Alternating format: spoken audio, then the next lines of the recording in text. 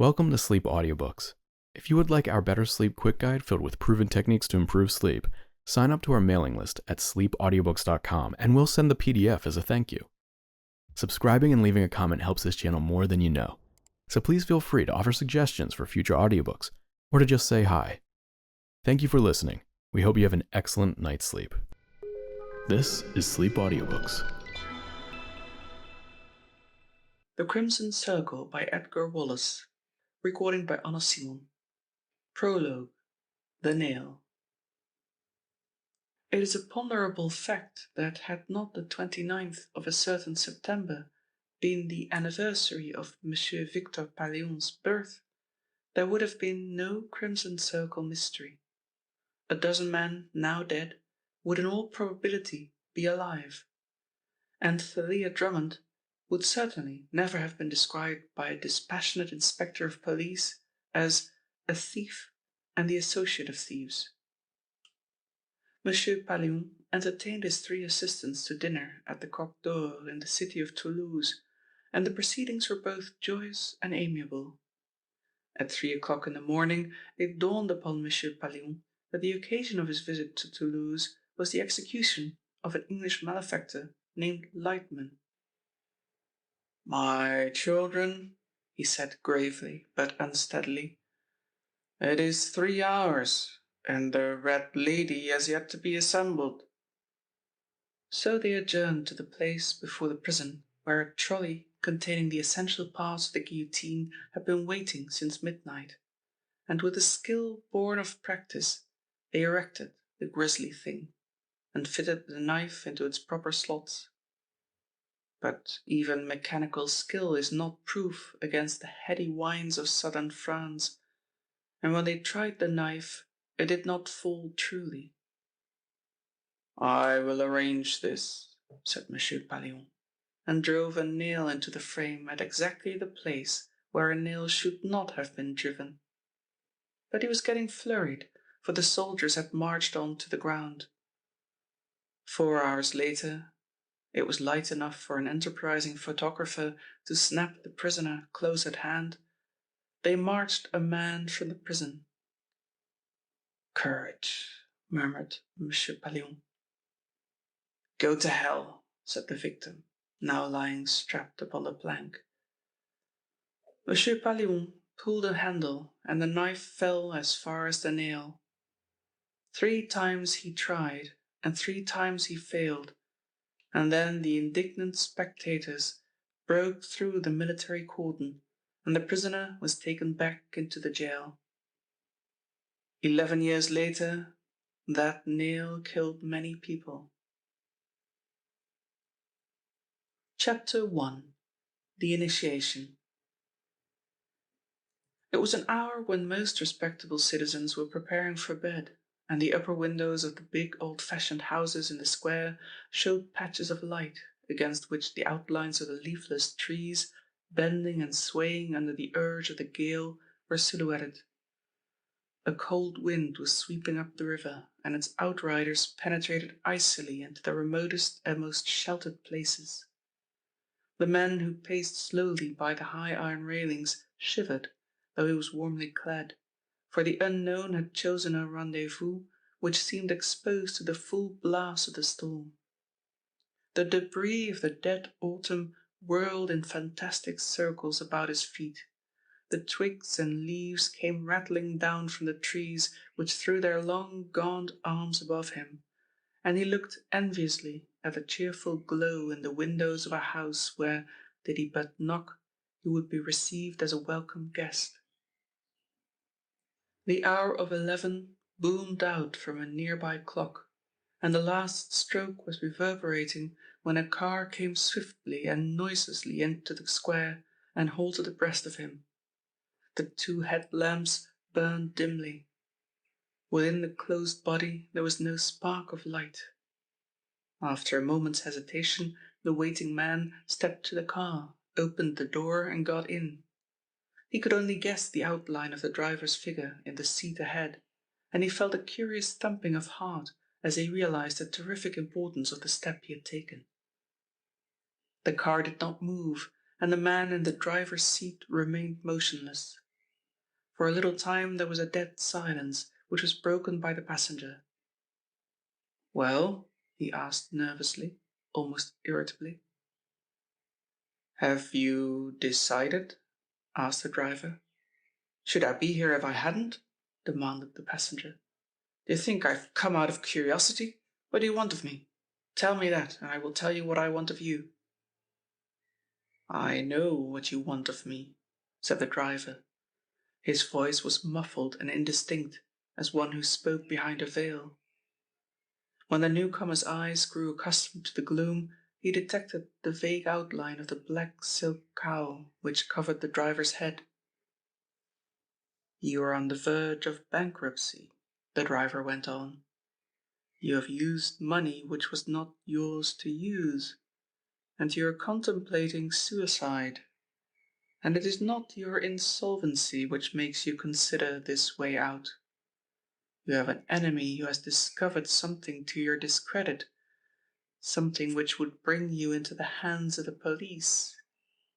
3 days ago you obtained from a firm of manufacturing chemists, a member of which is a friend of yours, a particularly deadly drug which cannot be obtained from a retail chemist.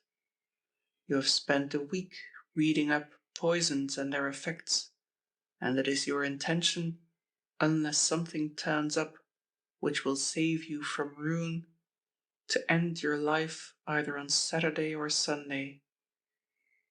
I think it will be Sunday." He heard the man behind him gasp and laughed softly. "Now, sir," said the driver, "are you prepared for a consideration to act for me?" "What do you want me to do?" demanded the man behind him shakily. "I ask no more than that you should carry out my instructions. I will take care that you run no risks and you are well paid. I am prepared at this moment to place in your hands a very large sum of money, which will enable you to meet your more pressing obligations. In return for this, I shall want you to put into circulation all the money I send you, to make the necessary exchanges, to cover up the trail of bills and banknotes, the numbers of which are known to the police, to dispose of bonds which I cannot dispose of, and generally to act as my agent." He paused, adding significantly, "and to pay on demand what I ask." The man behind him did not reply for some time, and then he asked with a hint of petulance, "What is the Crimson Circle?" "You," was the startling reply. "I?" gasped the man. "You are of the Crimson Circle," said the other carefully. "You have 100 comrades, none of whom will ever be known to you, none of whom will ever know you." "And you?" "I know them all," said the driver. "You agree?" "I agree," said the other, after a pause. The driver half turned in his seat and held out his hand. "Take this," he said. This was a large, bulky envelope, and the newly initiated member of the Crimson Circle thrust it into his pocket. "And now get out," said the driver curtly, and the man obeyed without question. He slammed the door behind him and walked abreast of the driver. He was still curious as to his identity, and for his own salvation it was necessary that he should know the man who drove. "Don't light your cigar here," said the driver, "or I shall think that your smoking is really an excuse to strike a match. And remember this, my friend, that the man who knows me carries his knowledge to hell." Before the other could reply, the car moved on, and the man with the envelope stood watching its red tail light until it disappeared from view. He was shaking from head to foot, and when he did light the cigar, which his chattering teeth gripped, the flame of the match quivered tremulously. "That is that," he said huskily, and crossed the road, to disappear in one of the side turnings. He was scarcely out of sight before a figure moved stealthily from the doorway of a dark house and followed. It was the figure of a man tall and broad, and he walked with difficulty, for he was naturally short of breath. He had gone 100 paces in his pursuit before he realized that he still held in his hand the ship's binoculars through which he had been watching. When he reached the main street, his quarry had vanished. He had expected as much and was not perturbed. He knew where to find him. But who was in the car? He had read the number and could trace its owner in the morning. Mr. Felix Marl grinned. Had he so much as guessed the character of the interview he had overlooked, he would not have been amused. Stronger men than he had grown stiff with fear at the menace of the Crimson Circle. Chapter 2. The Man Who Did Not Pay. Philip Bazar paid and lived, for apparently the Crimson Circle kept faith. Jacques Rizzi, the banker, also paid, but in a panic. He died from natural causes a month later, having a weak heart. Benson, the railway lawyer, pooh-poohed the threat and was found dead by the side of his private saloon. Mr. Derrick Yale, with his amazing gifts, ran down the coloured man who had crept into Benson's private car and killed him before he threw the body from the window, and the coloured man was hanged, without, however, revealing the identity of his employer. The police might sneer at Yale's psychometrical powers, as they did, but within 48 hours he had led the police to the criminal's house at Yearside, and the dazed murderer had confessed. Following this tragedy, many men must have paid without reporting the matter to the police, for there was a long period during which no reference to the Crimson Circle found its way into the newspapers. And then, one morning, there came to the breakfast table of James Beardmore a square envelope containing a card, on which was stamped a Crimson Circle. "You are interested in the melodrama of life, Jack. Read that." James Stamford Beardmore tossed the message across the table to his son and proceeded to open the next letter in the pile, which stood beside his plate.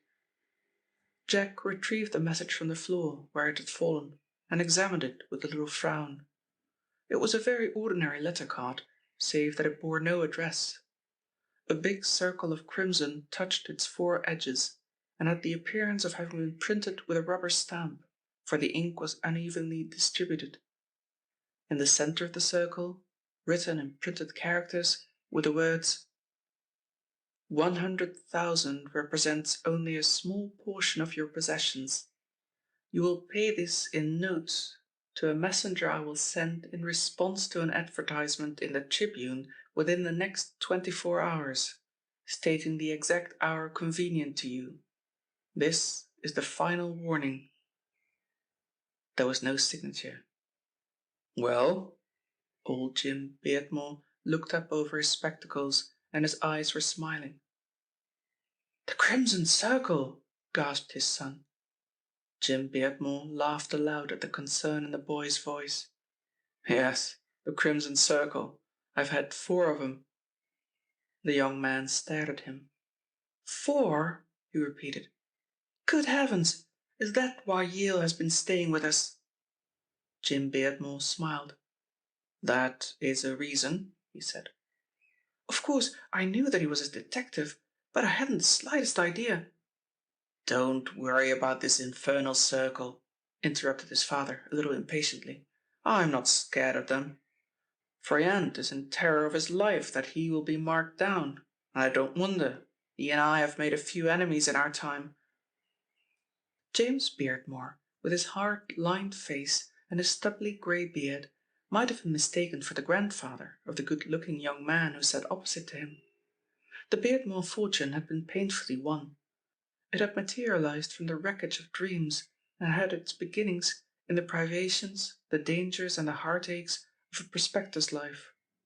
This man whom death had stalked on the waterless plains of the Kalahari, who had scraped in the mud of the Veil River for illusory diamonds, and thawed out his claim in the Klondike, had faced too many real dangers to be greatly disturbed by the threat of the Crimson Circle. For the moment his perturbation was based on a more tangible peril, not to himself, but to his son. "I've got a whole lot of faith in your good sense, Jack," he said, "so don't be hurt by anything I'm going to say.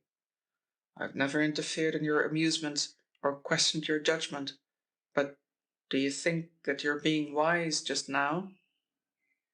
Jack understood. "You mean about Miss Drummond, father?" The older man nodded. "She's Froyant's secretary," began the youth. "I know she is Froyant's secretary," said the other, "and she's none the worse for that. But the point is, Jack, do you know anything more about her?" The young man rolled his napkin deliberately. His face was red, and there was a queer set look about his jaw which secretly amused Jim. "I like her. She's a friend of mine. I've never made love to her, if that is what you mean, Dad, and I rather think our friendship would be at an end if I did." Jim nodded. He had said all that was necessary, and now he took up a more bulky envelope and looked at it curiously. Jack saw that it bore French postage stamps and wondered who was the correspondent. Tearing open the flap, the old man took out a pad of correspondence, which included yet another envelope, heavily sealed. He read the superscription, and his nose wrinkled. "Ugh," he said, and put the envelope down unopened. He glanced through the remainder of the correspondence, then looked across at his son. "Never trust a man, or woman, until you know the worst of them," he said. "I've got a man coming to see me today who is a respectable member of society. He has a record as black as my hat, and yet I'm going to do business with him. I know the worst." Jack laughed. Further conversation was interrupted by the arrival of their guest. "Good morning, Yale. Did you sleep well?" asked the old man. "Ring for some more coffee, Jack." Derek Yale's visit had been an unmixed pleasure to Jack Beardmore. He was at the age when romance had its full appeal, and the companionship of the most commonplace detective would have brought him a peculiar joy. But the glamour which surrounded Yale was the glamour of the supernatural. This man had unusual and peculiar qualities which made him unique. The delicate, aesthetic face, the grave mystery of his eyes, the very gesture of his long, sensitive hands were part of his uniqueness. "I never sleep," he said good-humouredly, as he unrolled his serviette. He held the silver napkin ring for a second between his two fingers, and James Beardmore watched him with amusement. As for Jack, his eager admiration was unconcealed. "Well?" asked the old man. "Who handled this last has had very bad news. Some near relation is desperately ill." Beardmore nodded. "Jane Higgins was the servant who laid the table," he said. "She had a letter this morning saying that her mother was dying." Jack gasped. "And you felt that in the serviette ring?" he asked in amazement. "How do you get that impression, Mr. Yale?" Derek Yale shook his head. "I don't attempt to explain," he said quietly. "All that I know is that the moment I took up my serviette, I had a sensation of profound and poignant sorrow. It is weird, isn't it?" "But how did you know about her mother?" "I traced it somehow," said the other, almost brusquely. "It is a matter of deduction. Have you any news, Mr. Beardmore?" For answer, Jim handed him the card he had received that morning. Yale read the message, then weighed the card on the palm of his white hand. "Posted by a sailor," he said. "A man who has been in prison and has recently lost a great deal of money." Jim Beardmore laughed. "Which I shall certainly not replace," he said, rising from the table. "Do you take these warnings seriously?" "I take them very seriously," said Derek in his quiet way. "So seriously that I do not advise you to leave this house except in my company.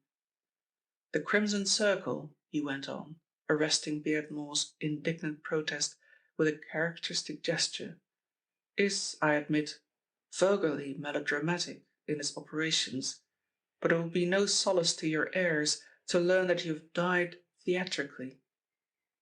Jim Beardmore was silent for a time, and his son regarded him anxiously. "Why don't you go abroad, father?" he asked, and the old man snapped round on him. "Go abroad be damned!" he roared. "Run away from a cheap Black Hand gang? I'll see them—" He did not mention their destination, but they could guess. Chapter 3. The Girl Who Was Indifferent. A heavy weight lay on Jack Beardmore's mind as he walked slowly across the meadows that morning. His feet carried him instinctively in the direction of the little valley which lay a mile from the house, and in the exact centre of which ran the hedge which marked the division between the Beardmore and Froyant estates. It was a glorious morning. The storm of wind and rain which had swept the country the night before had blown itself out, and the world lay bathed in yellow sunlight. Far away, beyond the olive-green commons that crowned Penton Hill, he caught a glimpse of Harvey Froyant's big white mansion. Would she venture out, with the ground so sodden and the grasses soaked with rain, he wondered. He stopped by a big elm tree on the lip of the valley, and cast an anxious glance along the untidy hedge, until his eyes rested on a tiny summer-house which the former owners of Tower House had erected. Harvey Froyant, who loathed solitude, would never have been guilty of such extravagance. There was nobody in sight, and his heart sank. 10 minutes' walking brought him to the gap he had made in the fence, and he stepped through. The girl who sat in the tiny house might have heard his sigh of relief. She looked round, then rose with some evidence of reluctance. She was remarkably pretty, with her fair hair and flawless skin, but there was no welcome in her eyes as she came slowly toward him. "Good morning," she said coolly. "Good morning, Thalia," he ventured, and her frown returned. "I wish you wouldn't," she said, and he knew that she meant what she said. Her attitude toward him puzzled and worried him, for she was a thing of laughter and bubbling life. He had once surprised her chasing a hare, and had watched, spellbound, the figure of this laughing Diana as her little feet flew across the field in pursuit of the scared beast. He had heard her singing too, and the very joy of life was vibrant in her voice. But he had seen her so depressed and gloomy that he had feared she was ill. "Why are you always so stiff and formal with me?" he grumbled. For a second a ghost of a smile showed at the corner of her mouth. "Because I've read books," she said solemnly, "and poor girl secretaries who aren't stiff and formal with millionaires' sons usually come to a bad end." She had a trick of directness which was very disconcerting. "Besides," she said, "there is no reason why I shouldn't be stiff and formal. It is the conventional attitude which people adopt toward their fellow creatures, unless they are very fond of them, and I'm not very fond of you." She said this calmly and deliberately, and the young man's face went red. He felt a fool and cursed himself for provoking this act of cruelty. "I will tell you something, Mr. Beardmore," she went on in her even tone. "Something which you haven't realized. When a boy and girl are thrown together on a desert island, it is only natural that the boy gets the idea that the girl is the only girl in the world. All his wayward fancies are concentrated on one woman, and as the days pass, she grows more and more wonderful in his eyes. I've read a lot of these desert island stories, and I've seen a lot of pictures that deal with that interesting situation, and that is how it strikes me. You are on a desert island here. You spend too much time on your estate, and the only things you see are rabbits and birds and Thalia Drummond. You should go into the city and into the society of people of your own station." She turned from him with a nod, for she had seen her employer approaching, had watched him out of the corner of her eye as he stopped to survey them, and had guessed his annoyance. "I thought you were doing the house accounts, Miss Drummond," he said with asperity. He was a skinny man in the early 50s, colourless, sharp-featured, prematurely bald. He had an unpleasant habit of baring his long yellow teeth when he asked a question, a grimace which in some curious way suggested his belief that the answer would be an evasion. "Morning, Beardmore." He jerked the salutation grudgingly and turned again to his secretary. "I don't like to see you wasting your time, Miss Drummond," he said. "I am not wasting either your time or mine, Mr. Froyant," she answered calmly. "I've finished the accounts. Here." She tapped the worn leather portfolio which was under her arm. "You could have done the work in my library," he complained. "There's no need to go into the wilderness." He stopped and rubbed his long nose and glanced from the girl to the silent young man. "Very good, that will do," he said. "I'm going to see your father, Beardmore. Perhaps you'll walk with me." Thalia was already on her way to Tower House, and Jack had no excuse for lingering. "Don't occupy that girl's time, Beardmore. Don't, please," said Froyant testily. "You've no idea how much she has to do, and I'm sure your father wouldn't like it." Jack was on the point of saying something offensive, but checked himself. He loathed Harvey Froyant, and at the moment hated him for his domineering attitude toward the girl. "That class of girl," began Mr. Froyant, turning to walk by the side of the hedge toward the gate at the end of the valley.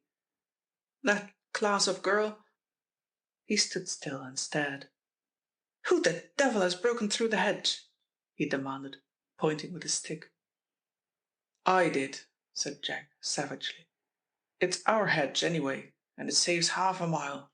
Come on, Mr. Froyant." Harvey Froyant made no comment as he stepped gingerly through the hedge. They walked slowly up the hill toward the big elm tree where Jack had stood looking down into the valley. Mr. Harvey Froyant preserved a tight-lipped silence. He was a stickler for the conventions, where their observations benefited himself. They had reached the crest of the rise when suddenly his arm was gripped, and he turned to see Jack Beardmore staring at the bole of the tree. Froyant followed the direction of his eye and took a step backward, his unhealthy face a shade paler.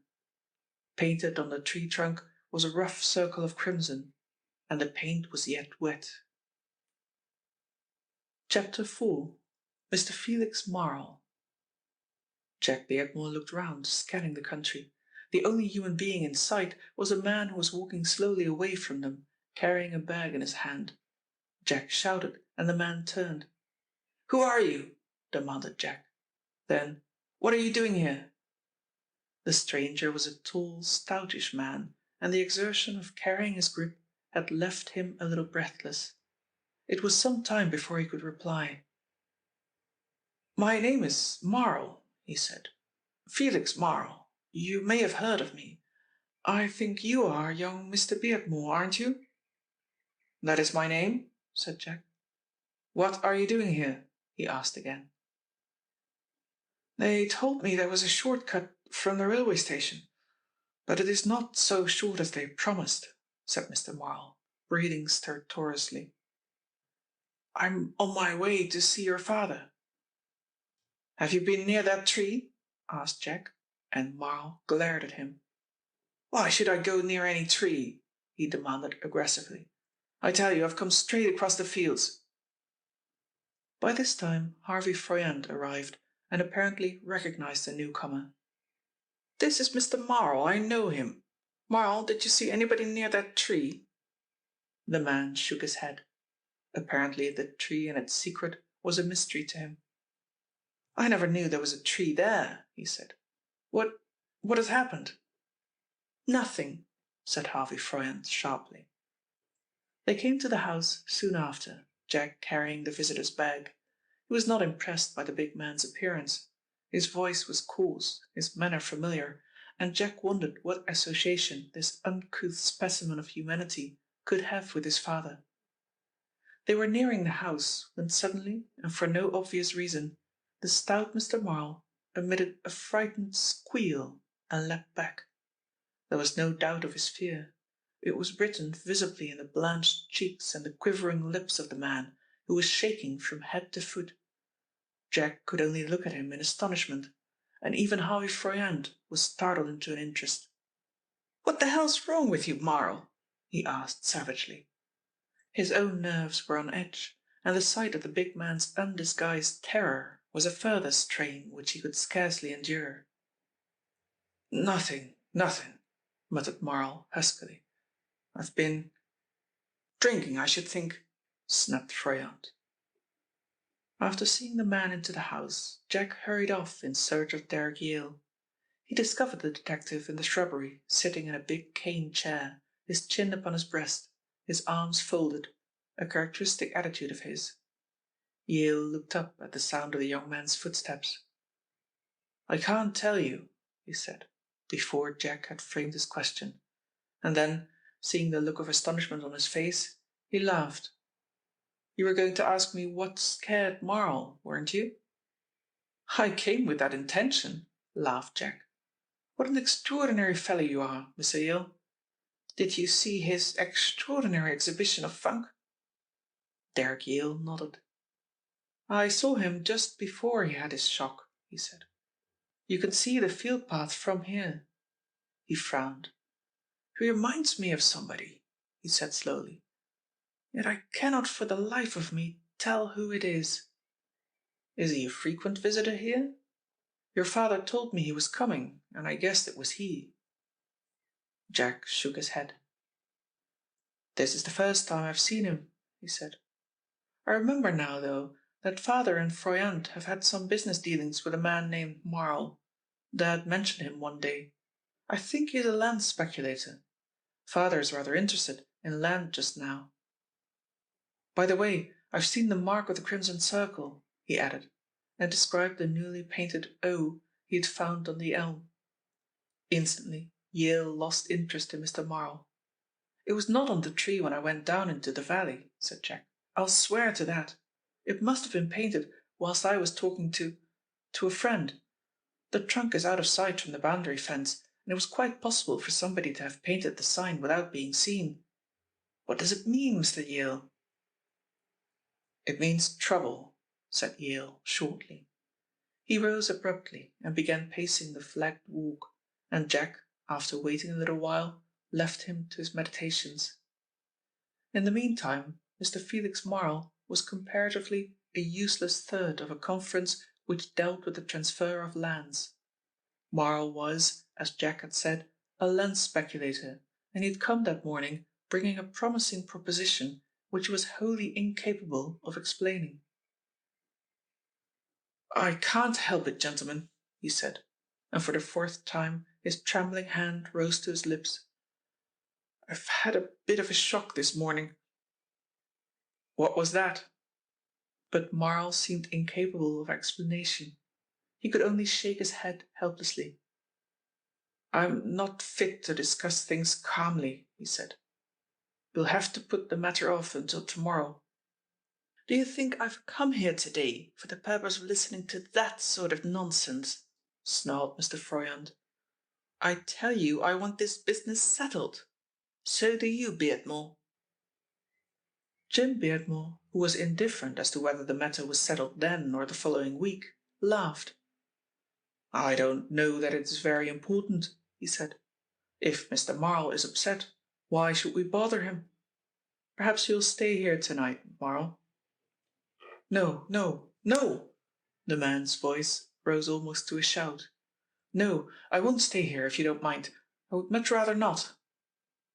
"Just as you like," said Jim Beardmore indifferently, and folded up the papers he had prepared for signature. They walked out into the hall together, and there Jack found them. Beardmore's car carried the visitor and his bag back to the station, and from there on Mr. Marl's conduct was peculiar. He registered his bag through to the city, but he himself descended at the next station, and for a man who so disliked walking, and was by nature so averse from physical exercise, he displayed an almost heroic spirit, for he set forth to walk the 9 miles which separated him from the Beardmore estate. and he did not go by the shortest route. It was nearing nightfall when Mr. Marle made his furtive way into a thick plantation on the edge of the Beardmore property. He sat down, a tired, dusty, but determined man, and waited for the night to close down over the countryside.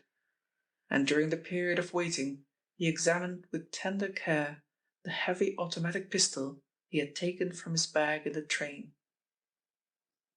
Chapter 5. The Girl Who Ran.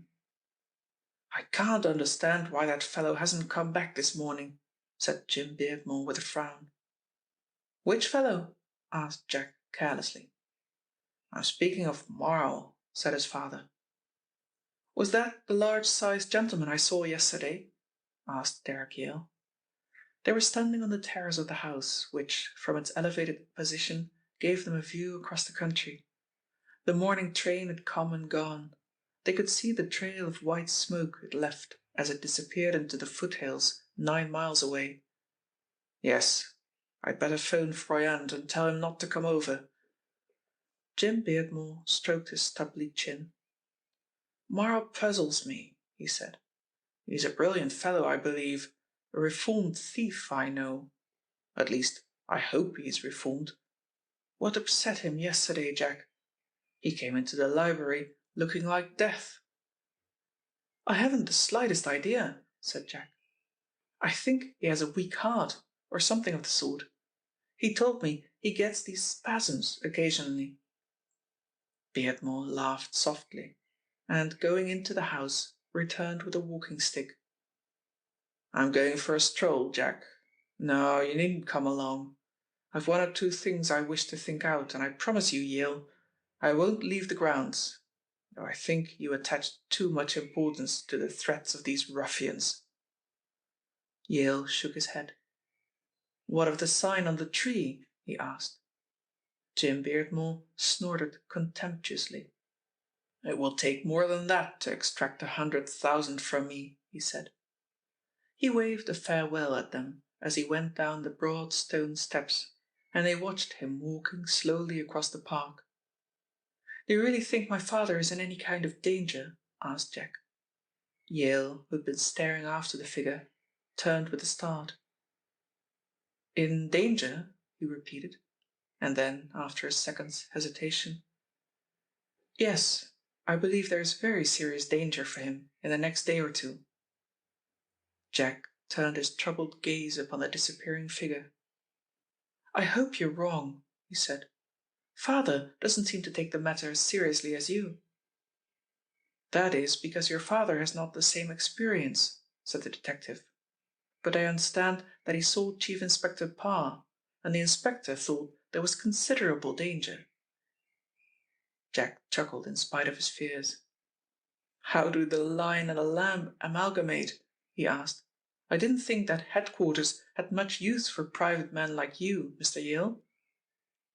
"I admire Parr," said Derek slowly.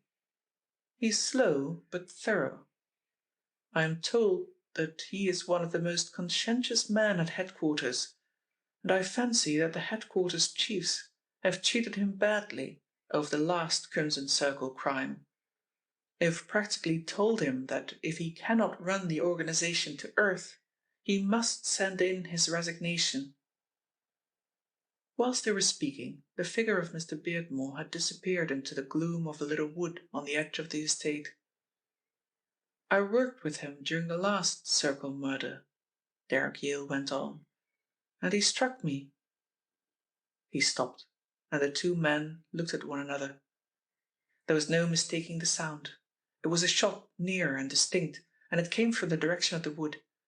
In an instant Jack had leapt over the balustrade and was racing across the meadow, Derek Yale behind him. 20 paces along the woodland path, they found Jim Beardmore lying on his face, and he was quite dead. And even as Jack was staring down at his father with horrified eyes, a girl emerged from the wood at the farther end, and stopped only long enough to wipe with a handful of grass something that was red from her hands, and she flew along the shadow of the hedge which divided the Froyant estate. Never once did Thalia Drummond look back until she reached the shelter of the little summer house, Her face was drawn and white, and her breath came gaspingly as she stood for a second in the doorway of the little hut and looked back to the wood. A swift glance round, and she was in the house and on her knees, tugging with quivering hands at the end of a floorboard. It came up, disclosing a black cavity. Another second's hesitation, and she threw into the hole the revolver she had held in her hand, and dropped the board back in its place. Chapter 6. Thalia Drummond is a crook. The Commissioner looked down at the newspaper cutting before him and tugged at his grey moustache. Inspector Parr, who knew the signs, watched with an apparently detached interest. He was a short, thick-set man, so lacking in inches that it was remarkable that he had ever satisfied the stringent requirements of the police authorities. His age was something below 50, but his big red face was unlined. It was a face from whence every indication of intelligence and refinement was absent. The round, staring eyes were bovine in their lack of expression. The big, fleshy nose, the heavy cheeks, pouched beneath the jaws, and the half-bald head were units of his unimpressiveness. The Commissioner picked up the cutting. "Listen to this," he said curtly, and read. It was the editorial of the Morning Monitor, and it was direct to a point of offensiveness. "For the second time during the past year, the country has been shocked and outraged by the assassination of a prominent man. It is not necessary to give here the details of this Crimson Circle crime, particulars of which appear on another page, but it is very necessary that we should state in emphatic and unmistakable terms that we view with consternation the seeming helplessness of police headquarters to deal with this criminal gang. Inspector Parr, who has devoted himself for the past year to tracking the murdering blackmailers, can offer us nothing more than vague promises of revelations which never materialize. It is obvious that police headquarters needs a thorough overhauling and the introduction of new blood, and we trust that those responsible for the government of the country will not hesitate to make the drastic changes which are necessary." "Well," growled Colonel Morton, "what do you think of that, Parr?" Mr. Parr rubbed his big chin and said nothing. "James Beardmore was murdered after due warning had been given to the police," said the Commissioner deliberately. "He was shot within sight of his house, and the murderer is at large. This is the second bad case, Parr, and I'll tell you candidly that it is my intention to act on the advice which this newspaper gives." He tapped the cutting suggestively. "On the previous occasion, you allowed Mr. Yale to get away with all the kudos for the capture of the murderer. You have seen Mr. Yale, I presume?" The detective nodded. "And what does he say?" Mr. Parr shifted uneasily on his feet. "He told me a lot of nonsense about a dark man with toothache." "How did he get that?" asked the Commissioner quickly. "From the shell of the cartridge he found on the ground," said the detective. "I don't take any notice of this psychometrical stuff." The Commissioner leant back in his chair and sighed. "I don't think you take notice of any stuff that is serviceable, Parr," he said. "And don't sneer at Yale. That man has unusual and peculiar gifts. The fact that you don't understand them does not make them any less peculiar." "Do you mean to say, sir," said Parr, stirred into protest, "that a man can take a cartridge in his hand and tell you from that the appearance of the person who last handled it and what he was thinking about? Why, it's absurd." "Nothing is absurd," said the Commissioner quietly. "The science of psychometry has been practiced for years. Some people, unusually sensitive to impression, are able to tell the most remarkable things, and Yale is one of these." "He was there when the murder was committed," replied Parr. "He was with Mr. Beardmore's son, not 100 yards away, and yet he did not catch the murderer." The Commissioner nodded. Neither have you, he said. 12 months ago you told me of your scheme for trapping the Crimson Circle, and I agreed.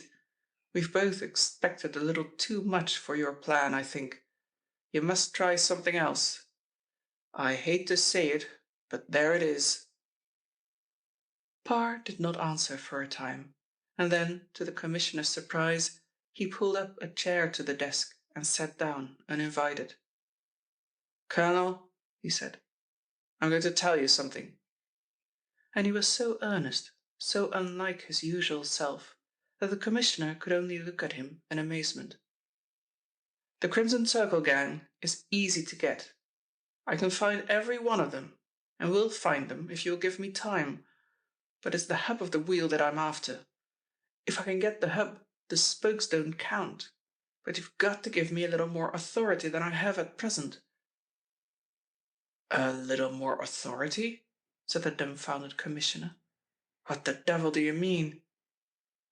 "I'll explain," said the bovine Mr. Parr, and he explained to such purpose that he left the Commissioner a very silent and a very thoughtful man. After he left headquarters, Mr. Parr's first call was at an office in the centre of the city. On the 3rd floor, in a tiny suite, which was distinguished only by the name of the occupant, Mr. Derrick Yale was waiting for him, and a greater contrast between the two men could not be imagined. Yale, the overstrung, nervous and sensitive dreamer; Parr, solid and beefy, seemingly incapable of an independent thought. "How did your interview go on, Parr?" "Not very well," said Parr ruefully. "I think the Commissioner's got one against me. Have you discovered anything?" "I've discovered your man with the toothache," was the astonishing reply. "His name is Sibley. He's a seafaring man, and was seen in the vicinity of the house the following day.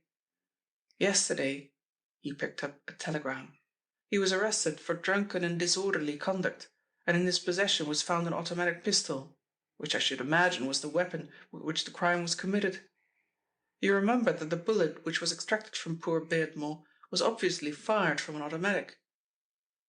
Parr gaped at him in amazement. "How did you find this out?" And Derrick Yale laughed softly. "You haven't a great deal of faith in my deductions," he said with a glint of humour in his eyes. "But when I felt that cartridge, I was as certain that I could see the man as I am certain I can see you. I sent one of my own staff down to make inquiries, with this result." He picked up the telegram. Mr. Parr stood, a heavy frown disfiguring what little claim to beauty he might have. "So they've caught him," he said softly. "Now I wonder if he wrote this." He took out a pocketbook, and Derrick Yale saw him extract a scrap of paper which had evidently been burned, for the edges were black. Yale took the scrap from his hand. "Where did you find this?" he asked. "I raked it out of the ashpan at Beardmore's place yesterday," he said. The writing was in a large scrawling hand, and the scrap ran: "You alone, me alone, Block B graft." "Me alone, you alone," read Yale. "Block B graft?" He shook his head. "It's Greek to me." He balanced the letter upon the palm of his hand and shook his head. "I can't even feel an impression," he said. "Fire destroys the aura." Parr carefully put away the scrap into his case and replaced it in his pocket. "There's another thing I'd like to tell you," he said. "Somebody was in the wood who wore pointed shoes and smoked cigars. I found the cigar ashes in a little hollow, and his footprint was on the flower beds." "Near the house?" asked Derrick Yale, startled. The solid man nodded. "My own theory is," he went on, "that somebody wanted to warn Beardmore, wrote this letter and brought it to the house after dark. It must have been received by the old man, because he burnt it. I found the ashes in the place where the servants dumped their cinders." There was a gentle tap at the door. "Jack Beardmore," said Yale under his breath. Jack Beardmore showed signs of the distressing period through which he had passed. He nodded to Parr and came toward Yale with outstretched hand. "No news, I suppose?" he asked, and turning to the other. "You were at the house yesterday, Mr. Parr. Did you find anything?" "Nothing worth speaking about," said Parr. "I've just been to see Froyant. He's in town," said Jack. "It wasn't a very successful visit, for he's in a pitiable state of nerves." He did not explain that the unsatisfactory part of his call was that he had not seen Thalia Drummond, and only one of the men guessed the reason of his disappointment. Derrick Yale told him of the arrest which had been made. "I don't want you to build any hopes on this," he said. "Even if he is the man who fired the shot, he is certain to be no more than the agent. We shall probably hear the same story as we heard before, that he was in low water and that the chief of the Crimson Circle induced him to commit the act. We're as far from the real solution as ever we've been." They strolled out of the office together into the clean autumn sunlight.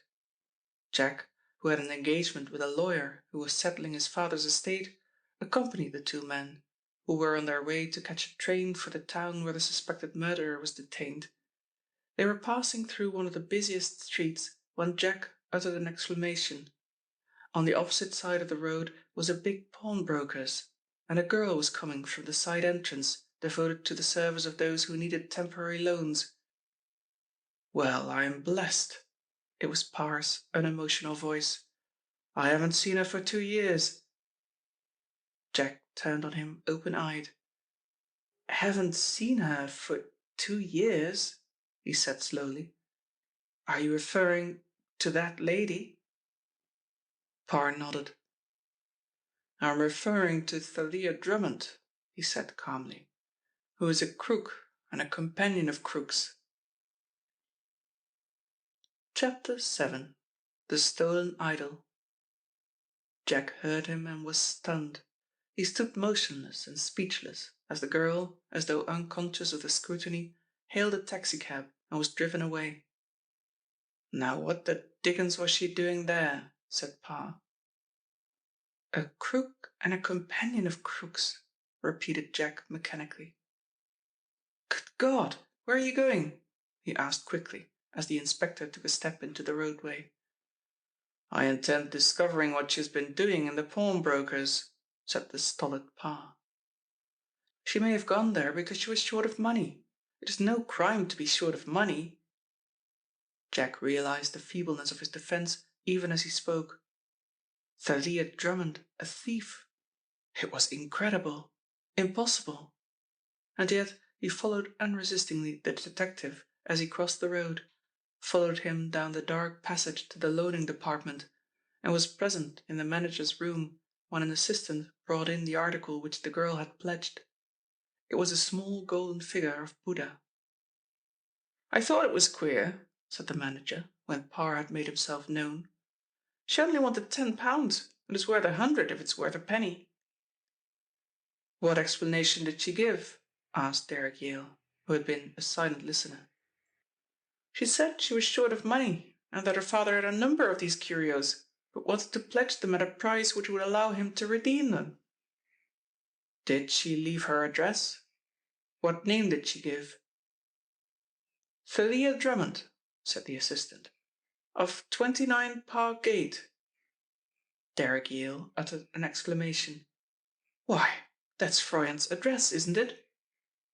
Too well Jack knew it was the address of the miserly Harvey Froyant, and he remembered with a sinking of heart that Froyant made a hobby of collecting these Eastern antiquities.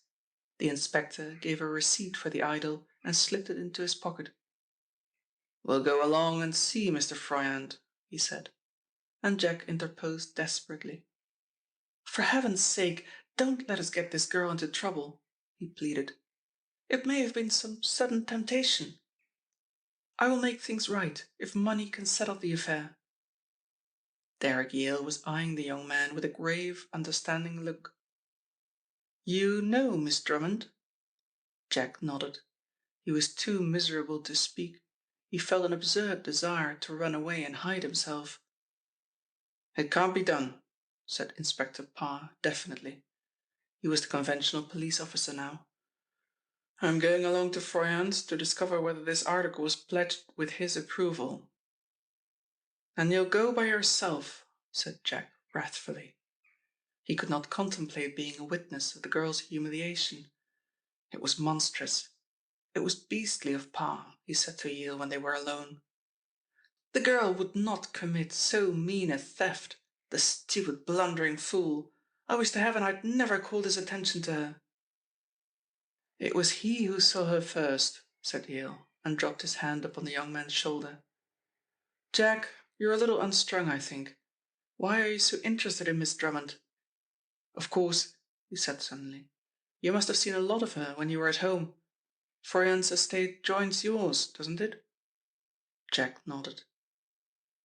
If he would give as much attention to the running down of the Crimson Circle as he gives to the hounding of that poor girl, he said bitterly, my poor father would be alive today. Derek Yale did his best to soothe him. He took him back to his office and tried to bring his thoughts to a more pleasant channel. They had been there a quarter of an hour when the telephone bell rang. It was Parr who spoke. Well? Asked Yale. I've arrested Thalia Drummond and I'm charging her in the morning, was the laconic message. Yale put down the receiver gently and turned to the young man. She's arrested? Jack guessed before he spoke. Yale nodded. Jack Beardmore's face was very white. You see, Jack, said Yale gently, you have probably been as much deceived as Froyant. The girl's a thief. If she were a thief and murderess, said Jack doggedly, I love her. Chapter 8. The Charge. Mr. Parr's interview with Harvey Froyant was a short one. At the sight of the detective, that thin man blanched. He knew him by sight and had met him in connection with the Beardmore tragedy. Well, he asked tremulously. What is wrong? Have these infernal people started a new campaign? Nothing so bad as that, sir, said Parr. I came to ask you a few questions. How long have you had Thalia Drummond in your house? She's been my secretary for 3 months, said Froyant suspiciously. Why? What wages do you pay her? Asked Parr. Mr. Froyant mentioned a sum grossly inadequate, and even he was apologetic for its inefficiency. I give her food, you know, and she has evenings off, he said, feeling that the starvation wage must be justified. Has she been short of money lately? Mr. Froyant stared at him. Why, yes. She asked me if I could advance her £5 yesterday, he said. She said she had a call upon her purse which she could not meet. Of course I didn't advance the money. I do not approve of advancing money for work which is not performed, said Froyant virtuously. It tends to pauperize. You have a large number of antiques, I understand, Mr. Froyant, some of them very valuable. Have you missed any lately? Froyant jumped to his feet. The very hint that he might have been robbed was sufficient to set his mind in a panic. Without a word, he rushed from the room. He was gone 3 minutes, and when he came back, his eyes were almost bulging from his head. My Buddha, he gasped. It's worth £100. It was there this morning. Send for Miss Drummond, said the detective briefly. Thalia came, a cool, self-possessed girl, who stood by her employer's desk, her hands clasped behind her, scarcely looking at the detective. The interview was short, and for Mr. Froyant, painful.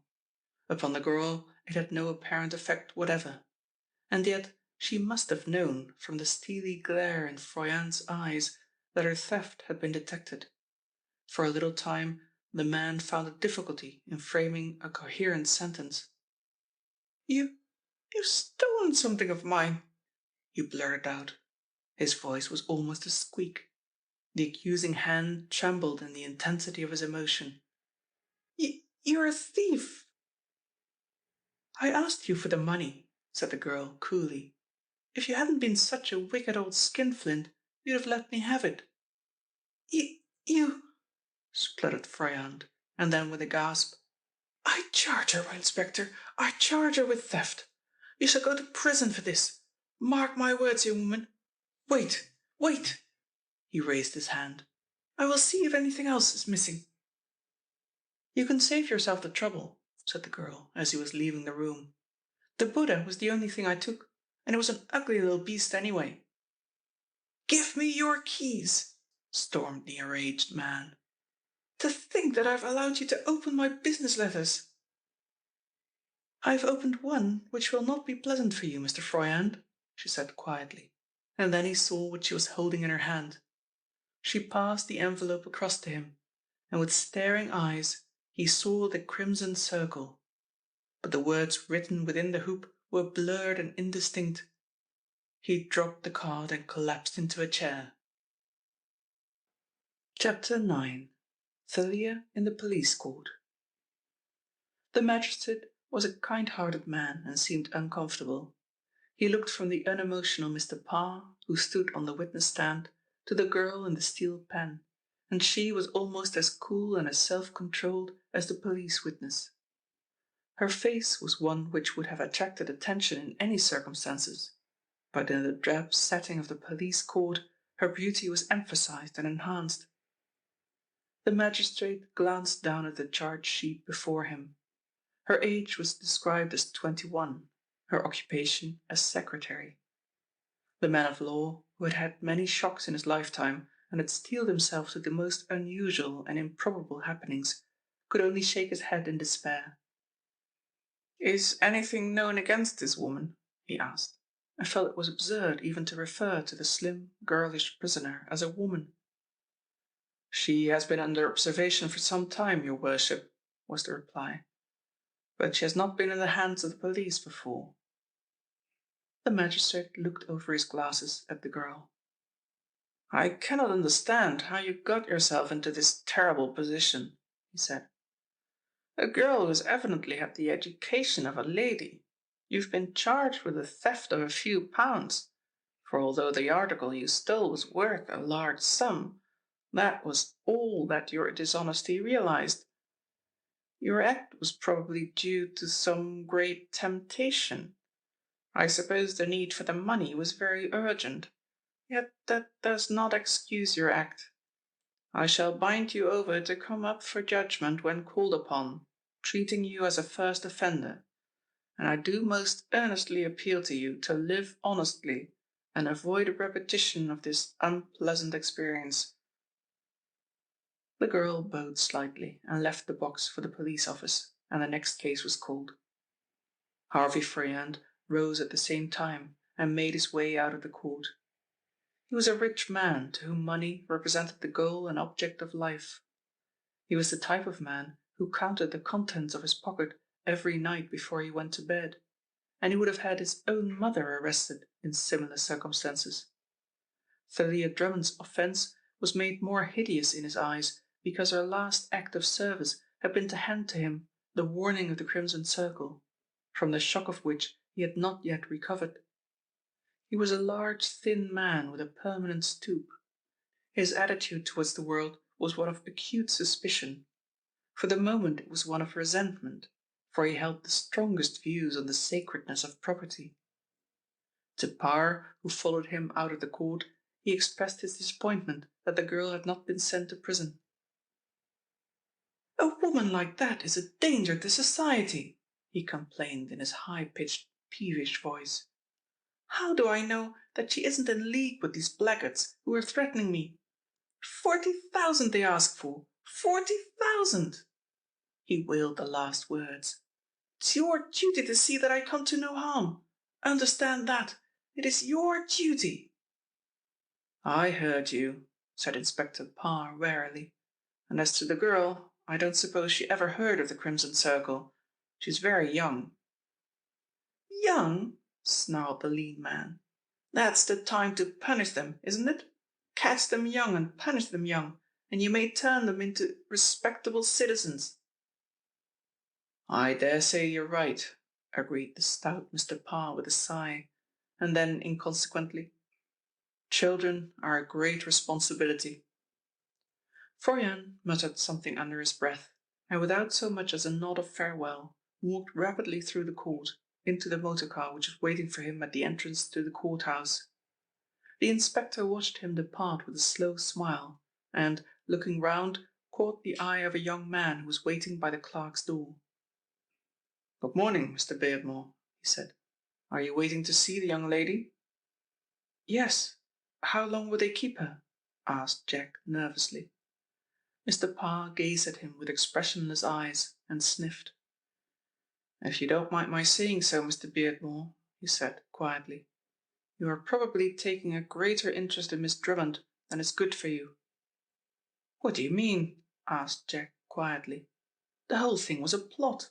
That beast Froyant." The inspector shook his head.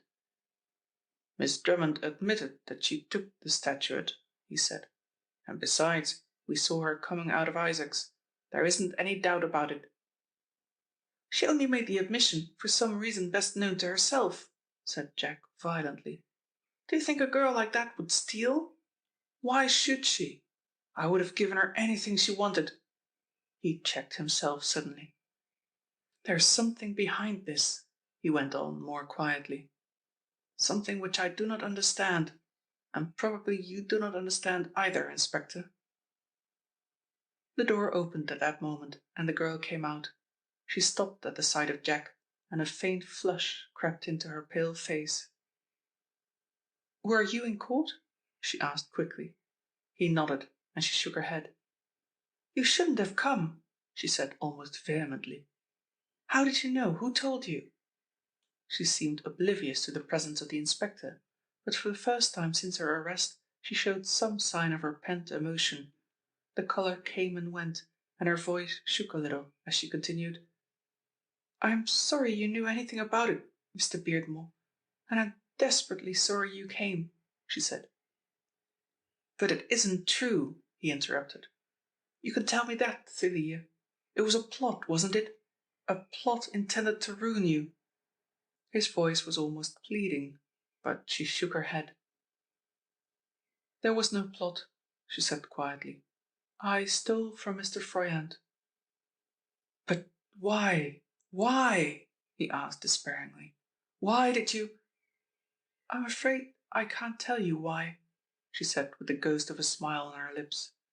"Except that I needed the money, and that is good and sufficient reason, isn't it?" "I'll never believe it."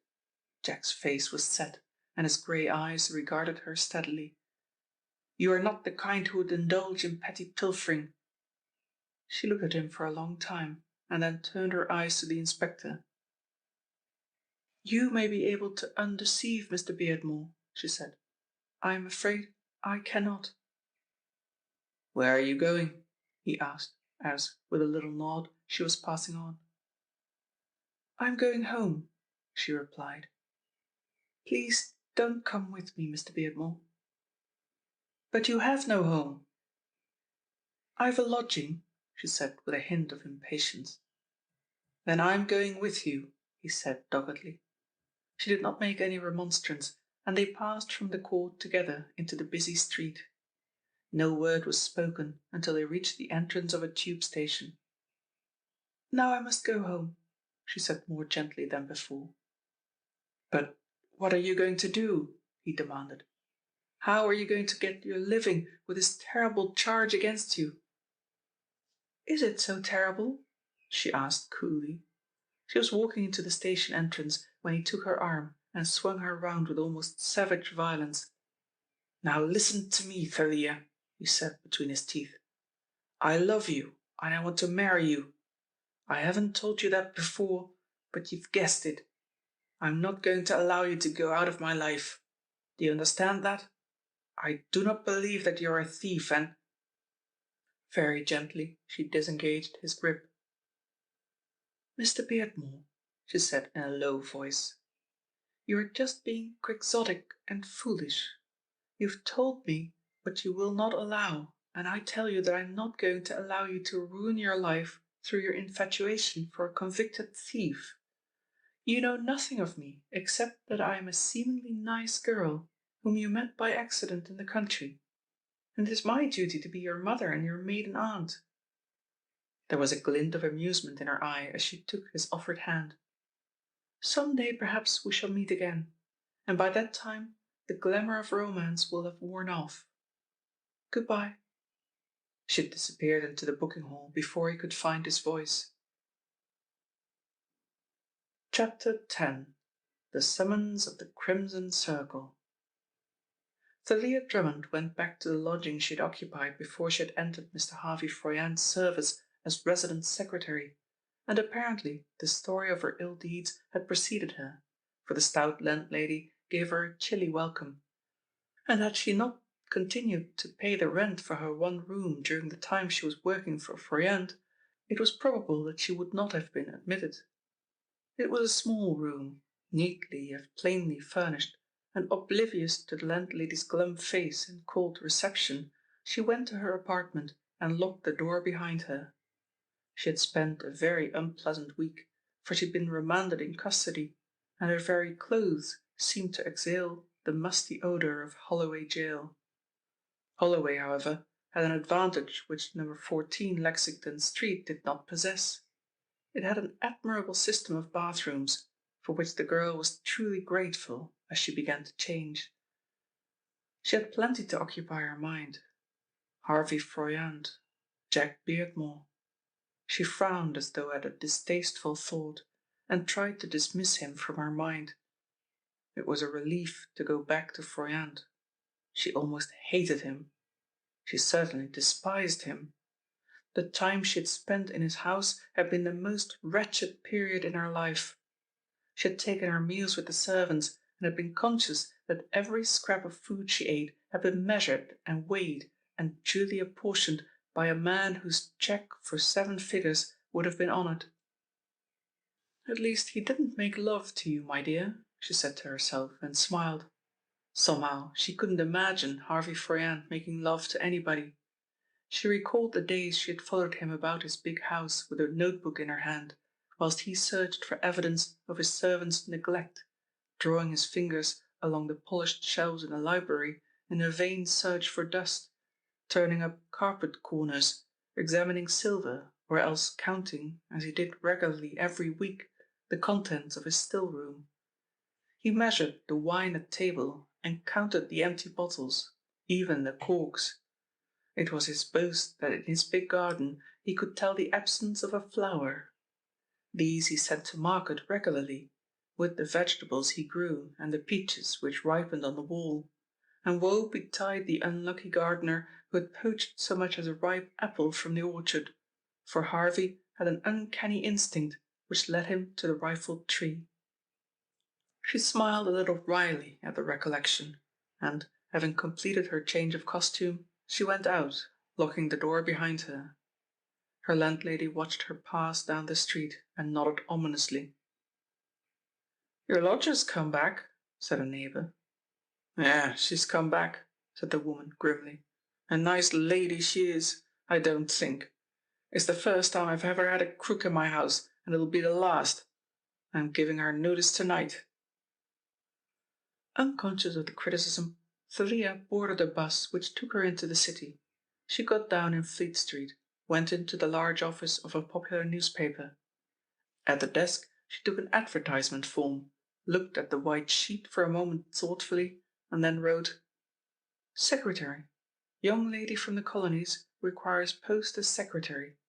Resident secretary preferred. Small wages required. Shorthand and typewriting." She left a space for the box number, handed the advertisement across the counter, and paid the fee. She was back again in Lexington Street in time for tea, a meal which was brought up to her on a battered tray by her landlady. "Look here, Miss Drummond," said that worthy person, "I've got a few words to say to you." "Say them," said the girl carelessly. "I shall want your room after next week." Thalia turned slowly. "Does that mean I've got to get out?" "That's what it means. I can't have people like you staying in a respectable house. I'm surprised at you, a young lady as I always thought you were." "Continue to think so," said Thalia coolly. "I'm both young and ladylike." But the stout landlady was not to be checked in her well-rehearsed indictment. "A nice lady you are," she said, "giving my house a bad name. You've been in prison for a week. Perhaps you don't think I know, but I read the newspapers." "I'm sure you do," said the girl quietly. "That will do, Mrs. Bolett. I leave your house next week." "And I should like to say—" began the woman. "Say it on the mat," said Thalia, and closed the door in the choleric lady's face. As it was now growing dark, she lit a kerosene lamp and occupied the evening by manicuring her nails, an operation which was interrupted by the arrival of the 9 o'clock post.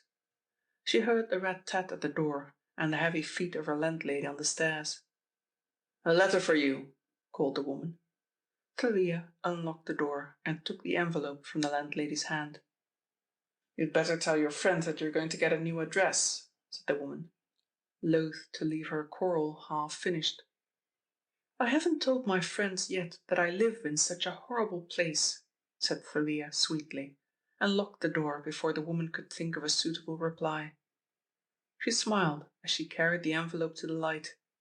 It was addressed in printed characters. She turned it over, looking at the postmark before she opened it, and extracted a thick white card. At the first glance of the message, her face changed its expression. The card was a square one, and in the center was a large crimson circle. Within the circle was written in the same printed characters: "We have need of you. Enter the car which you will find waiting at the corner of Stane Square at 10 o'clock tomorrow night." She put the card down on the table and stared at it. The crimson circle had need of her. She had expected the summons, but it had come earlier than she had anticipated. Chapter 11. A Confession. At 3 minutes to 10 the following night, a closed car drove slowly into Stane Square and came to a halt at the corner of Clarges Street. A few minutes later, Thalia Drummond walked into the square from the other end.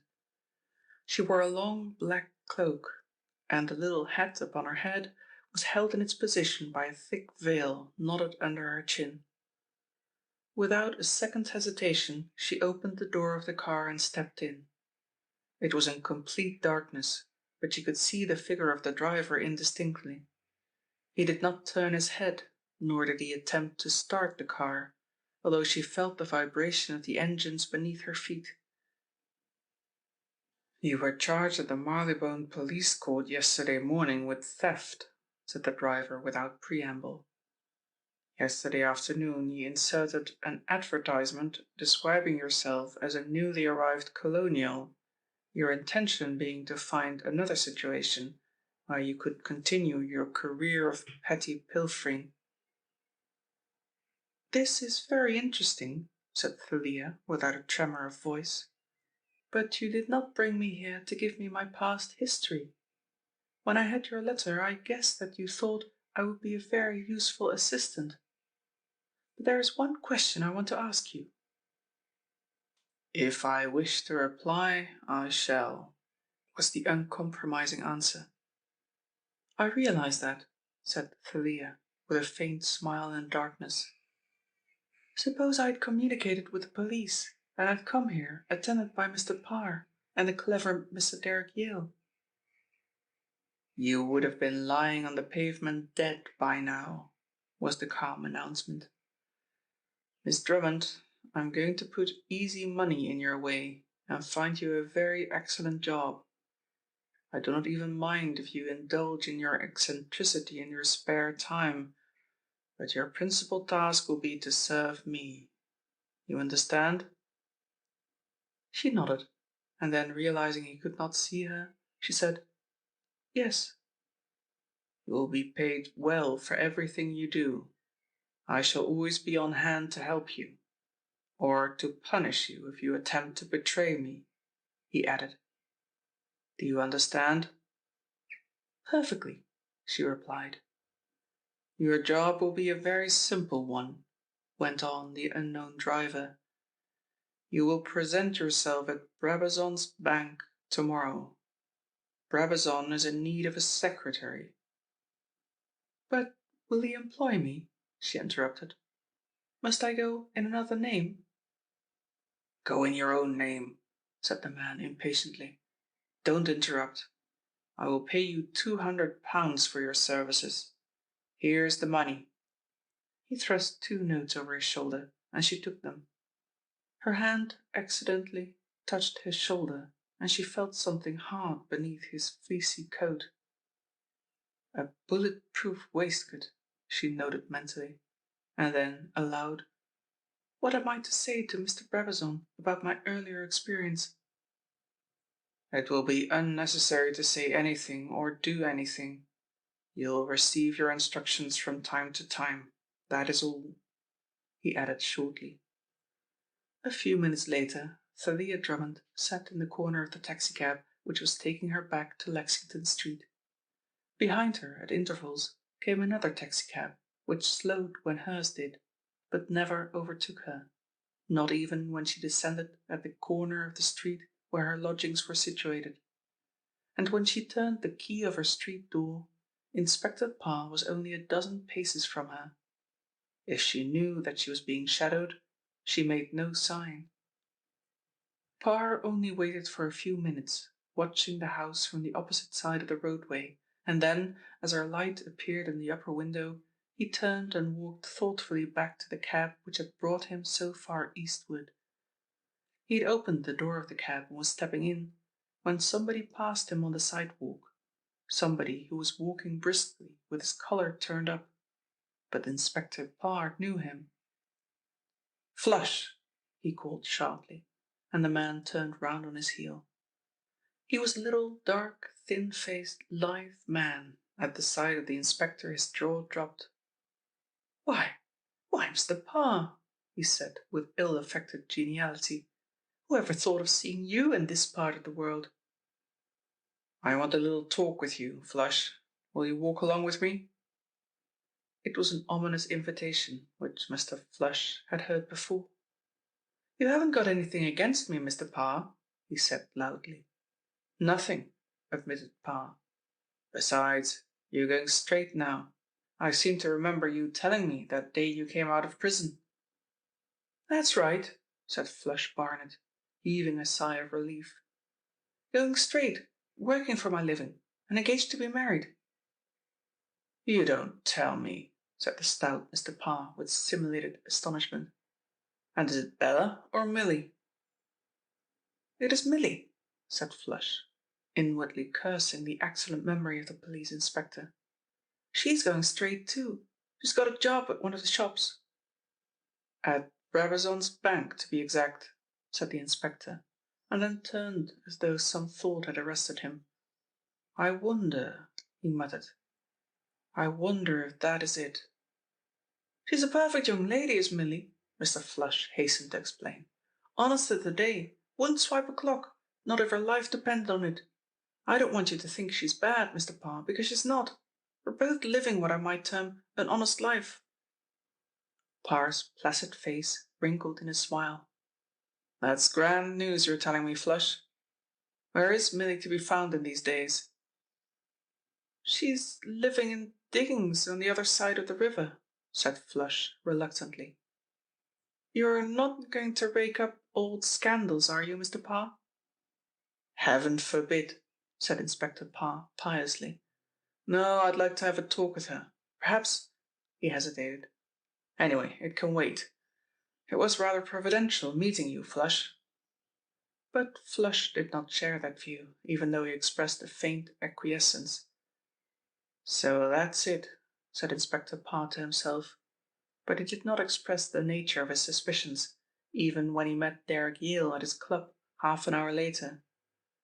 And it was a further curious fact that, though they touched every aspect of the Crimson Circle mystery in the long conversation which followed, never once did Mr. Parr mention Thalia Drummond's interview, which, if he had not seen, he had at least guessed. The 2 men left early the next morning for the little country town where one Ambrose Sibley, described as an able seaman, was held on a charge of murder. At his own earnest request, Jack Beardmore was allowed to accompany them, though he was not present at the interview between the 2 detectives and the sullen man who had slain his father. A brawny, unshaven fellow, half Scottish, half Swede, Sibley proved to be. He could neither read nor write, and had been in the hands of the police before. This much Parr had discovered from a reference of his fingerprints. At first he was not inclined to commit himself, and it was rather Derek Yale's skillful cross-examination than Inspector Parr's efforts which produced the confession. "Yes, I did it all right," he said at last. They were seated in the cell, with an official shorthand writer taking a note of his statement. "You've got me proper, but you wouldn't have got me if I hadn't been drunk.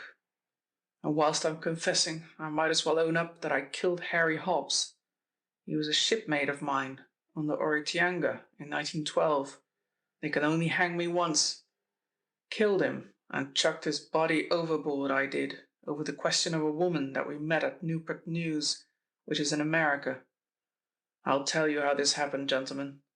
I lost my ship about a month ago and was stranded at the sailors' home at Wapping. I got chucked out of there for being drunk, and on top of that, I was locked up and got 7 days imprisonment. If the old fool had only given me a month, I shouldn't have been here. One night after I came out of prison, I was walking through the East End, down on my luck and starving for a drink, and feeling properly miserable. To make it worse, I had the toothache." Parr met Derek Yale's eyes, and Derek smiled faintly.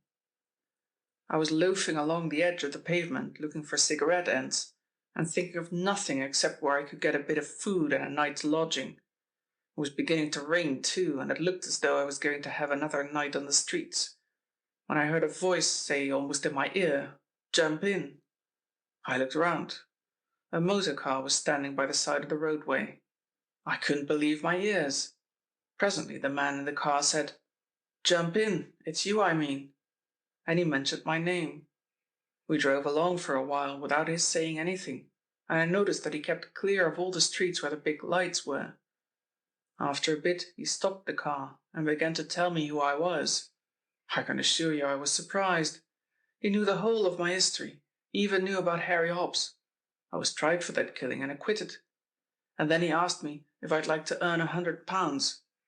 I told him I would, and he said there was an old gentleman in the country who had done him a lot of harm, and he wanted him outed.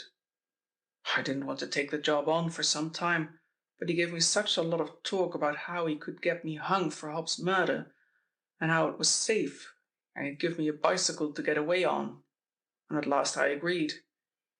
He picked me up by arrangement a week later in Staines Square. Then he gave me all the final particulars. I got down to Beardmore's place soon after it was dark and hid in the wood. He told me Mr. Beardmore generally walked through the wood every morning, and that I was to make myself comfortable for the night. I hadn't been in the wood an hour when I had a fright. I heard somebody moving. I think it must have been a gamekeeper. He was a big fellow, and I only just got a glimpse of him. I think that's about all, gentlemen, except that the next morning the old fellow came in the wood and I shot him. I don't remember much about it, for I was drunk at the time, having taken a bottle of whiskey into the wood with me, but I was sober enough to get on to the bicycle and I rode off. And I should have got away altogether if it hadn't been for the booze." "And that is all?" asked Parr, when the confession had been read over and the man had affixed a rough cross. "That's all, governor," said the sailor. "And you don't know who it was who employed you?" "Not the faintest idea," said the other, cheerfully. "There's one thing about him, though, I could tell you," he said, after a pause. "He kept using a word that I've never heard before. I'm not highly educated, but I've noticed that some men have favourite words. We had an old skipper who always used the word morbid." "What was the word?" asked Parr. The man scratched his head. "I'll remember it and let you know," he said, and they left him to his meditations, which were few, and probably not unpleasant. 4 hours after, the jailer took Ambrose Sibley some food.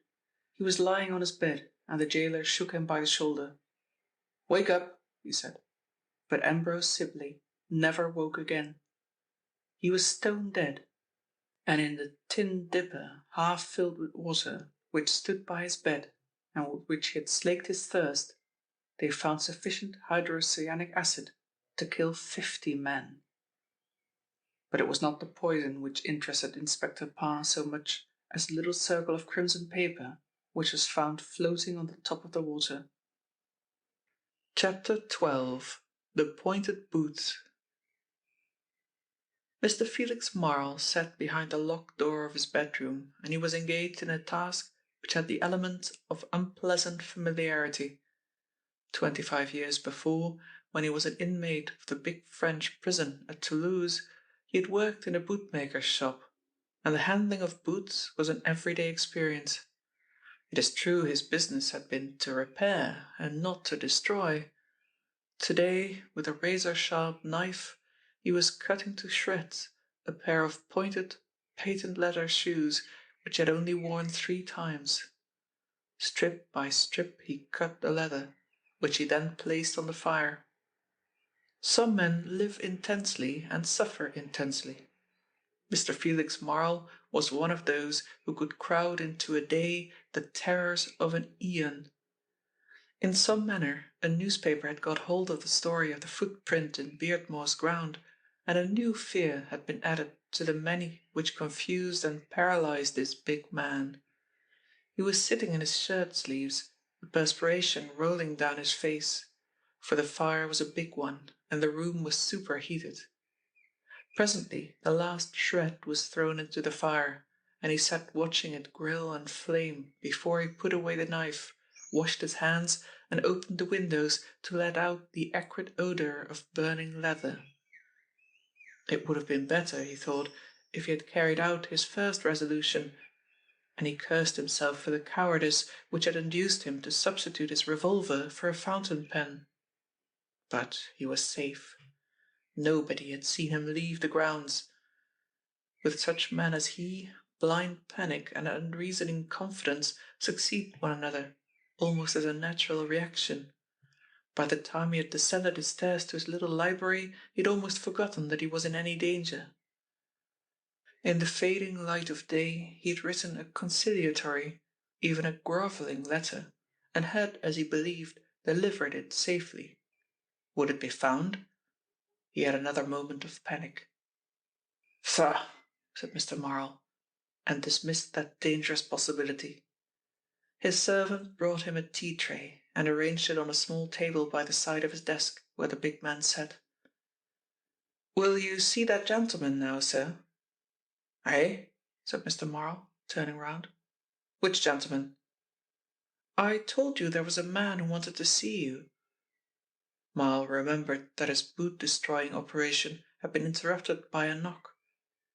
"Who is he?" he asked. "I put his card on the table, sir." "Didn't you tell him that I was engaged?" "Yes, but he said he'd wait until you came down." The man handed him the card, and Mr. Marl, reading it, jumped and turned a sickly yellow. "Inspector Parr," he said unsteadily. "What does he want with me?" His shaking hand fingered his mouth. "Show him in," he said with an effort. He had not met Inspector Parr either professionally or socially, and his first glance at the little man reassured him. There was nothing particularly menacing in the appearance of the red-faced detective. "Sit down, Inspector. I'm sorry I was busy when you came," said Mr. Marl. When he was agitated, his voice was almost bird-like in its thinness. Parr sat down on the edge of the nearest chair, balancing his derby hat on his knee. "I thought I'd wait until you came down, Mr. Marl. I wanted to see you about this Beardmore murder." Mr. Marl said nothing. With an effort he kept his trembling lips from quivering, and assumed, as he believed, an air of polite interest. "You knew Mr. Beardmore very well?" "Not very well," said Marl. "I certainly have had business dealings with him." "Have you met him before?" Marl hesitated. He was the kind of man to whom a lie came most readily, and his natural habit of mind was to state the exact opposite of the truth. "No," he admitted. "I'd seen him years ago, but that was before he'd grown a beard." "Where was Mr. Beardmore when you were coming into the house?" asked Parr. "He was standing on the terrace," replied Morrow with unnecessary loudness. And you saw him? Morrow nodded. They tell me, Mr. Morrow, Parr went on, looking down at his head, that for some reason or other you were startled. Mr. Jack Beardmore says that he thought you were momentarily terrified. What was the cause of that? Mr. Morrow shrugged his shoulders and forced a smile. I think I explained it was a little heart attack. I'm subject to them, he said. Parr had turned his hat so that he was looking into the interior, and he did not raise his eyes when he asked, It was not the sight of Mr. Beardmore? Of course not, said the other vigorously. Why should I be scared of Mr. Beardmore? I've had a lot of correspondence with him, and know him almost as well. But you hadn't met him for years. I hadn't seen him for years, corrected Morrow irritably. And the cause of your agitation was just a heart attack, Mr. Morrow? Asked the inspector. For the first time his eyes rose and fixed themselves upon the others. Absolutely. Morrow's voice did not lack heartiness. I'd forgotten all about my little seizure until you reminded me. There's another point I wanted cleared up, said the detective. His attention had gone back to his fascinating hat, which he was turning over and over mechanically until it had the appearance of a revolving butter churn. When you came to Mr. Beardmore's house, you were wearing pointed patent shoes. Morrow frowned. Was I? I've forgotten. Did you take any walk into the grounds, except the walk you had from the railway station? No. You didn't walk around the house to admire the architecture? No, I did not. I was only in the house a few minutes, and then I drove away. Mr. Parr raised his eyes to the ceiling. Would it be asking you too much, he demanded apologetically, if I requested you to show me the patent shoes you wore that day? Certainly, said Morrow, rising with alacrity. He was out of the room a few minutes and came back with a pair of long, pointed patent boots. The detective took them in his hand and looked earnestly at the sole. Yes, he said. Of course, these are not the boots you were wearing because... He rubbed the soles gently with his hand. There's dust on them, and the ground has been wet for the last week. Miles' heart nearly stopped beating. Those are the boots I wore, he said defiantly. What you call dust is really dried mud. Parr looked at his dusty fingers and shook his head. I think there must be some mistake, Mr. Morrow, he said gently. This is chalk dust. He put the boots down and rose. However, it isn't very important, he said. He stood so long, looking down at the carpet, that Mr. Morrow, in spite of his fear, became impatient. Is there anything more I can do for you, officer? He asked. Yes, said Parr. I want you to give me the name and address of your tailor. Perhaps you would write it down for me. My tailor? Mr. Morrow glared at the visitor. What the dickens do you want of my tailor? And then, with a laugh, Well, you're a curious man, Inspector, but I'll do it with pleasure. He went to his secretaire, pulled out a sheet of paper, wrote down a name and address, and, blotting it, handed it to the detective. Thank you, sir. Parr did not even look at the address, but put the paper into his pocket. I'm sorry to bother you, but you will realize that everybody who was present at the house within 24 hours of Mr. Beardmore's death must necessarily be interrogated. The Crimson Circle. The Crimson Circle! Gasped Mr. Morrow, and the detective looked at him straightly. Didn't you know that the Crimson Circle were responsible for this murder? To do him justice, Mr. Felix Morrow knew nothing of the kind. He had seen a brief report that James Beardmore had been found shot, but the association of the murder with the Crimson Circle had not been disclosed except by the Monitor, a newspaper which Mr. Marl never read. He dropped into a chair, quaking. "The Crimson Circle," he muttered. "Good God, I never thought—" He checked himself. "What didn't you think?" asked Parr gently. "The Crimson Circle," murmured the big man again. "I thought it was just—" He did not complete his sentence. For an hour after the detective's departure, Felix Marl sat huddled up in his chair, his head in his hands. The Crimson Circle. It was the first time he had ever been brought into even the remotest touch with that blackmailing organization, and now its obtrusion upon the order of his thoughts was so violent that it disturbed every theory he had formed. "I don't like it," he muttered as he got up painfully and turned on the light in the darkened room. "I think this is where I get away." He spent the evening examining his bank book, and the examination was very comforting. He could squeeze out a little more, he thought, and then— Chapter 13. Mr. Marl squeezes a little more.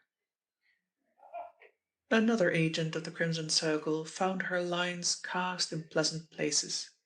She'd been accepted by Mr. Brabazon without question, and evidently the man in the car possessed extraordinary influences. What was even more extraordinary was that day followed day without a word from her mysterious employer. She had expected that he would almost immediately avail himself of her services, but she had been at Brabazon's, late Sellers, bank nearly a month before she received any communication. It came one morning. She found the letter on her desk, addressed in bold pen print. There was no sign of the circle on the letter, which began without preamble: "Make the acquaintance of Marl. Discover why he has a hold over Brabazon. Send me the figures of his account, and notify me immediately his account is closed. Notify me also if Parr and Derek Yale come to the bank. Wire Johnson, 23 Mildred Street, City." She carried out her instructions faithfully, though it was not for a few days that she had an opportunity of seeing Mr. Marl. Only once did Derek Yale come into the bank. She had seen him before, when he was a guest at the Beardmores, and even if she had not, she would have recognized him from the portrait of the famous detective which had appeared in the newspapers. What his business was, she did not learn, but looking out of the corner of her eye from the little office she occupied alone, by virtue of her position as Brabazon's private secretary, she saw him talking with one of the tellers at the counter, and duly notified the Crimson Circle. Inspector Parr, however, did not come, nor did she see Jack Beardmore. She did not want to think too much of Jack. He was not a pleasant subject. In moments of perturbation, John Brabazon, the austere and stately president of Sellers Bank, had a characteristic little trick. His white hands would stray to the hair, curly and thick at the back of his head. One curl he would twist about his forefinger for a moment, and then he would slowly bring the tips of his fingers across his bald dome until they rested on his forehead. In such moments, with his head bowed and his fingers resting on his brow, he had the appearance of being engaged in prayer. The gentleman who sat with him in his neat office had no characteristics at all. He was a big man who breathed noisily, and he was puffy with lazy, indulgent living, but he did not fidget, and his hands were folded over his large waistcoat. "My dear Marl," the banker's voice was soft and almost caressing, "you try my patience at times. I will say nothing about the strain you put upon my resources." The big man chuckled. "I give you security, Brab. Excellent security, old man. You can't deny that." Mr. Brabazon's white fingers played a tune on the edge of his desk. "You bring me impossible schemes, and hitherto I've been foolish enough to finance them," he said. "There must come an end to such folly. You have no need for help. Your balance at this bank alone is nearly 100,000." Morrow looked round at the door and bent forward. "I'll tell you a story," he mumbled. "A story about a penniless young clerk that married the widow of Seller, of Seller's Bank. She was old enough to be his mother, and died suddenly, in Switzerland. She fell over a precipice. Don't I know it? Wasn't I taking photographs of the beautiful mountain scenery? Did I ever show you the picture of that accident, Brab? You are in it. Yes, you're in it, though you told the examining magistrate you were miles and miles away." Mr. Brabazon's eyes were on the desk. Not a muscle of his face moved. "Besides," said Mr. Marle, in a more normal tone, "you can afford it. You're making another matrimonial alliance. That's the expression, ain't it?" The banker raised his eyes and frowned at his visitor. "What do you mean?" he demanded. Mr. Marle was evidently amused. He slapped his knee and choked with laughter. "What about the person you met in Stane Square the other night? The one in the closed motor car, eh? Don't deny it, I saw you. A nice little car it was." Now, for the first time, Brabazon displayed signs of emotion. His face was grey and drawn, and his eyes seemed to have receded further into their sockets. "I will arrange your loan," he said. Mr. Marle's expression of satisfaction was interrupted by a knock at the door. At Brabazon's "Come in," the door opened to admit one whose appearance put all other matters out of the visitor's head. The girl brought a paper which she placed before her employer, evidently a penciled telephone message. White, gold, red. Mr. Marle's senses registered the impression he received. White, creamy white and delicate skin, red as poppies the scarlet lips, yellow as ripe corn the hair. He saw her in profile, was revolted a little at the firmness of her chin. Mr. Marle liked women who were yielding and soft and malleable in his hands, but the beauty of mouth and nose and brow, they made him blink. He breathed a little more quickly, a little more loudly, and when she'd gone, after a colloquy in a low tone, he sighed. "What a queen," he said. "I've seen her somewhere before. What is her name?" "Drummond. Thalia Drummond," said Mr. Brabazon, eyeing the gross man coldly. "Thalia Drummond," repeated Felix slowly. "Isn't she the girl who used to be with Froyant? Bit sweet on her yourself, eh, Brabazon?" The man at the writing table looked at the other steadily. "I do not make it a practice to be sweet on my employees, Mr. Marle," he said. "Miss Drummond is a very efficient worker. That is all that I require of my staff." Marle rose heavily, chuckling. "I'll see you tomorrow morning about that other business," he said. He laughed wheezily, but Mr. Brabazon did not smile. "At 10:30 tomorrow," he said, going to the door with the visitor. "Or can you make it 11?" 11, agreed the man. "Good morning," said the banker, but did not offer his hand. Hardly had the door closed on the visitor before Mr. Brabazon locked it and returned to his desk. He took from his pocketbook a plain white card and, dipping his pen in the red ink, drew a small circle. Beneath he wrote the words, "Felix Marle saw our interview in Stane Square. He lives at 79 Marisburg Place." He put the card into an envelope and addressed it. "Mr. Johnson, 23 Mildred Street, City." Chapter 14. Thalia is asked out. Mr. Marle had to pass through the bank premises, and he glanced along the 2 rows of desks, without, however, catching a glimpse of the girl whose face he sought. Near the end of the counter was a small compartment, the occupant of which was shielded from observation by opaque glass windows. The door was ajar, and he caught just a flash of the figure and walked toward the door. A girl at a typewriter watched him curiously. Thalia Drummond looked up from her desk to see the big, smiling face of a man looking down at her. "Busy, Miss Drummond?" "Very," she replied, but did not seem to resent his intrusion. "Don't get much funnier, do you?" he asked. "Not a lot." Her dark eyes were surveying him appraisingly. "What about a bit of dinner one of these nights, and a show to follow?" he asked.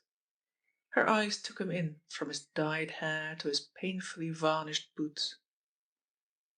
"You're a wicked old man," she said calmly. "But dinner is my favourite meal."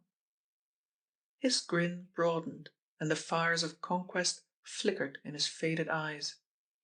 "What about the Moulin Gris?" He suggested the restaurant, without doubting her acceptance, but her lips curled scornfully. "Why not at Hooligan's Fish Parlour?" she asked. "No, it's the Ritz-Carlton or nothing for me." Mr. Marle was staggered but pleased. "You're a princess," he beamed, "and you shall have a royal feed. What about tonight?" She nodded. "Meet me at my house in Marisburg Place, Bayswater Road, 7:30. You'll find my name on the door." He paused, expecting her to demur, but to his surprise she nodded again. "Good-bye, darling," said the bold Mr. Marle, and kissed the tips of his fat fingers. "Shut the door," said the girl, and went on with her work. She was destined again to be interrupted.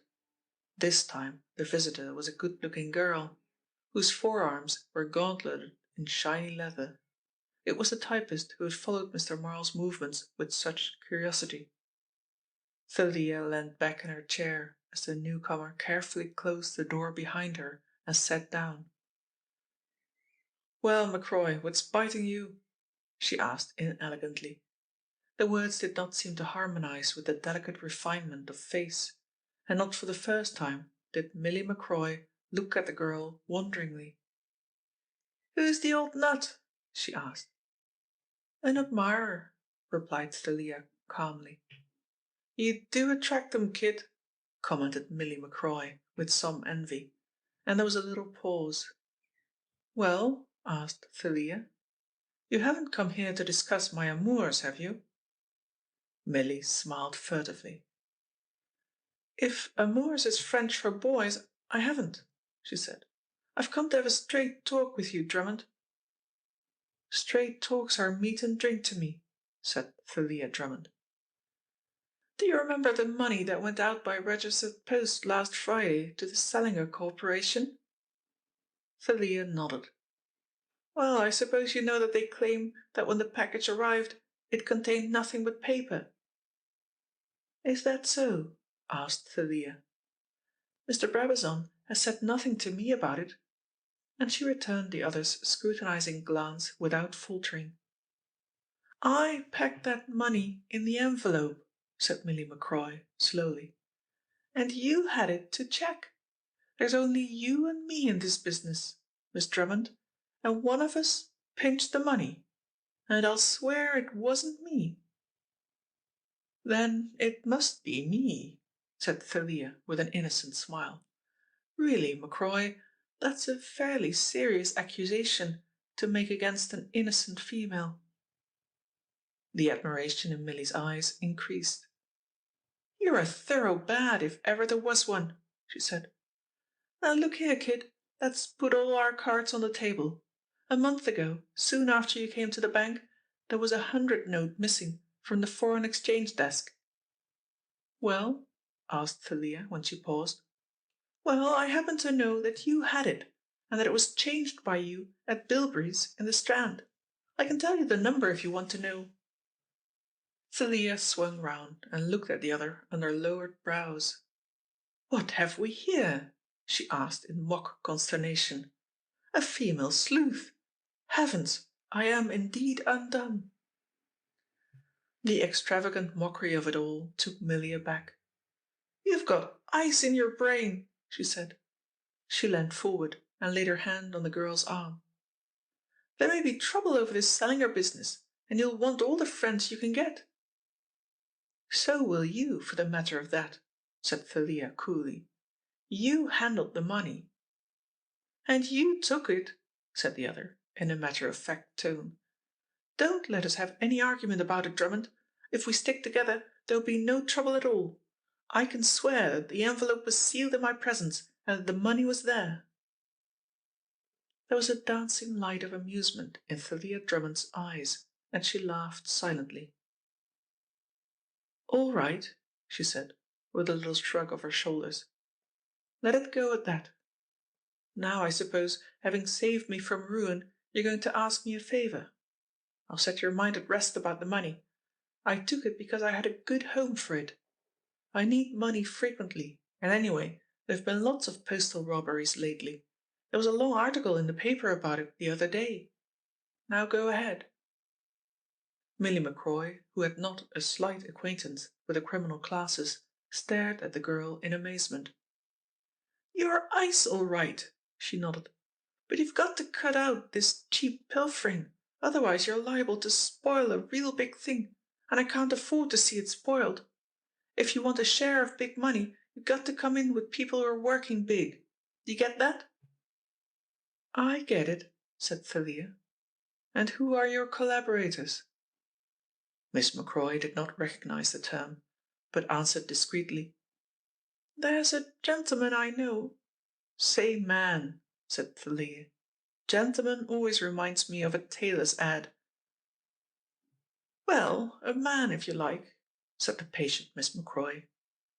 "He's a friend of mine, and he's been watching you for a week or two, and he thinks you're the kind of clever girl who might make a lot of money without trouble. I told him about the other affair, and he wants to see you." "Another admirer?" asked Thalia Drummond, with a lift of her perfect eyebrows, and McCroy's face darkened. "There'll be none of that, you understand, Drummond," she said decisively. "This fellow and I are sort of engaged." "Heaven forbid," said Thalia Drummond piously, "that I should come between two loving hearts." "And you needn't be sarcastic either," said McCroy, rather still. "I tell you that there's to be no lovey-dovey stuff in this. It's real business, you understand?"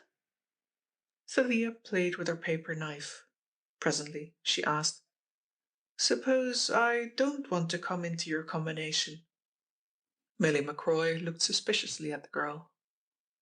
"Come and have a bit of dinner after the bank closes," she said.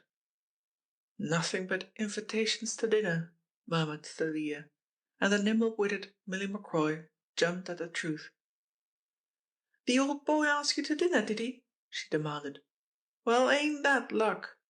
She whistled, and her eyes brightened. She was about to offer a confidence, but changed her mind. "He's got loads of money out of money-lending. My dear, I can see you with a diamond necklace in a week or two." Thalia straightened herself and took up her pen. "Pearls are my weakness," she said. "All right, McCroy, I'll see you tonight." And she went on working. Milly McCroy lingered. "Look here, you're not going to tell this gentleman what I said about my being engaged to him, are you?" "There's Brab's bell," said Thalia, rising and taking up her notebook as a buzzer sounded. "No, I'm not going to discuss anything of the kind. I hate fairy stories anyway." Miss McCroy looked after the retreating figure of the girl with an expression which was not friendly. Mr. Brabazon was sitting at his desk when the girl came in, and handed her a scaled envelope. "Send this by hand," he said. Thalia looked at the address and nodded, and then looked at Mr. Brabazon with a new interest. Truly, the Crimson Circle was recruited from many and various classes. Chapter 15. Thalia joins the gang. Thalia Drummond was almost the last of the staff to leave the bank that night, and she stood on the steps looking idly from left to right as she pulled on her gloves. If she saw the man who was watching her from the opposite side of the road, she did not reveal the fact by so much as a glance. Presently her eyes lighted upon Milly, waiting a few yards up the street, and she walked toward her. "You've been a long time, Drummond," grumbled Miss McCroy. "You mustn't keep my friend waiting, you know. He doesn't like it." "He'll get over that," said Thalia. "I do not run to timetable where men are concerned." She fell in by Milly's side, and they walked 100 yards along the busy thoroughfare before they turned into Reeder Street. The restaurants in Reeder Street have taken to themselves names which are designed to suggest the gaiety and Epicurean wonders of Paris. The Moulin Gris was a small, deep shop which, with the aid of numerous mirrors and the application of gold leaf, had managed to create an atmosphere of cramped splendor. The tables were set for dinner and empty, for it was 2 hours before the meal, and to the proprietors of the Moulin Gris such a function as afternoon tea was unknown. They went up a narrow stairway to another dining room on the first floor, and a man who was seated at one of the tables rose briskly to meet them. He was a sleek, dark young man. His beautifully brilliantined hair was brushed back from his forehead, and he was dressed, if not in the height of fashion, at least in the height of the fashion which he favoured. A faint odour of l'origan, a soft large hand, a pair of bright unwinking eyes, were the first impression which Thalia received. Sit down, Miss Drummond," he said brightly. "Waiter, bring that tea." "This is Thalia Drummond," said Miss McCroy, unnecessarily it seemed. "We needn't be introduced," laughed the young man. "I've heard a lot about you, Miss Drummond. My name's Barnett." "Flush Barnett," said Thalia, and he seemed surprised and not ill-pleased. "You've heard of me, have you?" "She's heard of everything," said Miss McCroy in resignation. "And what's more," she added significantly, "she knows Marl and is dining with him tonight." Barnett looked sharply from one to the other, then back again at Milly McCroy. "Have you told her anything?" he asked. There was a note of menace in his voice. "You don't have to tell her anything," said Miss McCroy recklessly. "She knows it all." "Did you tell her?" he repeated. "About Marl? No, I thought you'd tell her that." The waiter brought the tea at that moment, and there was a silence until he had gone. "Now, I'm a plain-spoken man," said Flush Barnett, "and I'm going to tell you what I call you." "This sounds interesting," said the girl, never taking her eyes from his face. "I call you Thoroughbad Thalia. How's that? Good, eh?" said Mr. Barnett, leaning back in his chair and surveying her. "Thoroughbad Thalia, you're a naughty girl. I was in court the day old Froyant charged you with pinching." He shook his head waggishly. "You're as full of information as last year's almanac," said Thalia Drummond coolly. "I suppose you didn't bring me here to exchange compliments." "No, I didn't," admitted Flush Barnett, and the jealous Miss McCroy recognized by certain signs the fascination that the girl was casting over her lover. "I brought you here to talk business. We're all friends here, and we're all in the same old business. I want to tell you straight away that I'm not one of your little thieving cooks who lives from hand to mouth." He spoke very correctly, but aspirated his H's just a trifle heavily, Thalia duly remarked. "I've people behind me who can find money to any amount if the job is good enough, and you're spoiling a good pitch, Thalia." "Oh, I am I?" said Thalia. "Admitting I am all you think I am, in what way do I spoil the pitch?" Mr. Barnett rolled his head from side to side with a smile. "My dear girl," he said with good-natured reproach, "how long do you think you're going to last, taking money from envelopes and sending on old bits of paper, eh? If my friend Brabazon hadn't got the idea into his silly head that the fraud was worked in the post, you'd have had the police in your office in no time. And when I say 'my friend Brabazon,' I'm not being funny, see?" Here he evidently thought he had said too much. though he found it very difficult indeed to leave the question of his friendship with the austere banker. Challenged, he might have said more, but Thalia offered no comment. "Now I'm going to tell you something." He leant over the table and regulated his voice. "Milly and me have been working Brabazon's bank for 2 months. There's a big lot of money to be got, but not out of the bank. Brabazon is a friend of mine, but it can be done through one of the clients, and the man with the biggest balance is Morrow." Her lips curled for the second time that day. "That's where you're wrong," she said quietly. "Morrow's balance wouldn't buy a row of beans." He stared at her incredulously, then looked at Milly McCroy with a frown. "You told me that he had the best part of 100,000. "So he has," said the girl. "He had it until today," replied Thalia. "But this afternoon Mr. Brabazon went out. I think he went to the Bank of England, because the notes were all new. He sent for me, and I saw them stacked up on his desk.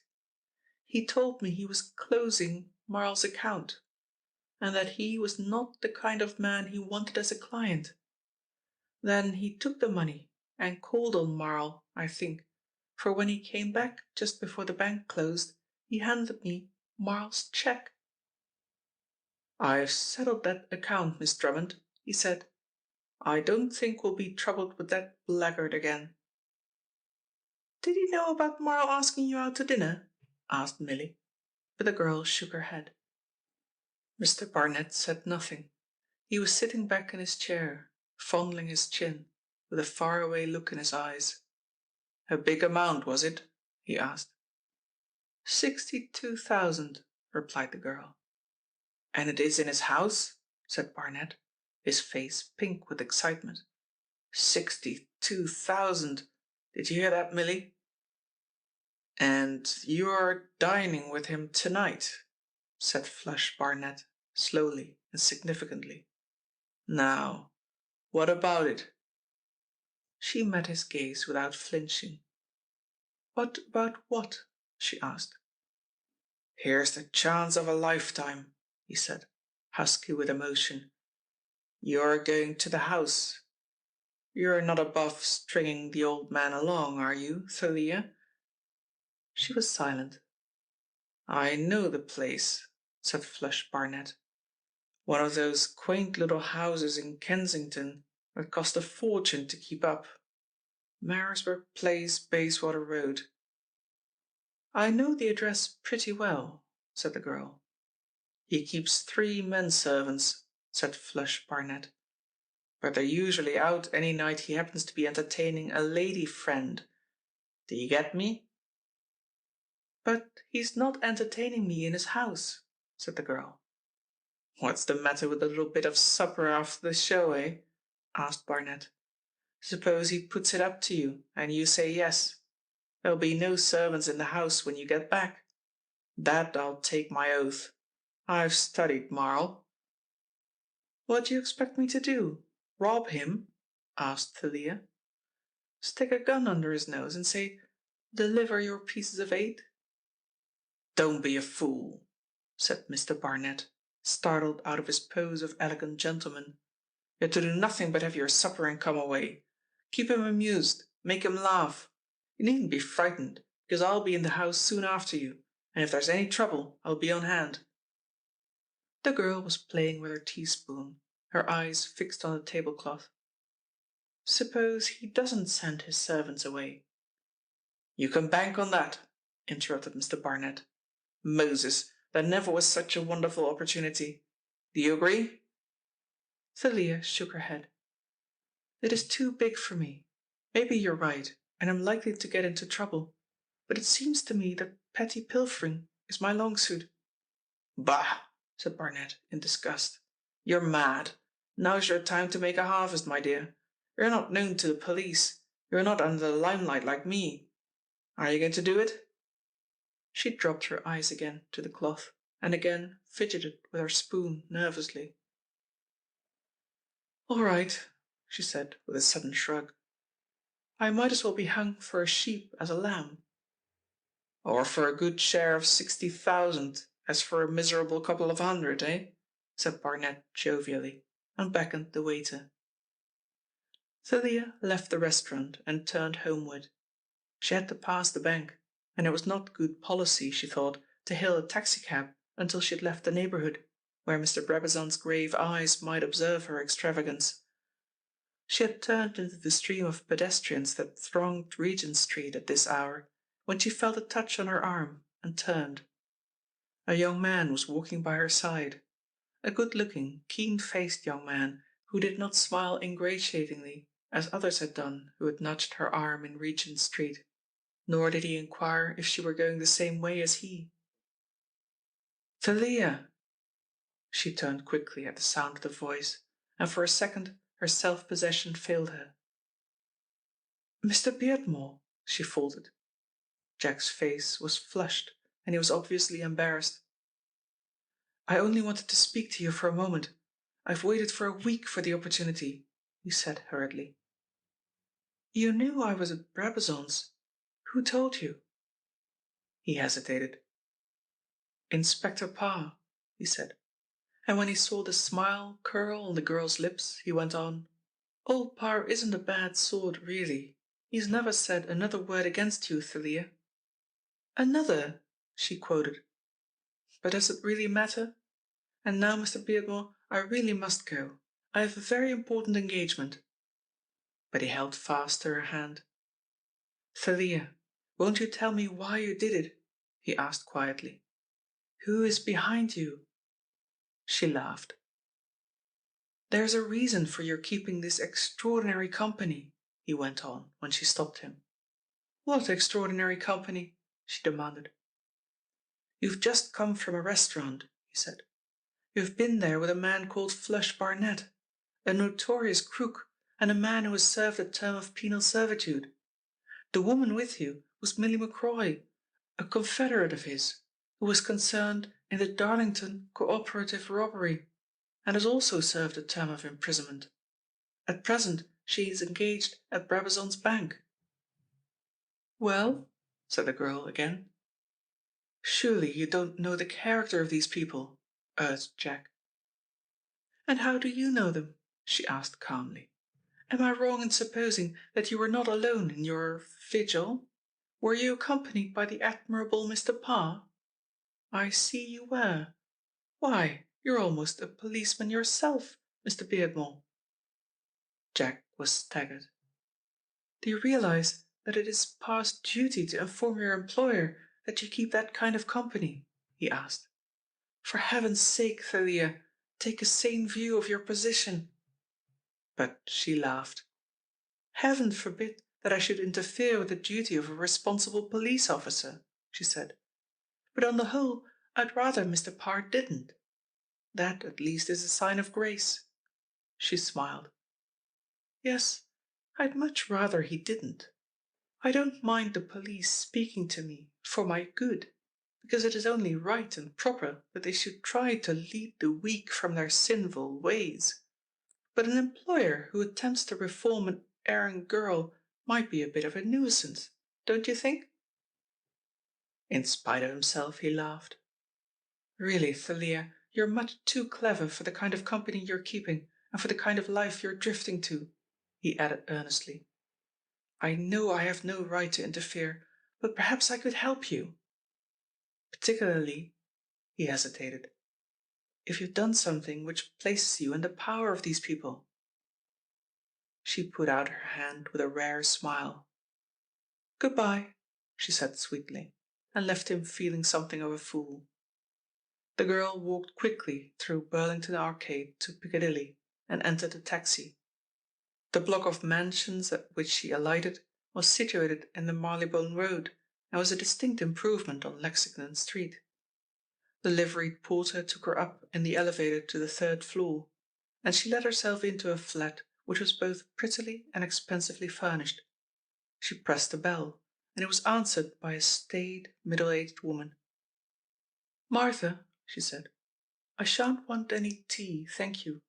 Lay out my blue evening gown and telephone to Waltham's garage, and tell them that I shall want a car to be here at 5 minutes before 7:30. Miss Drummond's wages from the bank were exactly £4 a week. Chapter 16. Mr. Marl goes out. "So you've come, eh?" said Mr. Marl, rising to meet the girl. "My word, but you look smart. And you look lovely, my dear, too." He took both her hands in his and led her into the little gold and white drawing-room. "Lovely," he repeated in an almost hushed voice. "I can tell you I was a little bit scared about taking you to the Ritz-Carlton. You don't mind my frankness, do you? Have a cigarette?" He fumbled in the tail pocket of his dress coat, produced a large gold case and opened it.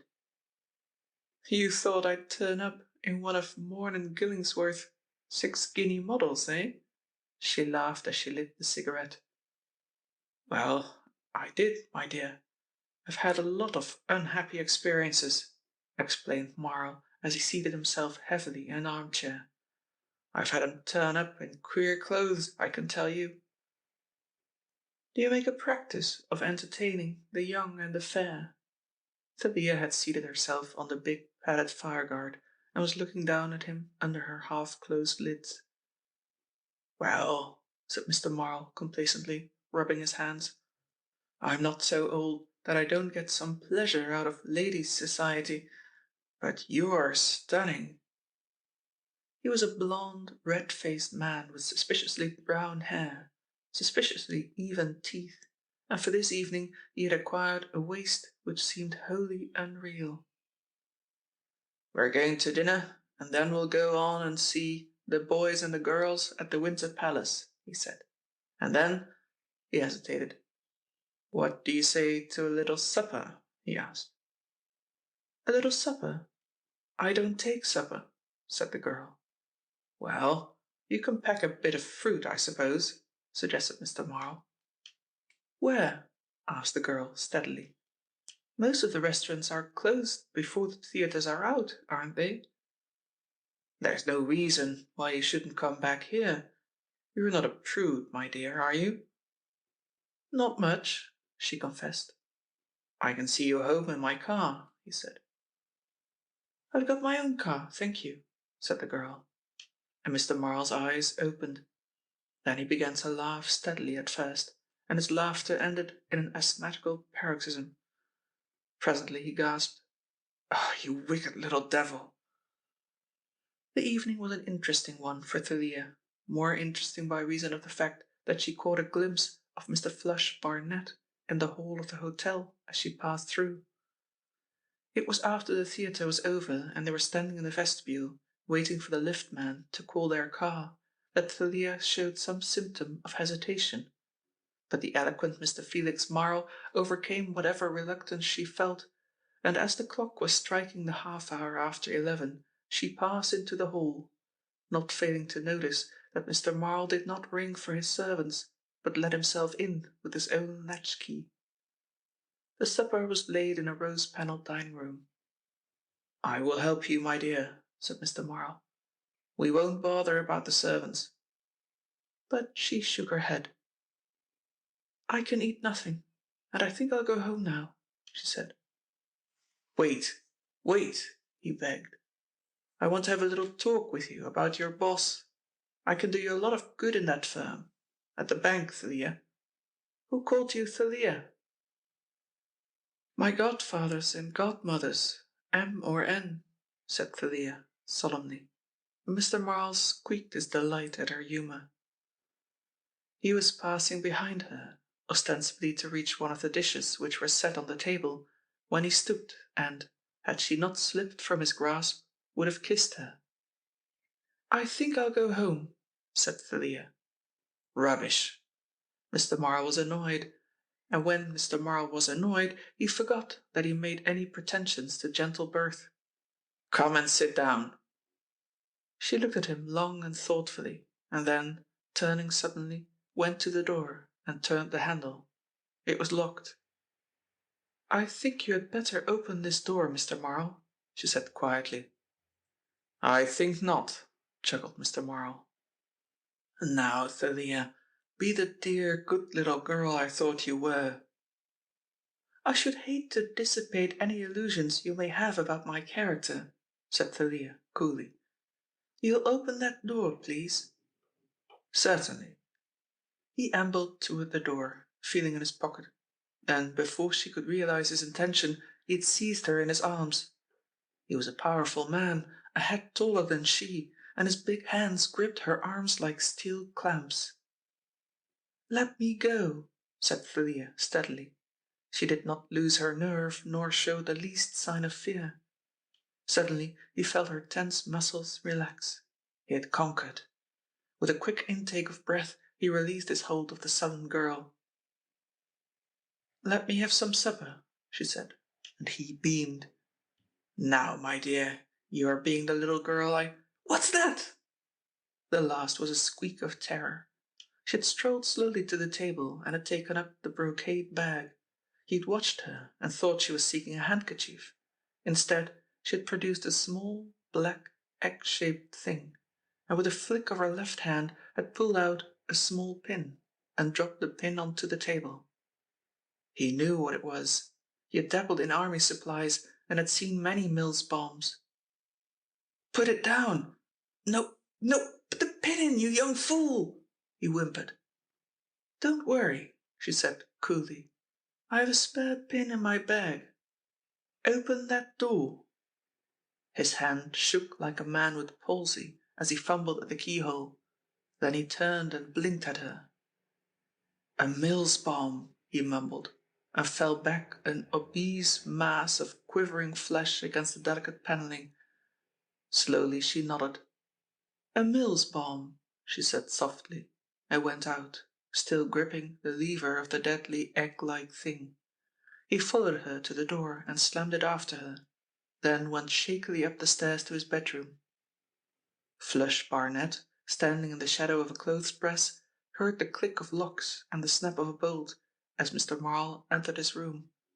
The house was still. Through the thick door of Mr. Marle's bedroom no sound came. There was no transom to the door, and the only evidence that there was somebody in his room was afforded by a fret of light in the ceiling of the passage, which came through a ventilator in the wall of the bedroom. During the war, this house had been used as an officers' convalescent home, and certain hygienic arrangements had been introduced, which were more useful than beautiful. Flush crept softly in his stockinged feet to the door and listened. He thought he heard the man talking to himself, and looked around for some means by which he could obtain a view of the room. There was a small oaken table in the corridor, and he placed this against the wall and mounted.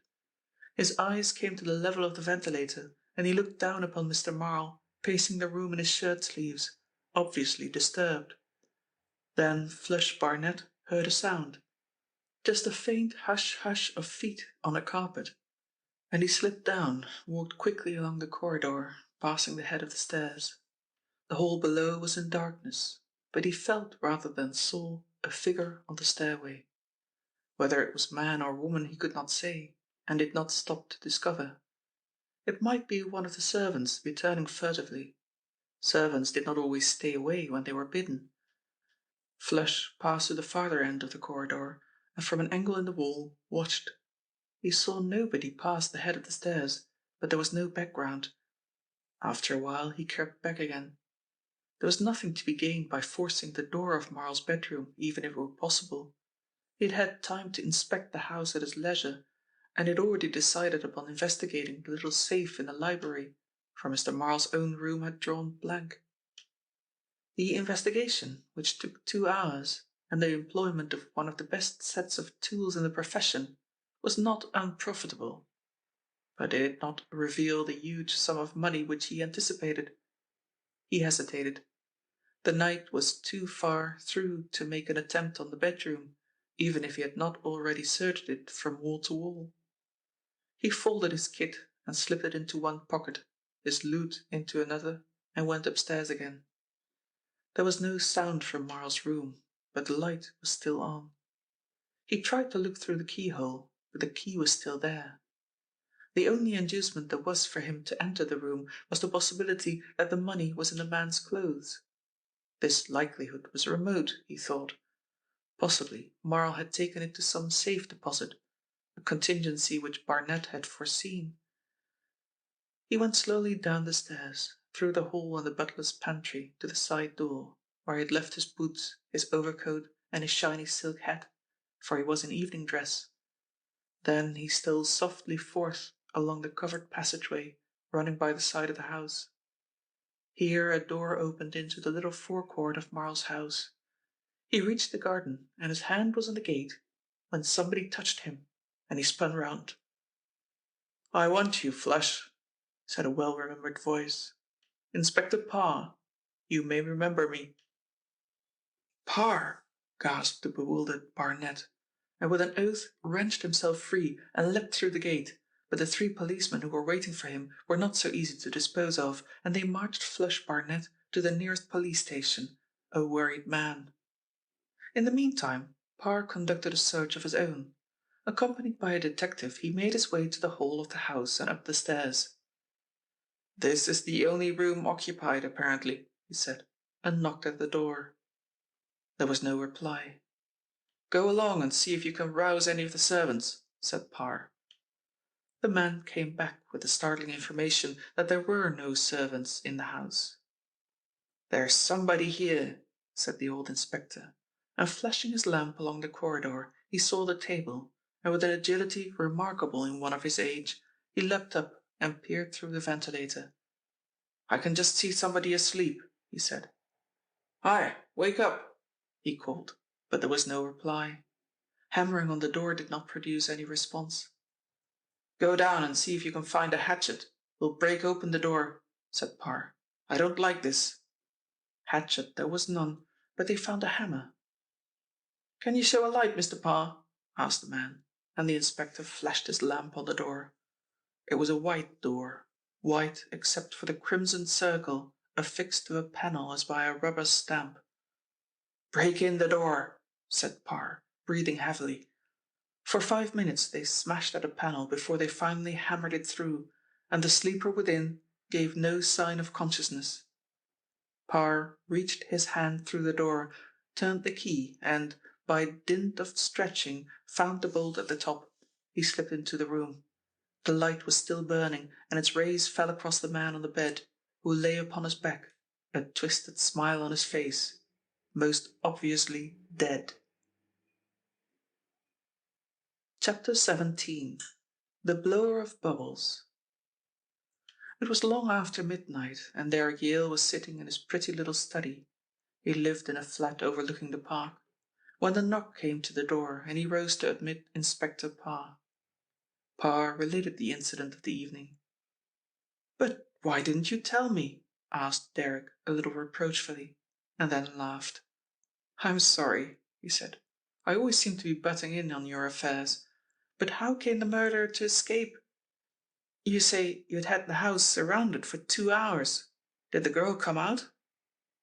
"Undoubtedly. She came out and drove home." "And nobody else went in?" "I wouldn't like to swear that," said Parr. "Whoever was in the house had probably arrived long before Morrow returned from the theatre. I have since discovered that there was a way out through the garage at the back of the house. When I said the house was surrounded, that was an exaggeration. There was a way through the back garden which I did not know. I didn't even suspect there were gardens there. Undoubtedly, he went through the garage door." "Do you suspect the girl at all?" Parr shook his head. "But why were you surrounding Marl's house at all?" asked Derek Yale seriously. The answer was as unexpected as it was sensational. "Because Marl has been under police observation ever since he came back to London," said Parr. "In fact, ever since I discovered that he was the man who wrote the letter, the scrap of which I found and which I compared last week with his writing. I asked him for the address of his tailor." "Marl?" said the other incredulously. Inspector Parr nodded. "I don't know what there was between old man Beardmore and Marl, or what brought him to the house. I've been trying to reconstruct the scene. You may remember that when Marl came to the house on a visit, he was suddenly seized with a panic." "I remember. nodded Yale. "Jack Beardmore told me about it. Well?" "He refused to stay at the house. Said he was going back to London," said Parr. "As a matter of fact, he went no farther than Kingside, which is a station some 8 or 9 miles away. He sent his bag on to London and came back by road. He was probably the person whom the murderer saw in the wood that night. Now why had he come back if he was so scared that he ran away in the first place? And why did he write that letter for delivery in the night when he had every opportunity to tell James Beardmore by day when he was with him?" There was a long silence. "How was Morrow killed?" asked Yale. The other shook his head. "That's a mystery to me. The murderer could not possibly have entered the room. I had an interview with Flush Barnett. As yet he knows nothing about the murder, and he admits he broke in for the purpose of burglary. He says he heard the sound of somebody moving about the house and very naturally hid himself. He also says he heard a strange hissing sound, like air escaping from a pipe. Another remarkable clue was a round wet patch on the pillow, within a few inches of the dead man's hand. It was exactly circular. At first I thought it was a symbol of the Crimson Circle, until I discovered another patch on the counterpane. The doctor has not been able to diagnose the cause of death, but the motive is clear. According to his banker, I've just been talking to Brabazon on the telephone, he drew a large sum of money from the bank yesterday. In fact, Brabazon closed his account. They had a quarrel over something or other. The safe was of course opened by Flush Barnett, but there was no money found on him when he was searched at the police station. Curiously enough, we did discover several little oddments that Flush had picked up. Now, who took the money?" Derek Yale paced the floor, his hands behind him, his chin on his breast. "Do you know anything of Brabazon?" he asked. The other did not reply immediately. "Only that he is a banker and does a lot of foreign work." "Is he solvent?" asked Derek Yale bluntly. And the inspector raised his dull eyes slowly until they were on a level with the others. "No," he said. "I don't mind telling you that we've had 1 or 2 complaints about his methods." "Were they good friends, Marl and Brabazon?" "Fairly good," was the hesitating reply. "The impression I have from reports is that Marl had some hold over Brabazon." "And Brabazon was insolvent," mused Derek Yale. "And this afternoon Marl closes his account. In what circumstances? Did he come to the bank?" Briefly, the detective explained what had happened. It seemed that there was precious little that did happen at Brabazon's bank that he did not know. Derek Yale was beginning to respect this man, whom at first he had regarded, with a good-natured scorn, as a little stupid.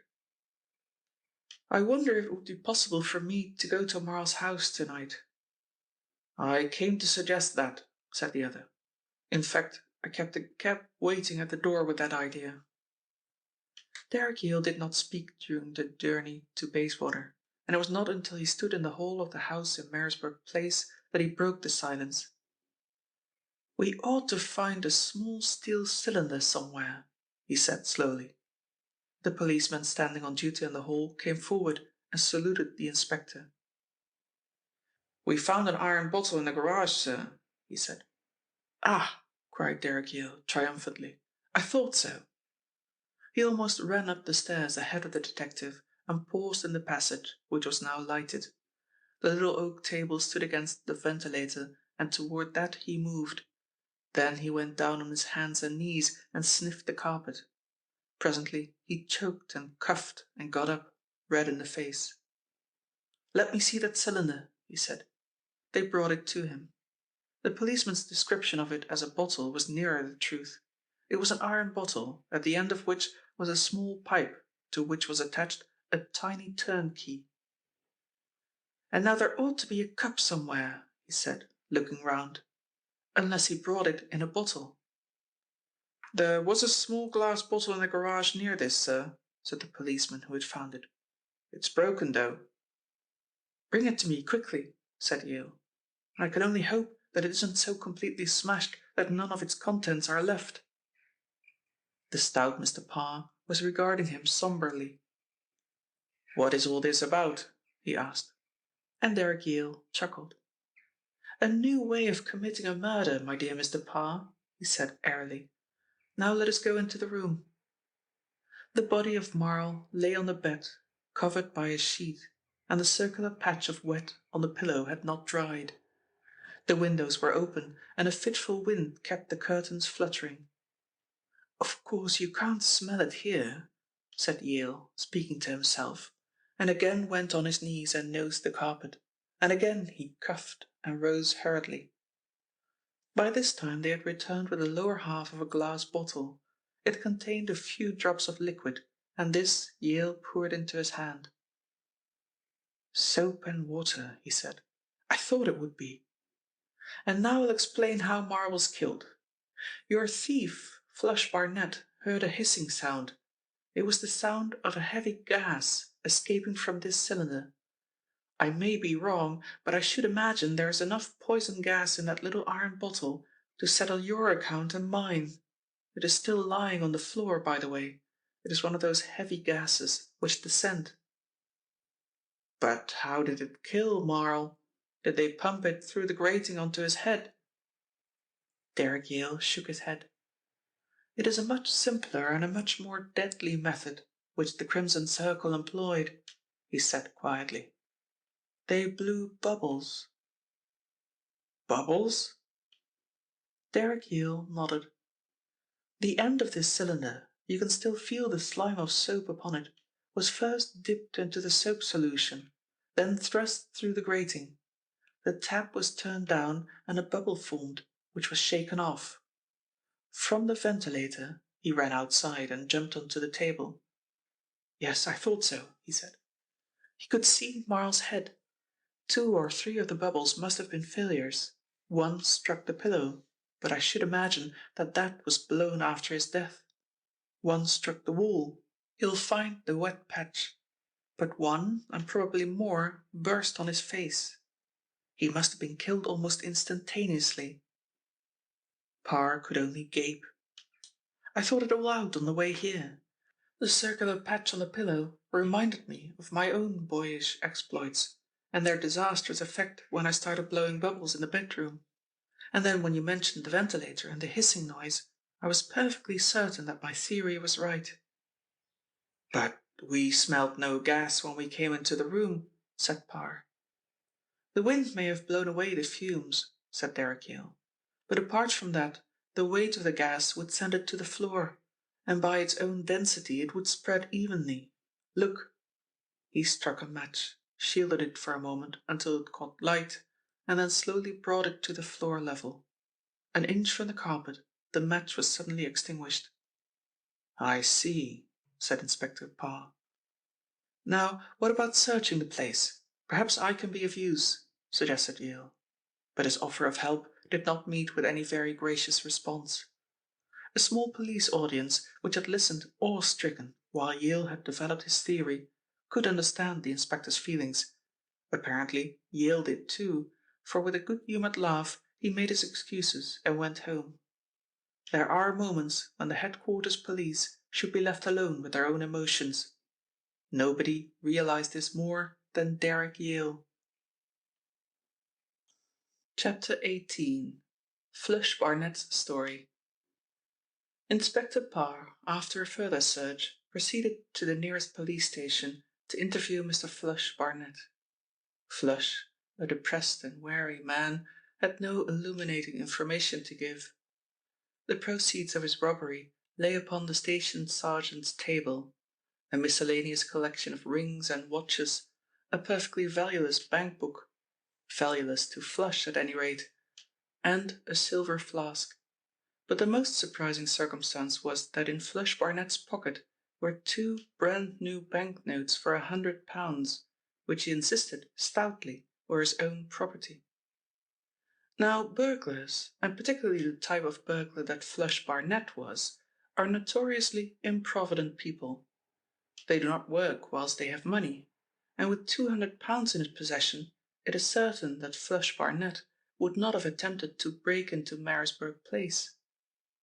"They're my own, I tell you, Mr. Parr," he protested. "Would I tell you a lie?" "Of course you would," said Inspector Parr, without heat. "If they are your own, where did you get them?" "They were given to me by a friend." "Why did you light a fire in the library?" asked Parr unexpectedly, and Flush Barnett started. "Because I was cold," he said, after a pause.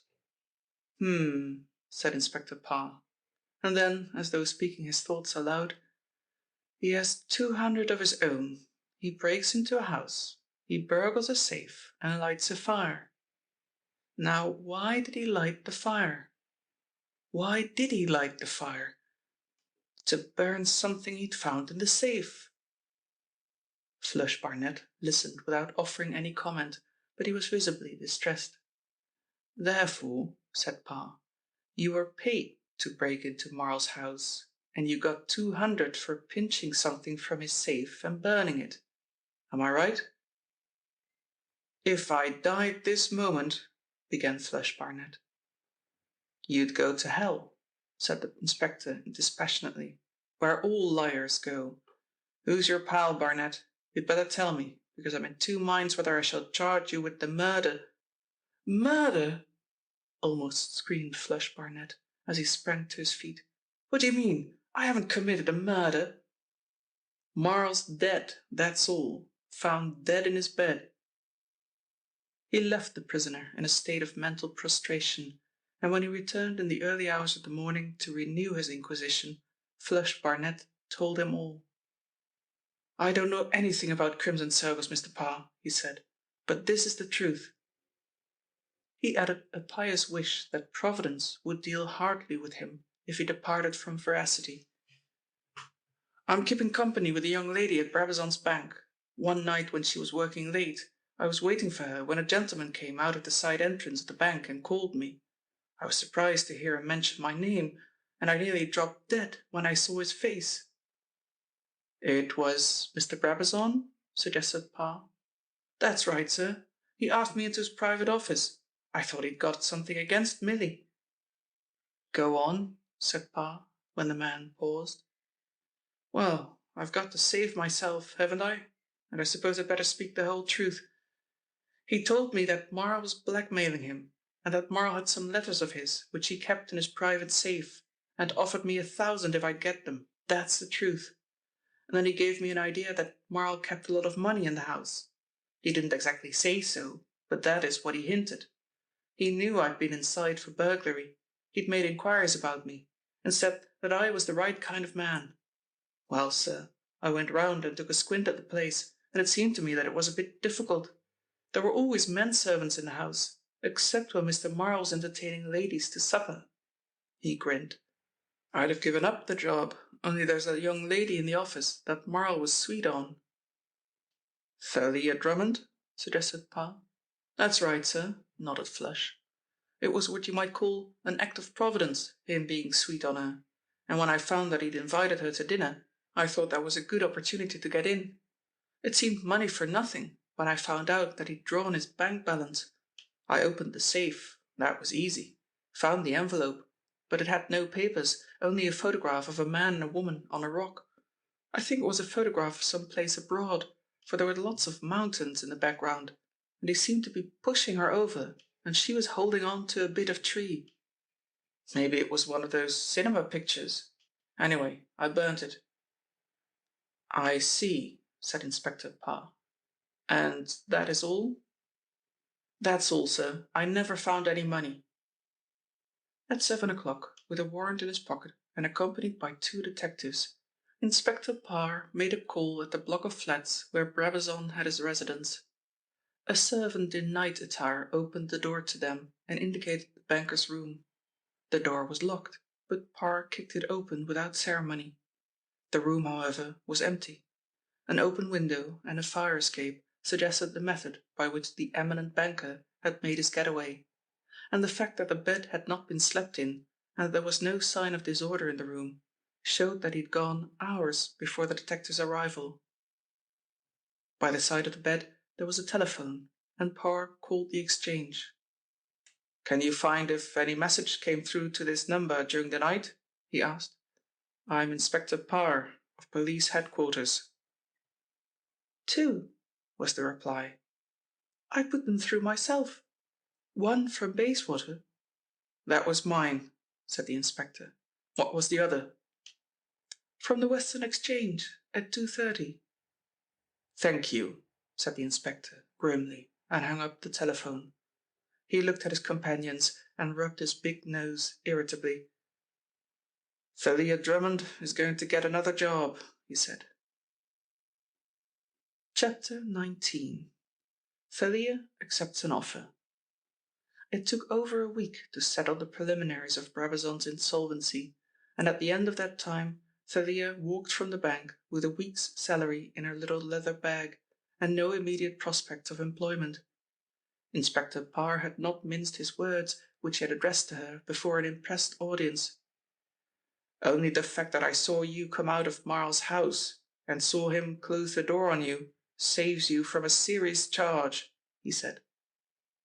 "If it had only saved me from a lecture also, I should have been pleased," said Thalia coolly. "What do you make of her?" asked Parr, as the girl disappeared through the swing doors of the office. "She rather puzzles me." It was Derek Yale to whom he had addressed his question. "And the more I think of her, the more I am puzzled. The woman McCroy says that she has been engaged in pilfering since she has been at the bank, but there is no proof of that. In fact, the only person who could supply the proof is our absent friend, Brabazon. Why didn't you call her as a witness in the prosecution of Barnett?" "It will be a case of Barnett's word against hers," said the detective, shaking his head. "And the case against Barnett was so clear that I didn't want any further evidence than my own eyes." Yale was frowning thoughtfully. "I wonder," he said, half to himself. "What do you wonder?"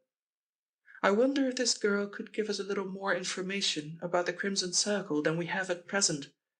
I'm half inclined to engage her." Parr muttered something under his breath. "I know you think I'm mad, but really I have method in my madness. There's nothing to steal in my office. She'll be under my eye all the time, and if she were in communication with the Circle, I should certainly know all about it. Besides, she interests me." "Why did you shake hands with her?" asked Parr curiously, and the other laughed. "That's why she interests me. I wanted to get an impression, and the impression I had was of some dark, sinister force in the background of her life. That girl is not working independently. She has behind her—" "The Crimson Circle?" suggested Parr, and there was the suggestion of a sneer in his tone. "Very likely," said the other seriously. "Anyway, I'm going to see her." He called at Thalia's flat that afternoon, and her servant showed him into the pretty little drawing room. A minute after, Thalia came in, and there was a smile in her fine eyes as she recognized her visitor. "Well, Mr. Yale, have you come to give me a few words of warning?" "Not exactly," laughed Yale. "I've come to offer you a job." Her eyebrows rose. "Do you want an assistant?" she asked ironically. "Acting on the principle that to catch a thief you must employ a thief? Or have you views about my reformation? Several people want to reform me," she said. She sat down on the piano stool, her hands behind her, and he knew that she was mocking him. "Why do you steal, Miss Drummond?" "Because it is my nature to," she said without hesitation. "Why should kleptomania be confined to the ruling classes?" "Do you get any satisfaction out of it?" he demanded. "I'm not asking out of idle curiosity, but as a student of human man and woman." She waved her hand round the apartment. "I have the satisfaction of a very comfortable home," she said. "I have a good servant, and I'm not likely to starve. All these things are particularly satisfying to me. Now tell me about the job, Mr. Yale. Do you want me to be a policewoman?" "Not exactly," he smiled. "But I want a secretary, somebody upon whom I can rely. My work is increasing at a tremendous rate. My correspondence is much more than I can cope with. I will add that there is little opportunity in my office for the exercise of your pet vice," he added good-humouredly. "And anyway, I'll take that risk." She considered a moment, looking at him steadily. "If you're willing to take the risk, so am I," she said at last. "Where is your office?" He gave her the address. "I shall be with you at 10 o'clock in the morning. Lock up your cheque-book and clear away your loose change," she said. A remarkable girl, he thought, as he was going back to the city. He spoke no more than the truth when he had told Parr that she puzzled him, and yet he had met with every type of criminal, and probably knew more of criminal psychology than did Parr with all his experience. His mind strayed to Parr, that unhappy individual whom he knew was in disgrace. How much longer would police headquarters tolerate him after this third failure to deal with the Crimson Circle, he wondered. Mr. Parr was thinking on the same lines that night. A brief official memo had awaited him on his arrival at headquarters, and he read it with a grimace of pain. And there was worse to follow, he guessed, and he had good reason for that fear. The next morning he was summoned to the house of Mr. Froyant, and found Derrick Yale already there. For all their good relationship, the chase of the Crimson Circle had developed into a duel between these strangely different personalities.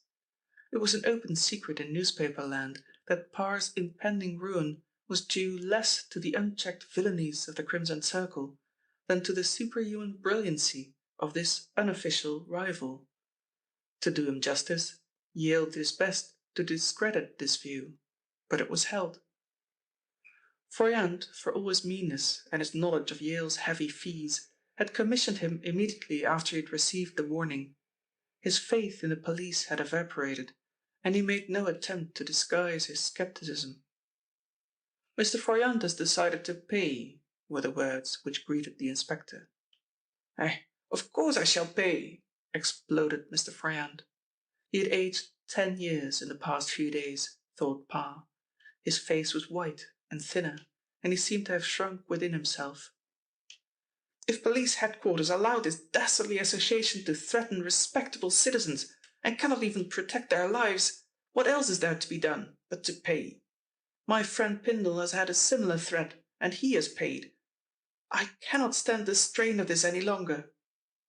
He paced up and down the library floor like a man demented. "Mr. Froyant will pay," said Derrick Yale slowly. "But this time I think the Crimson Circle have been just a little too venturesome." "What do you mean?" asked Parr. "Have you the letter, sir?"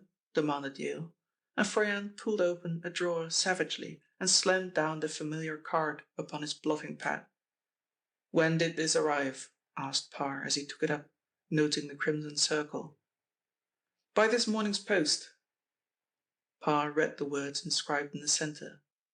"We shall call for the money at the office of Mr. Derrick Yale at 3:30 on Friday afternoon. The notes must not run in series. If it is not there for us, you will die the same night."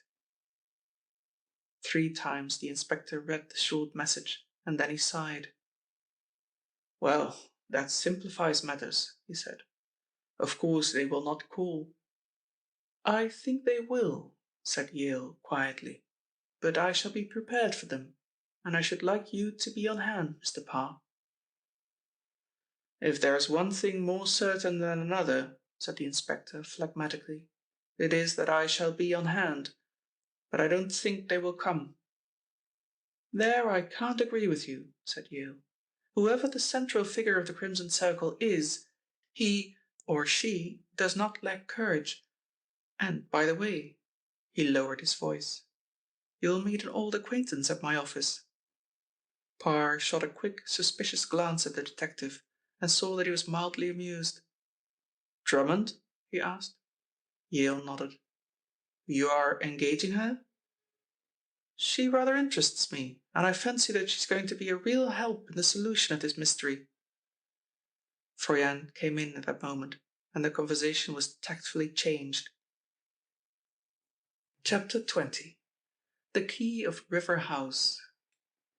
It was arranged that Froyant should draw the necessary money from his bank on the Thursday morning to pay the demand, and that Yale should call for it and meet Parr at the former's office in ample time to make the necessary preparations for the visitor's reception. Mr. Parr's way to headquarters took him past the big house where Jack Beardmore was living in solitude.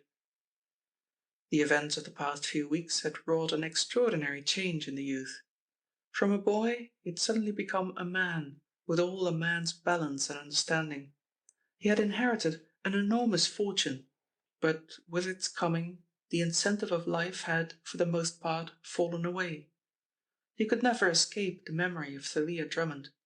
Her face was before him, sleeping or waking, and though he called himself a fool, and could, as he did, argue the matter to a logical conclusion, the sum of all his reasoning faded before the image he carried in his heart.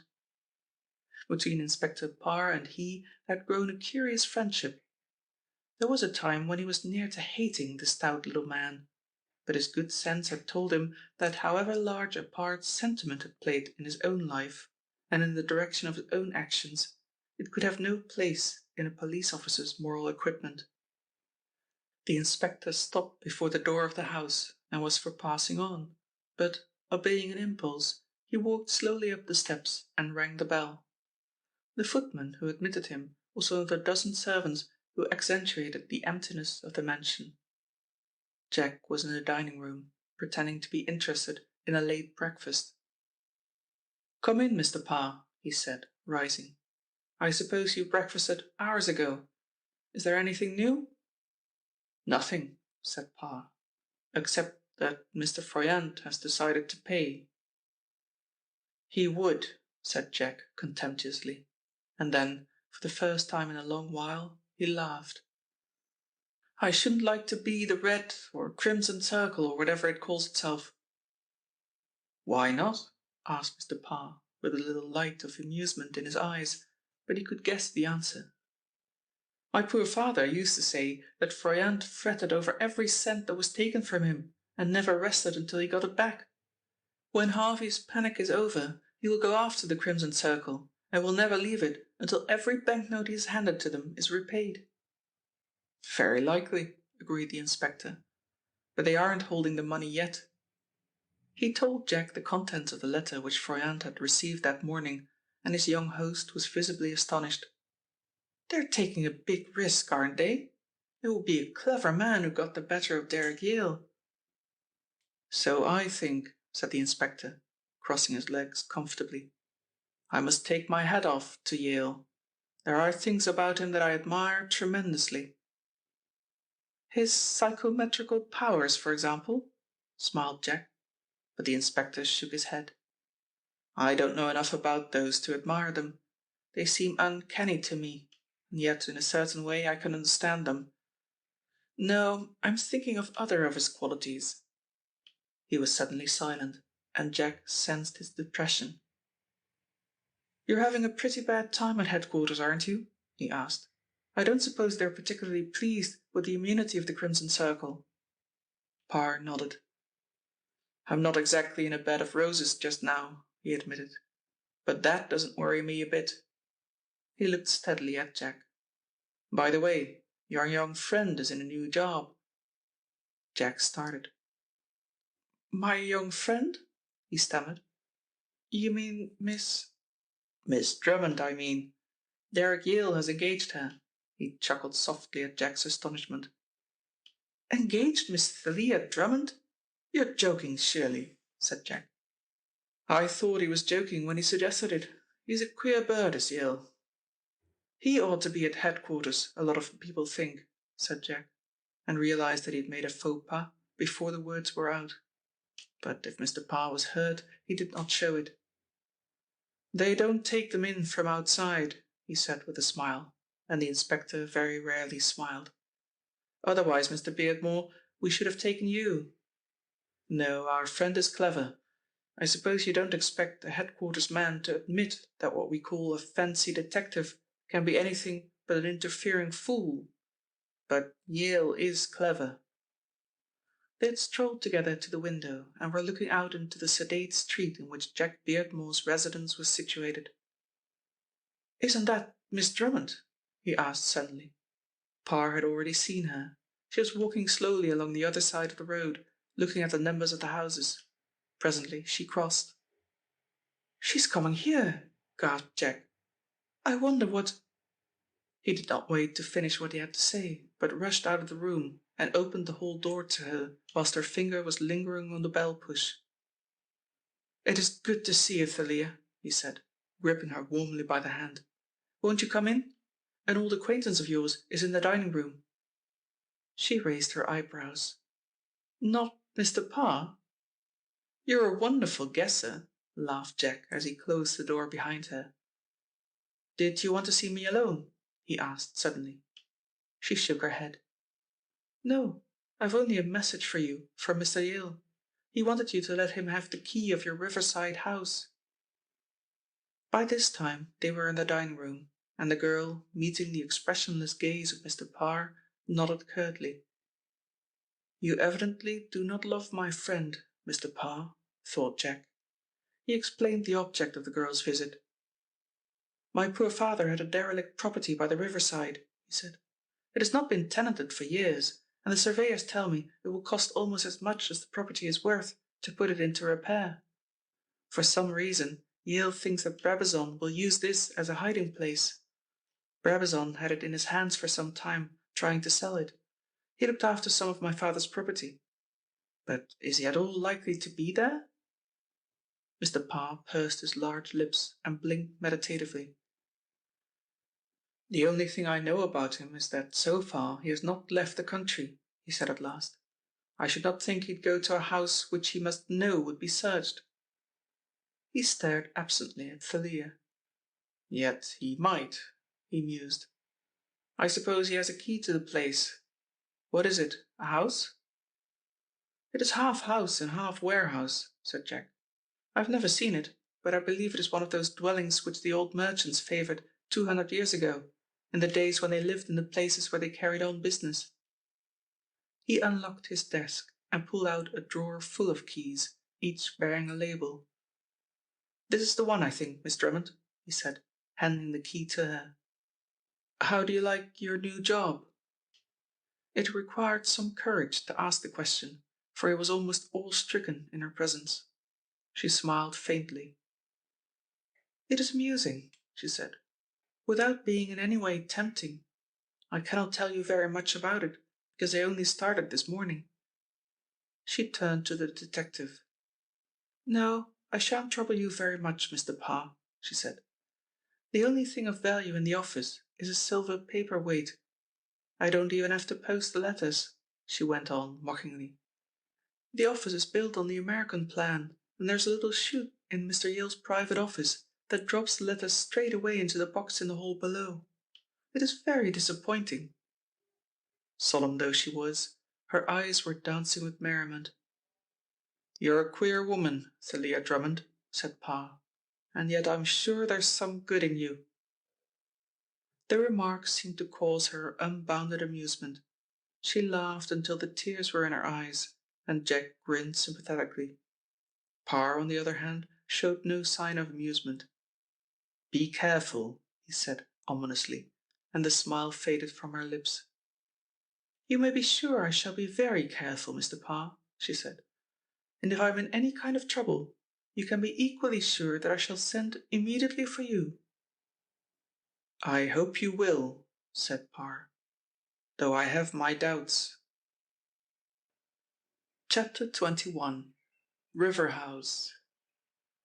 Thalia went straight back to the office and found Derek Yale sitting in his room, reading through a heap of unanswered correspondence. "Is that the key? Thank you. Put it down there," he said. "I'm afraid you'll have to answer most of these yourself. The majority of them are from foolish young people who wish to be trained as private detectives. You will find a form reply, and you can sign the answers yourself. And will you tell this lady," he handed a letter across to her, "that I am so busy now that I cannot undertake any further commissions." He took up the key from the table and held it for a second on his hand. You saw Mr. Parr? She laughed. You were almost terrifying, Mr. Yale. I did see Mr. Parr, but how did you know? He shook his head, smilingly. It is really very simple, and I should take no credit for my gift, he said, any more than you take credit for your good looks and your predisposition to, shall I say, take things as you find them.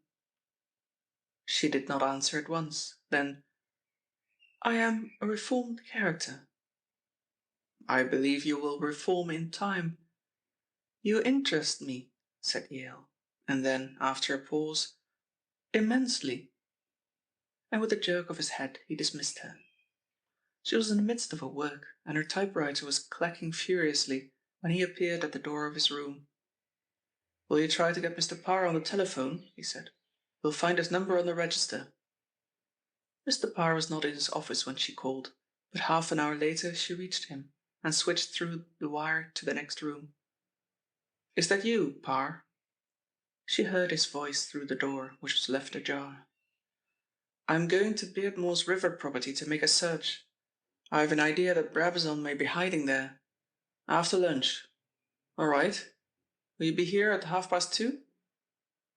Thalia Drummond listened and made a shorthand note on her blotting pad. At 2:30, Parr called. She did not see him, for there was a direct entrance to Yale's room from the corridor without, but she heard the rumble of his voice, and presently they went out.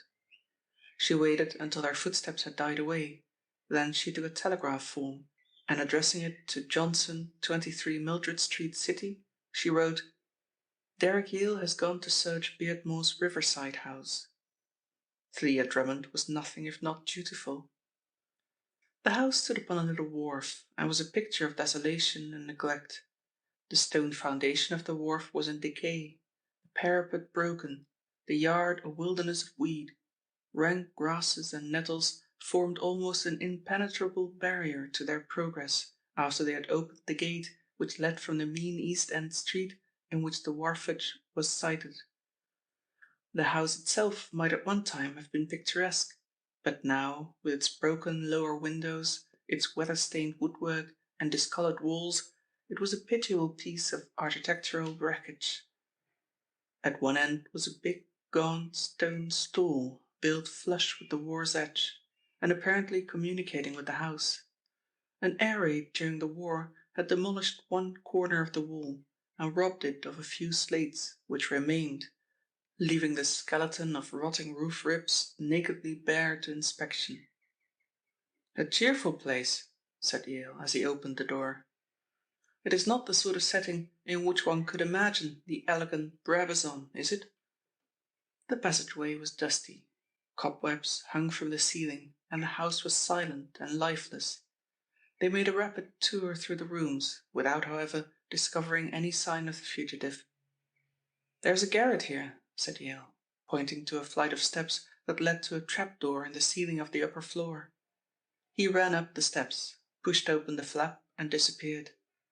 Parr heard him walking along, and presently he came down. Nothing there, he said, as he slammed the trapdoor in its place. I never expected that you would find anything, said Parr, as he led the way out of the house. They crossed the weed-grown path to the outer gate, and from a garret window a white-faced man watched them through the dusty glass, a man with a week's growth of beard, whom even his most intimate friends would never have recognized as Mr. Brabazon, the well-known banker.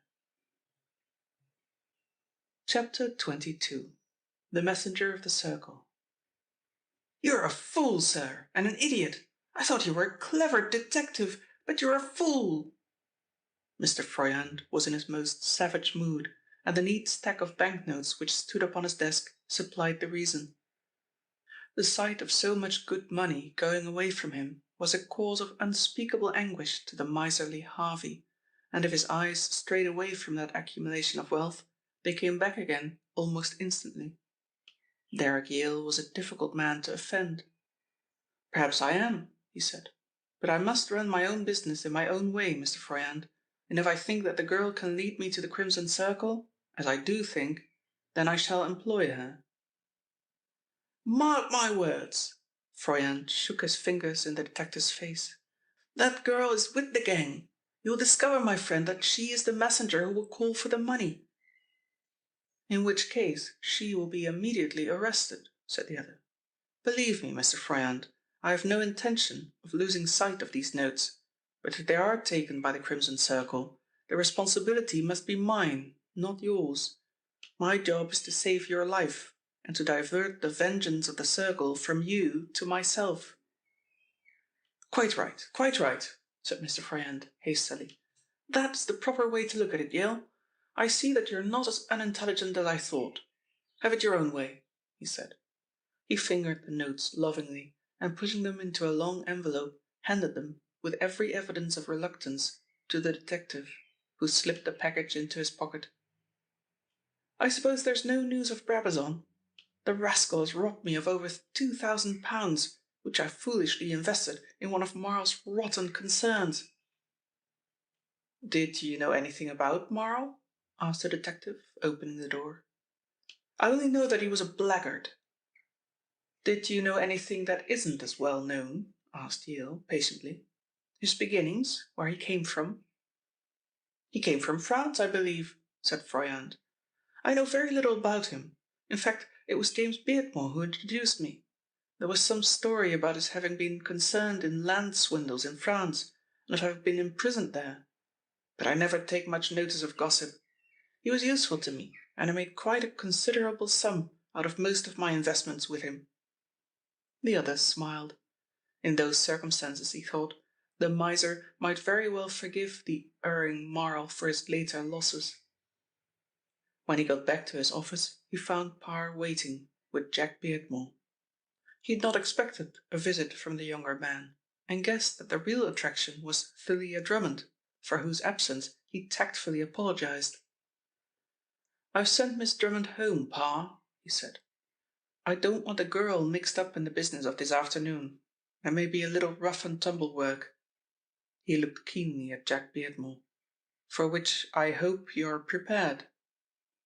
"I shall be disappointed if there isn't," said Jack cheerfully. "What is your plan?" asked Parr.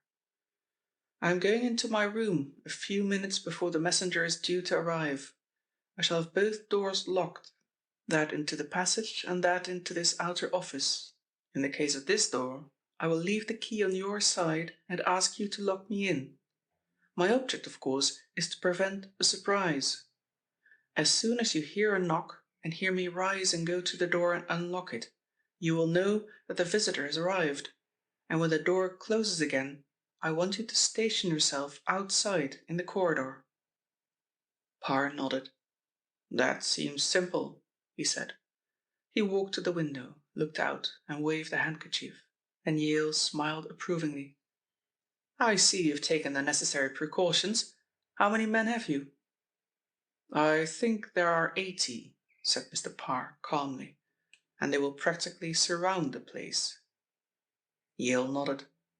"We have to remember," he said, "that the Crimson Circle may send a very ordinary district messenger, in which case, of course, he must be followed. I'm determined that the money shall pass into the hands of the chief of the Crimson Circle himself. That is an essential." "I quite agree," said Parr, "but I have an idea that the gentleman, or whoever he is, will not come himself. May I look at your office?" He walked in and inspected the room. It was lighted by one window. In a corner was a cupboard, the door of which he opened. It was empty, save for a hanging coat. "If you don't mind," Inspector Parr was almost humble, "I want you to stay in the outer office. Thank you. I'll close the door on you. I get rattled if I'm overlooked." Laughingly, Yale walked from the office, and Mr. Parr closed the door on him.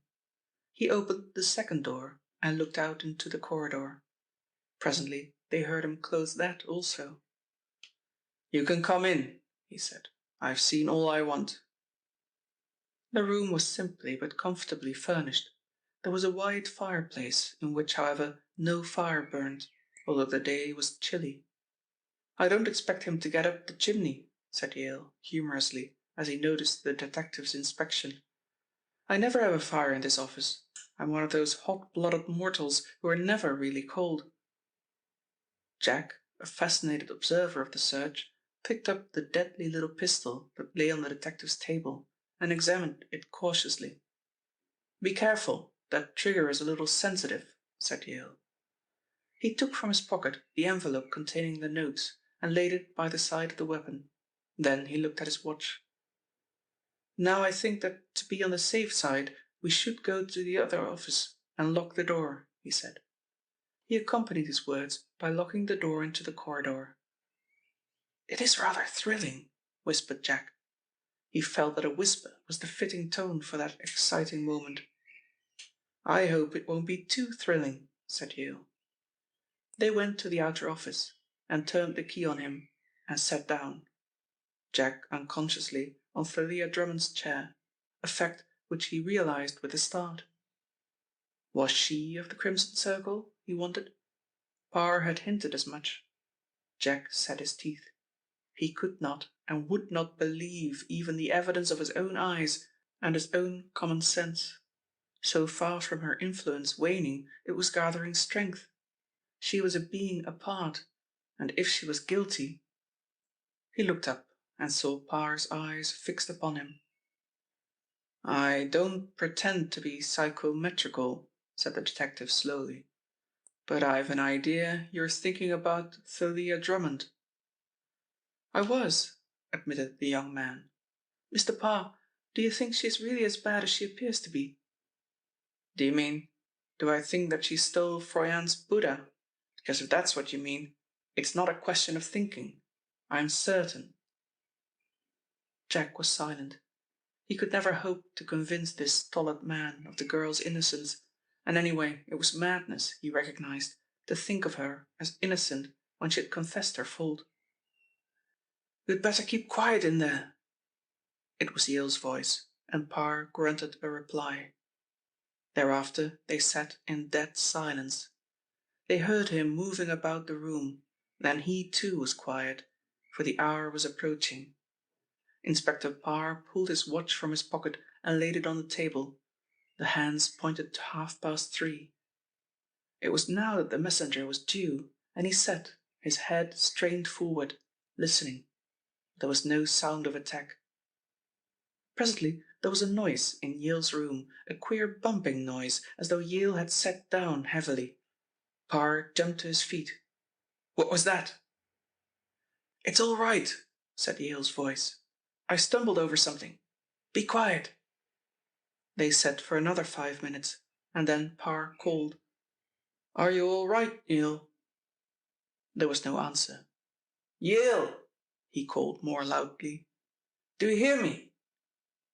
There was no reply, and springing to the door he snapped the lock and rushed into the room, Jack at his heels. What he saw might have paralysed even a more experienced officer than Inspector Parr. Stretched upon the ground, his wrists fastened with handcuffs, his ankles strapped, and a towel over his face, lay the prostrate figure of Derrick Yale. The window was open, and there was a strong scent of ether and chloroform. The package of money which had laid upon the table had disappeared. 3 seconds later, an aged postman left the hall of the building, carrying his letter bag on his shoulder, and the police who were watching the house let him pass without question. Chapter 23. The Woman in the Cupboard. Parr bent down and snatched the saturated towel from the detective's face, and he opened his eyes and stared around. "What is it?" he asked thickly, but the inspector was busy unscrewing the handcuffs. Presently he threw them clanking to the floor and lifted the man to his feet, as Jack, with trembling fingers, unbuckled the straps about Yale's legs. They led him to his chair, and he fell heavily into its depths, passing his hand across his forehead. "What happened?" he asked. "That's what I'd like to know," said Parr. "Which way did they go?" The other shook his head. "I don't know. I can't remember," he said. "Is the door locked?" Jack ran to the door. The key was turned from the inside. He could not have gone that way, but the window was open. That was the first thing Parr had seen when he entered the room. He ran to the window and looked out. There was a sheer fall of 80 feet, and no sign of a ladder or of any means by which Yale's assailant could have escaped. "I don't know what happened," said Yale, when he had partially recovered. "I was sitting in this chair when suddenly a cloth was pulled across my face, and two powerful hands gripped me with a strength which I shouldn't have thought possible in any human being. Before I could struggle or cry out, I must have lost consciousness." "Did you hear my call?" asked Parr. The other man shook his head. "But, Mr. Yale, we heard a noise, and Mr. Parr asked if you were all right. You replied that you'd only stumbled." "It was not me," said Yale. "I remember nothing from the moment the cloth was put on my face until the moment you found me here." Inspector Parr was at the window.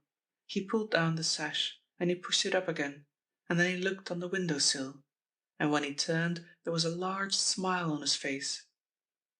"That is the cleverest thing I've ever seen," he said. Something of Jack's old antipathy to the stout detective returned. "I don't think it's particularly clever. They've half killed Yale, and they've got away," he said. "I said it was clever, and it was clever," said Mr. Parr stolidly. "And now I think I'll go down and interview the officers I left on duty in the hall." But the watching officers had nothing to say. Nobody had entered or left the building except the postman. "Except the postman, eh?" said Parr thoughtfully. "Why, of course, the postman. All right, Sergeant, you can dismiss your man." He went up in the elevator and rejoined Yale. "The money's gone all right," he said. "I don't know what we can do except report the matter to headquarters." Yale was now nearly his normal self, and sat at his desk with his head resting on his hands. "Well, I'm the culprit this time," he said, "and they can't blame you, Parr. I'm still trying to puzzle out how they got into that window, and how they reached me without making a sound." "Was your back to the window?" Yale nodded. "I never dreamt of the window. I said so that I could see both doors." "Your back was also to the fireplace." "They couldn't have come that way," said the other, shaking his head. "No, this is the supreme mystery of my career, more astounding than the identity of the Crimson Circle." He got up slowly. "I must report this to old man Froyant, and you'd better come along and lend me your moral support," he said. "He will be furious." They left the office together, Yale locking both doors and slipping the key into his pocket. To say that Mr. Froyant was furious is to employ a very mild expression to describe his hectic frenzy.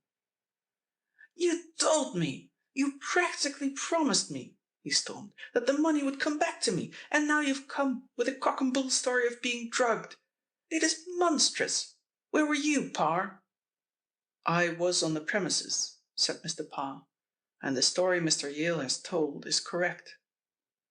Suddenly Froyant's rage died down, so suddenly that the calmness of his voice was almost startling after its previous rancour. "All right," he said. "Nothing can be done.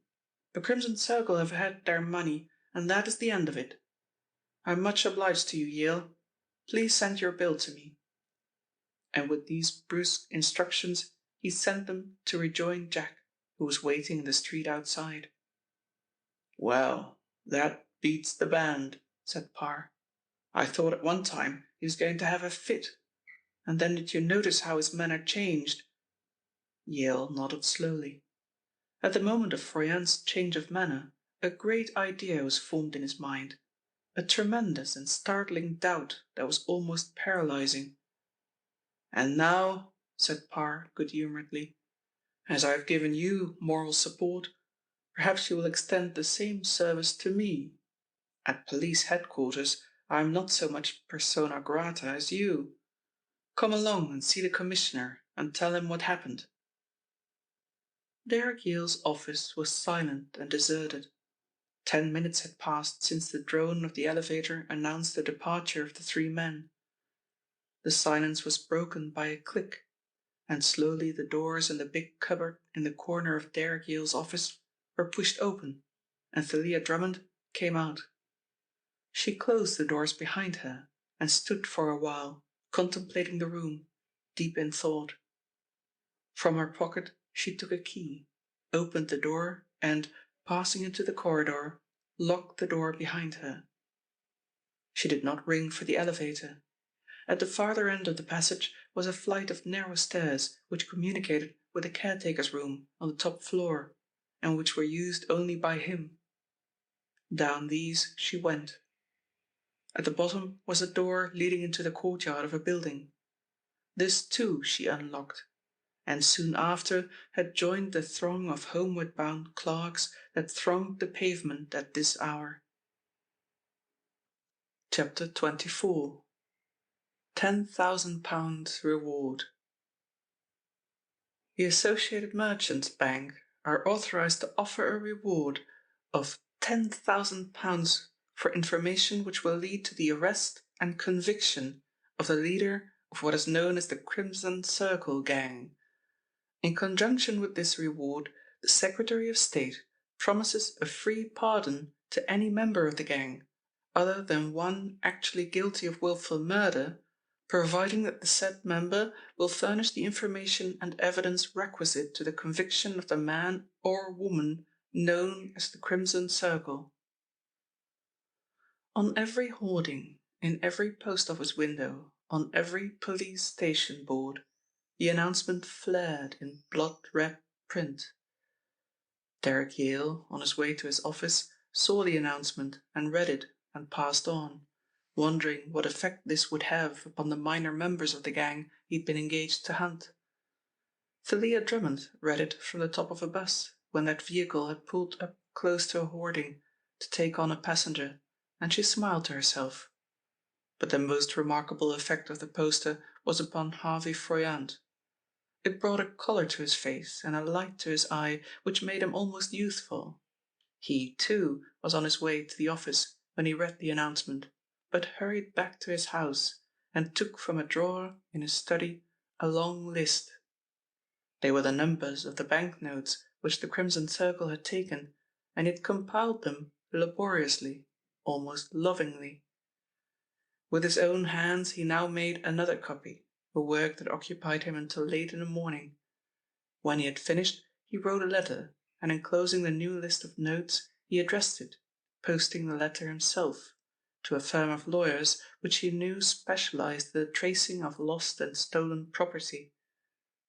Haggett's had rendered him good service before, and the next morning brought a representative of the firm, Mr. James Haggett, the senior partner, a widened little man with a chronic sniff. The name of Haggett was not one which was universally respected, nor did lawyers, when they met, speak of it with affection or regard. And yet it was one of the most prosperous firms of lawyers in the city.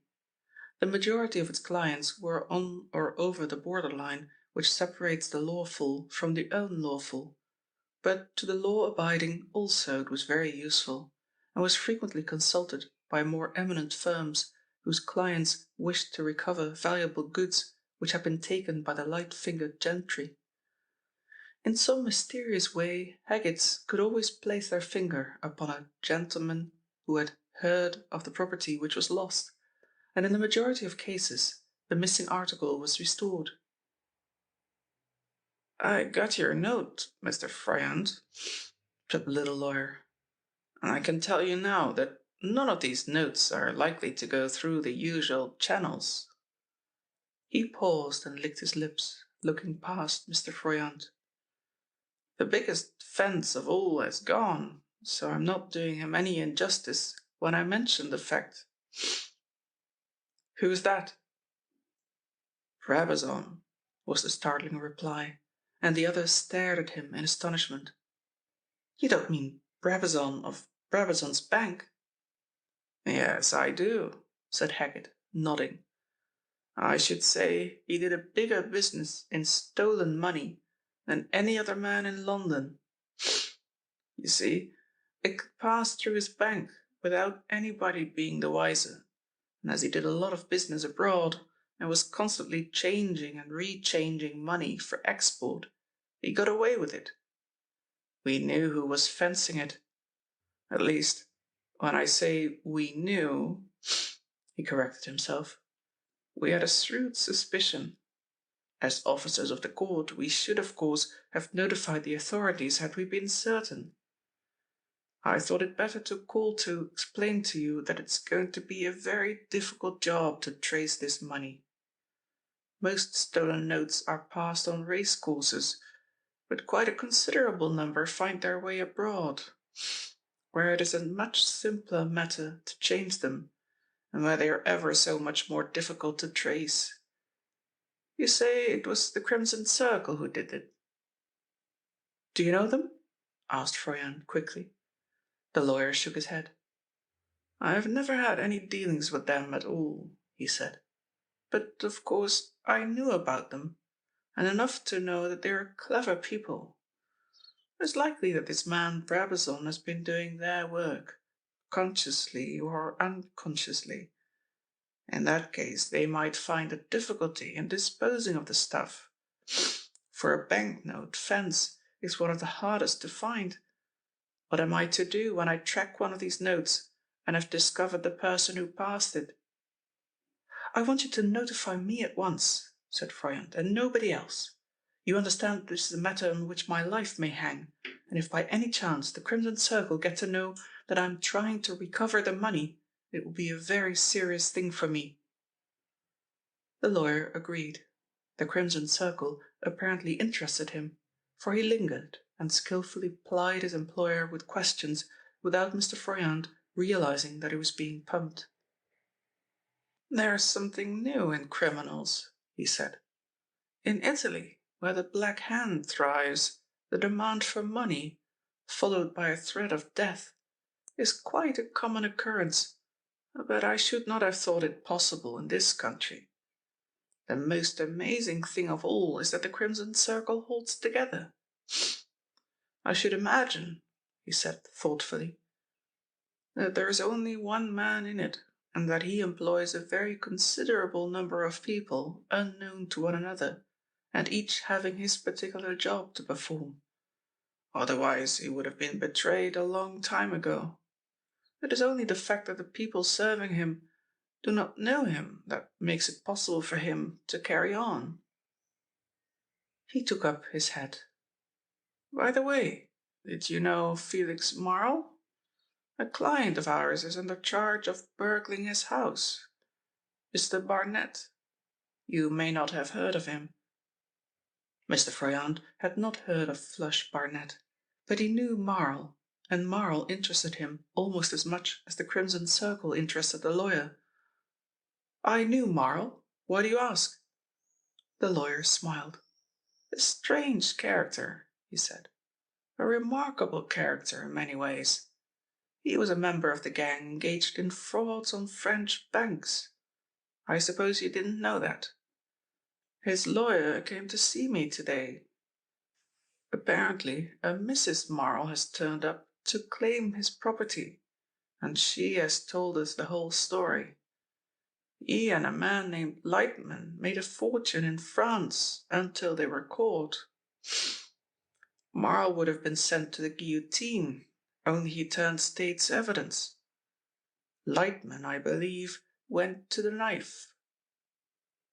What a charming man Mr. Marl must have been, said Mr. Froyant, ironically. The little lawyer smiled. What charming people we all are when our lives are laid bare, he said, and Mr. Froyant resented the implied censure, for it was his boast that his life was a book. He might have added, in truth, a bank book. So Brabazon was a dealer in stolen notes, and Marl a convicted murderer. Mr. Froyant wondered how Marl managed to escape from his term of imprisonment, which must have been a severe one, and he inwardly rejoiced that his business relationships with the deceased had not ended even more disastrously than they had. He dressed and went to his club to dine, and his car was running into Pall Mall when a hoarding poster showed under the light of a lamp and reminded him of the unpleasant fact that he was a £50,000 poorer man that night than he had been in the morning. 10,000 reward, he muttered. Bah! Who is going to turn King's evidence? I don't suppose even Brabazon would dare. But he did not know Brabazon. Chapter 25. The Tenant of River House. Mr. Brabazon sat in the chill upper room of River House, eating slowly a large portion of bread and cheese. He wore the dress suit he was wearing when the warning came to him, and he was a ludicrous figure in the smartly fitting but now soiled and dusty garb. His white shirt was grey with the grime of the house. He was colourless, and his general air of dissipation was heightened by the stubbly beard that decorated his face. He finished his repast, opened the window carefully, and threw out the remnants of bread. And, passing through the trap-door, he descended the ladder and made his way to the big kitchen at the back of the house. He had neither soap nor towel, but he made some attempt to wash himself without their aid, utilizing one of the 2 handkerchiefs he had brought with him to the house in his flight. With the exception of the clothes he stood up in, an overcoat and the soft felt hat he had seized when he made his escape, he was quite unequipped for this undesirable adventure. The provisions which the mystery man had brought the night after he had reached his hiding place were almost exhausted. He had spent 24 hours without any food whatever, but in his agitation had not realized the fact until the stranger arrived, carrying a basket of foodstuffs. As to his nerves, they were almost gone.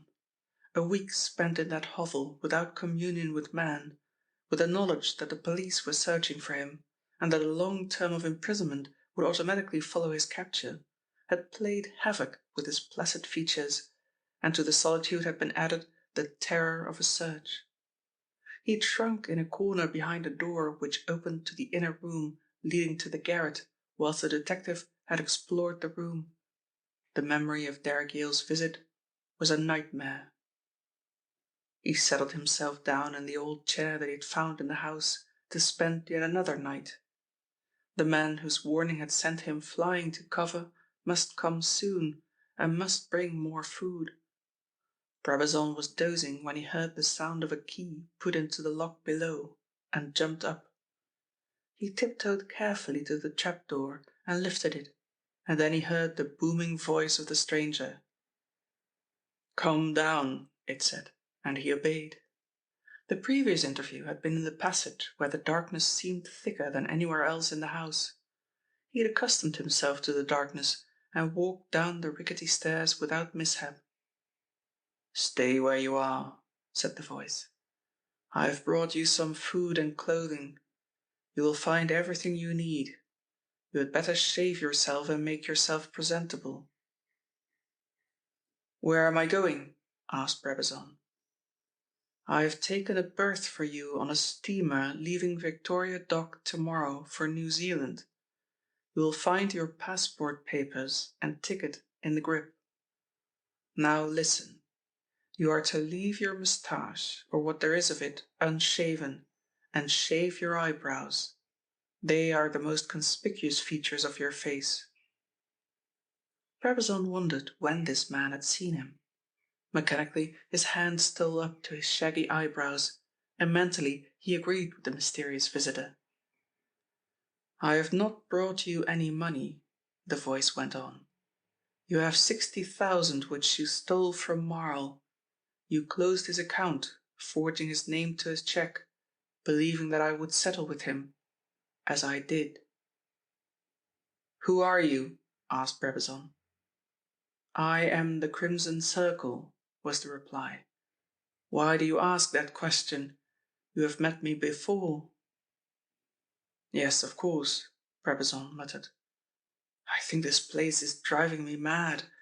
When may I leave this house?" "You may leave tomorrow.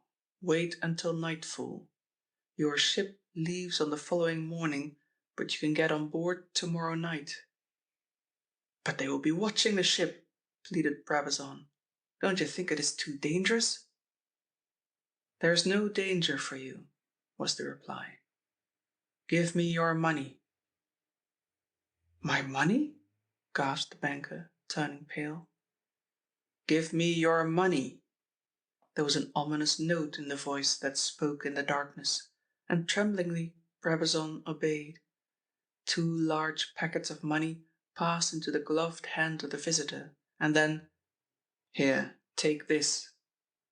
This was a thinner wad of notes, and the sensitive fingers of the banker told him that they were new.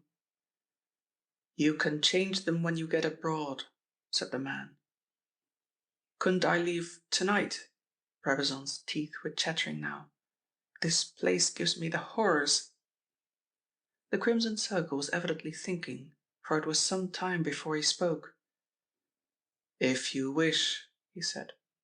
"But remember, you are taking a risk. Now go upstairs." The order was sharp and peremptory, and meekly Brabazon obeyed.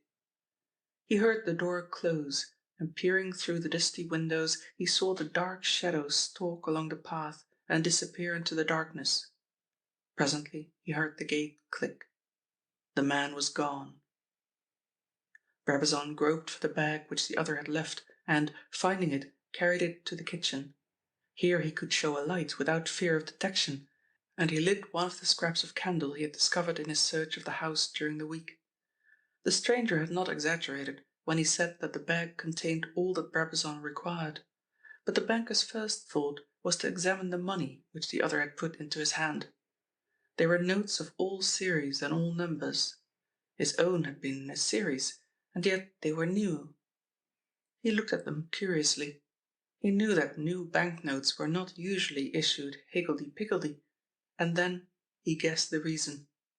The Crimson Circle had blackmailed somebody and had asked that the notes should not be numbered consecutively. He put the money down and began to change. It was a very smart Brabazon who stepped cautiously through the gates, carrying his bag an hour later, and yet so remarkable was the change which the shaved eyebrows had made, that when, at 11 o'clock that night, he passed one of the many detective officers who were looking for him, he was unrecognized.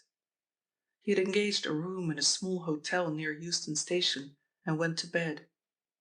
It was the first night of untroubled sleep he had enjoyed for over a week. The next day he spent in his room, not caring to trust himself abroad in daylight, but in the evening, after a solitary meal served in his sitting room, he went out to take the air. He was gaining in confidence, and was now satisfied that he could pass the scrutiny of the ship detective. He chose the less frequented streets, and was passing near the museum when he saw a bill newly pasted on the hoarding, and stopped to read it. As he read, an idea took shape. £10,000 and a free pardon. It was by no means sure that he would escape in the morning. More likely was it that he would be detected, and at best what would his life be? The life of a hunted dog, for which even his money would not compensate him. £10,000 and freedom! And nobody knew about the money that he tricked from Felix Marle's estate. He would put that in a safe deposit in the morning, go straight to police headquarters with information which he felt sure must lead to the Crimson Circle's undoing. "I'll do it," he said aloud. "I think you're very wise." The voice was at his elbow, and he swung round. A little stocky man had walked noiselessly behind him in his rubber-soled shoes, and Brabazon recognized him instantly. "Inspector Parr!" he gasped. "That's right," said the inspector. "Now, Mr. Brabazon, will you come a little walk with me, or are you going to make trouble?" As they went into the police station, a woman came out, and the pallid Brabazon failed to recognize his former clerk. He stood in the steel pen whilst the story of his iniquities was told in the cold, official language of the warrant. "You can save yourself a lot of trouble, Mr. Brabazon," said Inspector Parr, "by telling me the truth. I know where you're staying, at Bright's Hotel on the Euston Road. You arrived there late last night, and your passage is booked in the name of Thompson to New Zealand by the Isinger, which is due to leave Victoria Dock tomorrow morning." "Good God!" said the startled Brabazon. "How did you know that?" But here Inspector Parr did not inform him. Brabazon did not intend lying. He told everything he knew, all that had happened from the moment he was called by telephone and told to make a getaway until he was arrested. "So you were in the house all the time," said the inspector thoughtfully. "How did you come to escape Mr. Yale's search?" "Oh, was it Yale?" said Brabazon. "I thought it was you. There was an inner room, just a little storehouse, I think it was in the old times. I got behind the door and hid. He came almost to the door. I nearly died with fright." "So Yale was right again. You were there," said the inspector, speaking half to himself. "Now, what are you going to do about it, Brabazon?" "I'm going to tell you all I know about the Crimson Circle, and I think I can give you information which will lead to his arrest. But you'll have to be smart." He was recovering something of his old pomposity, Parr observed. "I told you that he exchanged my notes for his, and his notes for mine. I'm sure he did that because he was afraid of the numbers being taken, but my notes were in a series E19, and I can give you the number of every one of them," he went on easily. "He wouldn't change the stuff he got." "That was Froyant's money, I think," said the inspector. "Yes, go on." "He dare not change that, but he will change mine. Don't you see what a chance this gives to you?" The inspector was a little sceptical. Nevertheless, after Brabazon had been locked in the cell, he called up Froyant on the phone and told him as much of what had happened as was necessary for him to know. "You've got the money?" said Froyant eagerly. "Come up to the house at once." "I'll bring it up to the house with pleasure," replied Parr. "But I feel I ought to warn you that this is not your money, although it is the actual cash that was transferred by you to the Crimson Circle." Later on, in Mr. Froyant's presence, he explained the situation. That spare man made no attempt to hide his disappointment, for he seemed to think that in whatever circumstances the money was recovered, he was entitled to claim. After a while, Inspector Parr got him into a more reasonable frame of mind. Froyant was talking quite calmly on the matter when he suddenly broke off with the question, "Have you the numbers of the notes which Brabazon handed to him?" "They are easy to remember," said Parr. "They belong to a series." And he recited the numbers, Mr. Froyant making a rapid note on his desk pad. Chapter 26. The Bottle of Chloroform. Thalia Drummond was writing a letter when her visitor arrived, and of the many people whom Thalia expected to call, Milly McCroy was the last. The girl looked ill and tired, but she was not so far from human that she could not stand and admire the dainty drawing-room into which Thalia showed her servant having gone home for the night. "Why, this is a palace, kid," she said, and regarded Thalia with reluctant admiration. "You know how to do it all right, better than poor Flush." "And how is the elegant Flush?" asked Thalia coolly. Milly McCroy's face darkened. "See here," she said roughly. "I don't want any kind of talk about Flush in that tone, do you understand? He is where you ought to be. You were in it as well as him." "Don't be silly. Take off your hat and sit down. Why, it's like old times seeing you, McCroy." The girl grumbled something under her breath, but accepted the invitation. "It is about Flush I want to see you," she said. "There's some talk of framing a murder charge against him, but you know he didn't commit any murder." "I know? Why should I know?" asked Thalia. "I didn't even know that he was in the house until I read the newspapers in the morning. How wonderfully clever they are on the press to get news so red hot." Milly McCroy had not come to discuss the enterprise of the press. She drove straight into her subject, which was, as Thalia had expected, Flush Barnett and his immediate prospects. "Drummond, I'm not going to quarrel with you," she said. "I'm glad of that," said Thalia. "I can't exactly see what there is to quarrel about, anyway." "That may or may not be," said Miss McCroy ironically. "The point is, What are you going to do for Flush? You know all these swells, and you're working for that swine, Yale," she almost hissed. "It was Yale who put Parr up to the Marisburg Place job. Parr hadn't got brains enough to think it out for himself. Were you working with Yale all the time?" "Don't make me laugh," said Thalia scornfully. "It's certainly true I'm working for Yale, if writing his letters and tidying his desk is work. But what swells are you talking about? And what can I do for Flush Barnett?"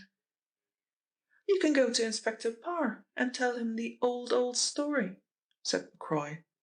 "I've got it all worked out. You can say that Flush was sweet on you, saw you go into the house and followed, and couldn't get out."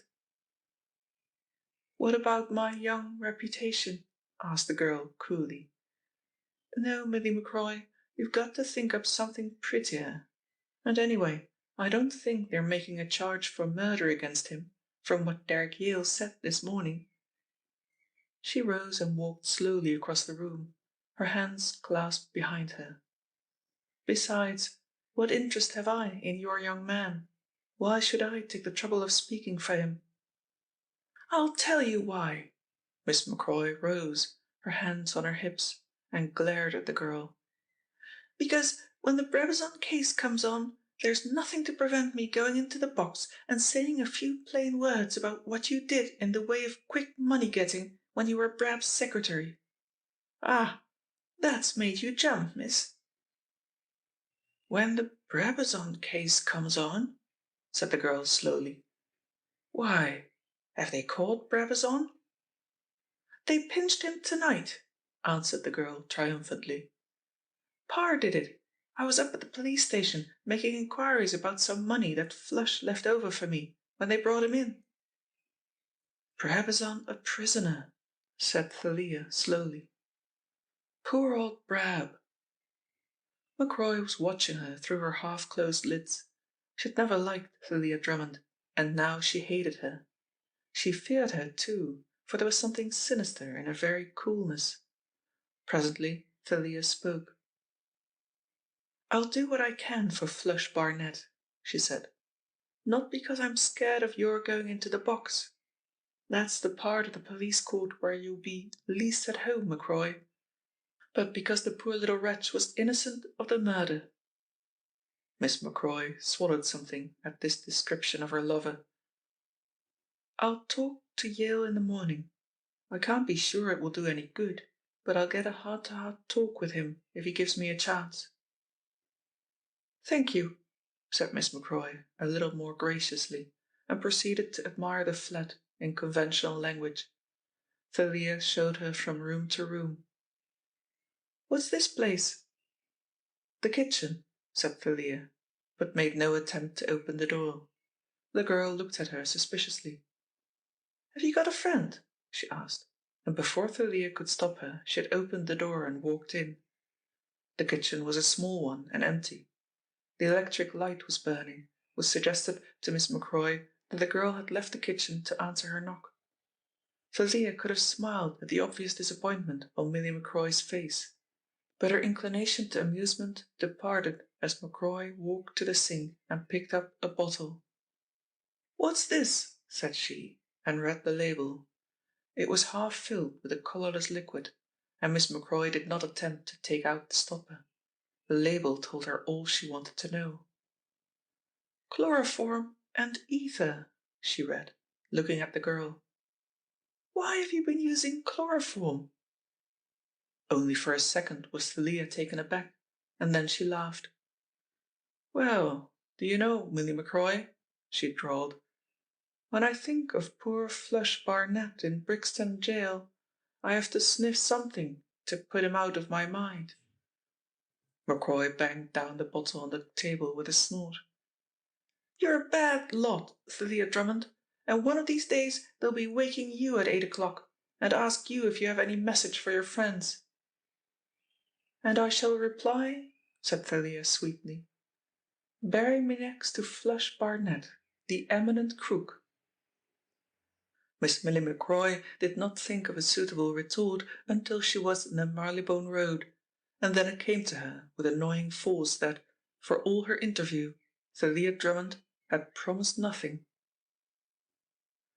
Chapter 27. Mr. Parr's Mother. Jack Beardmore had heard of Brabazon's arrest and went straight to police headquarters to see Mr. Parr. He found that excellent gentleman had gone home. "If it is important, Mr. Beardmore," said the police clerk on duty, "you'll find him at home in his house at Stamford Avenue." Beyond his natural interest in the Crimson Circle and all that pertained thereto, Jack had no particular wish to see the inspector, and Derrick Yale had telephoned all that was known or could be told. "Parr thinks this arrest may have an important development," he said. "No, I haven't seen Brabazon, but I accompany Parr tomorrow morning when he visits him." Yale, too, was apparently unget-atable. He had hinted that he had a theatre party that night, and Jack bent his steps homeward. He had sent his car away, for he felt he needed exercise to dissipate his energies, and as he crossed the gloomy park, taking a short cut to his house, he found himself wondering what sort of a home life a man like Parr could have. He had never spoken about his family, and his mode of living outside of the police headquarters was almost as much of a mystery as that which he was trying to unravel. Where was Stamford Avenue, he wondered. He had reached a deserted spot of the park when he thought he heard footsteps behind him, and turned his head. He was not a nervous type, and ordinarily the sound of somebody walking in his rear would not have interested him sufficiently to make him turn. The path here skirted a dense thicket of rhododendrons. There was nobody in sight. Jack went on, quickening his pace. He heard no more footsteps, but looking round, he thought he saw a man walking on the grass by the side of the path. As Jack stopped, he too halted. He was doubtful as to what he should do. To challenge the man might put him into an absurd position. There was no reason in the world why any good citizen should not walk in the park at night, or, for the matter of that, why they should not walk behind him anywhere at a respectable distance. And then, ahead of him, he made out a slowly strolling figure, and heard the unmistakable beat walk of a policeman. To his own amazement he felt relieved, and when he looked round, the figure that had followed him had disappeared. He tried to reconstruct his impression. Whoever his tracker had been, he was smallly made. At first Jack had thought it was a boy, perhaps some poor park beggar who was mustering up courage to approach him for the price of a night's bed. It seemed absurd that he was glad to be out of the park and to step into the well-lighted street, but it was the case. He made an inquiry of a policeman. "Stamford Avenue, sir. That bus you see over there will take you, or you can get there in a taxi in 10 minutes." Jack stood for a long time before he called the taxicab. Mr. Parr would rightly resent this intrusion into his domestic privacy, and really he had no excuse to offer. But making up his mind of a sudden, he called a cab, and in a very short time was experiencing exactly the same doubts and misgivings before the door of Inspector Parr's maisonette. It was Parr himself who opened the door. His face was naturally free from expression, and he neither showed surprise nor annoyance at the arrival of his late visitor. "Come in, Mr. Beardmore," he said. "I've just arrived, and I'm having supper. I suppose you've had your evening meal a long time ago?" "Don't let me interrupt you, Mr. Parr. Only I was rather interested to hear that you'd caught Brabazon, and I thought I'd come along." The inspector was showing him into the dining room, when suddenly he stopped. "Good Lord!" he said. Jack could only wonder what had startled him. "Do you mind waiting here?" For the first time since Jack had known the police officer, Parr was embarrassed. "I must first tell an old aunt of mine who's staying here who you are," he said. "She's not used to visitors. I'm a widower, you know, and my aunt keeps house for me." He entered the dining room hurriedly, closing the door behind him, and Jack felt something of his host's embarrassment. A minute, 2 minutes passed. He heard a hurried movement in the room, and Parr opened the door. "Come in, sir." His red face was even a deeper red. "Sit you down, and please forgive me for keeping you waiting." The room in which he found himself was well and tastefully furnished. Jack was annoyed with himself for expecting anything else. Mr. Parr's aunt was a faded lady with an absent manner, and she seemed to cause Mr. Parr a considerable amount of anxiety. He scarcely took his eyes from her as she moved about the room, and she hardly spoke before he jumped in to interrupt her, always politely, but always very definitely. The inspector's supper was set upon a tray. He had just about finished when Jack had knocked at the door. "I hope you will excuse our untidiness, Mr. Beardmore," said Jack. "She'll never remember it," murmured the inspector. "I can't keep the place as mother kept it," she said. Of course not, Auntie," said Mr. Parr hurriedly. "A little absent," he murmured. "Now, what did you want to know, Mr. Beardmore?"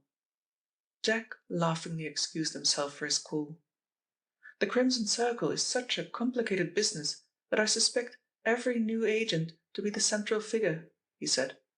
"Do you think that the arrest of Brabazon was going to help us?" "I don't know," replied Parr slowly. "There is just a chance that Brabazon will be a very big help indeed. By the way, I've put one of my own men to look after him, and I've given instructions that the jailer is not to go into the cell under any circumstances." "You're thinking of Sibley, the sailor, who was poisoned?" Parr nodded. "Don't you think, Mr. Beardmore, that that was one of the greatest mysteries of all the mysterious Crimson Circle murders?" He asked this question very soberly, but there was a little glint in his eye which Jack did not fail to notice. "You're laughing. Why? I think it was mysterious, don't you?" "Very," said the inspector. "In some respects. And the poisoning of Sibley will, to my mind, be a much more important factor in the eventual capture of the Crimson Circle than is the arrest of our friend Brabazon." "I wish you wouldn't talk about crime and criminals," said his aunt fretfully. "Really, John, you're very trying. It may have suited mother."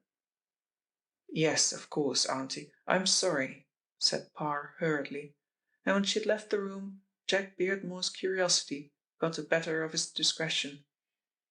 "Mother seems to have been rather a paragon," he smiled, and wondered if he had made a faux pas.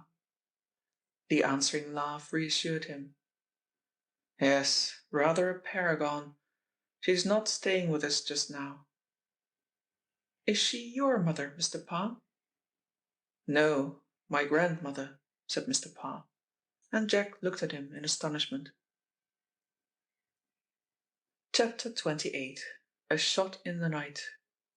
The inspector must have been nearly 50, and he made a rapid calculation as to the age of this wonderful grandmother who took an interest in crime and kept the house tidy. "She must be a wonderful old lady," he said, "and I suppose she'd even be interested in the Crimson Circle." "Interested?" Mr. Parr laughed.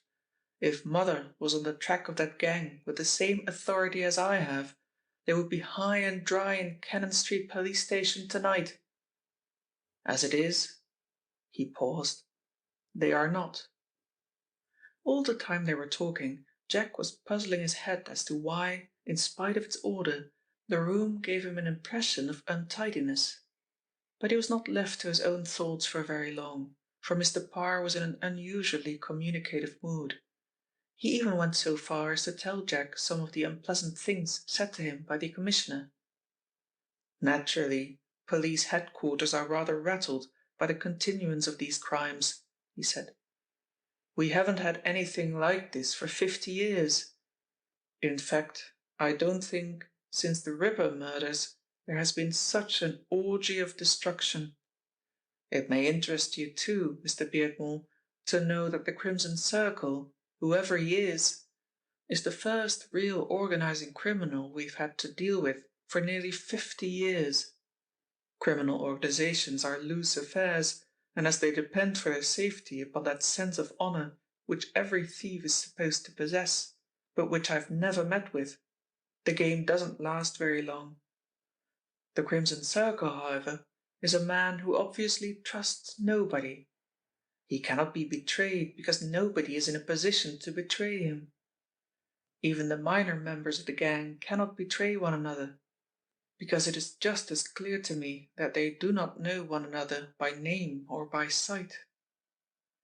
He went on to discuss interesting cases in which he had been concerned, and it was nearly 11:30 when Jack rose with a further apology.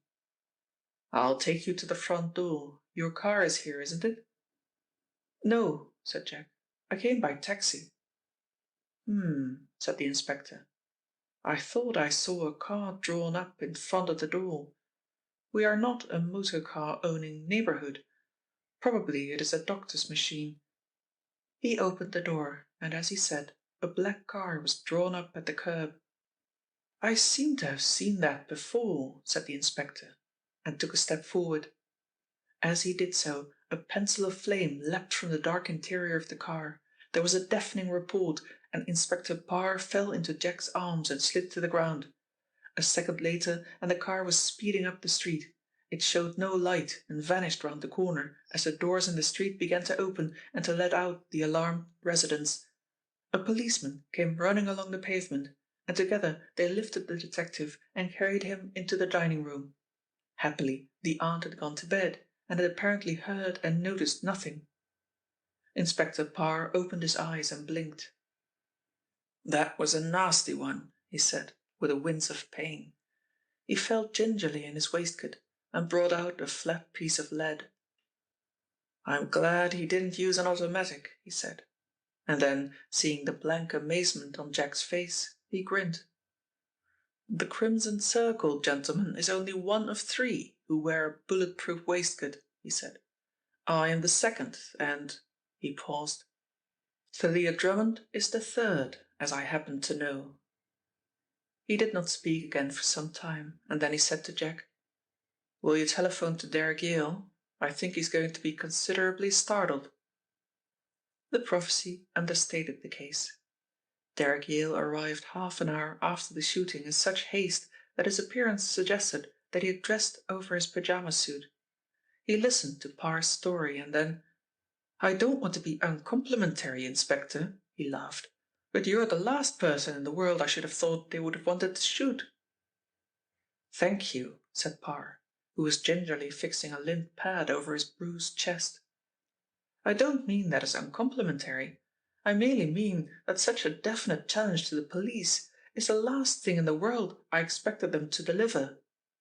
He frowned heavily. "I don't understand it," he said, as though speaking to himself. "I wonder why she wanted to know." "I'm talking about Thalia Drummond. She asked me this morning what was your address," he said. "I understand your name is not even in the telephone book or in the local directory." "What did you say?" "I gave her some evasive answer, but I've just remembered that my private address book is accessible, and she could easily have discovered it without troubling to ask me. I wonder she didn't." Jack gave a weary sigh. "Really, Yale, you're not suggesting that Miss Drummond fired that shot, are you? Because if you are, it's a ridiculous suggestion. Oh, I know what you're going to say. She's a bad lot and has been guilty of all sorts of miserable little crimes, but that doesn't make her a murderess." "You're quite right," replied Yale after a pause. "I'm being unjust to the girl, and it doesn't seem that I'm starting fair if I'm sincere in my desire to give her a chance. I wanted to see you tonight, by the way, Pa." He took from his pocket a card and laid it on the table before the inspector. "How does that strike you for nerve?" "When did you get it?" "It was waiting in the letter box for me, but I didn't see it, curiously enough, until I was rushing out to find a taxi to bring me here. Isn't it colossal?" The card bore a symbol familiar enough to the 2 men, but at the very sight of that crimson circle, Jack shuddered. Within the hoop was written, "You are serving the losing side. Serve us instead, and you shall be rewarded tenfold. Continue your present work, and you die on the 4th of next month." "That gives you about 10 days," said Parr seriously, and it might have been the pain he had suffered, or excitement, but he seemed suddenly to lose his colour. "10 days," he muttered. "Of course, I take not the slightest notice of that threat," said Derrick cheerfully. "I must confess that after my unpleasant experience at the office I almost credit them with supernatural gifts." "10 days," repeated the detective. "Have you made any plans? Ordinarily, where would you be on the 4th of next month?" "It is curious that you should ask that," said Yale, "but I had arranged to go down to Deal for some fishing. A friend of mine has lent me a motor launch, and I thought of spending the night in the Channel. In fact, I had arranged to go on that day." "You can make what arrangements you like, but you're not going alone," said Parr emphatically. "And now you can all clear out. Thank your lucky stars that my aunt has not wakened, and that mother isn't here."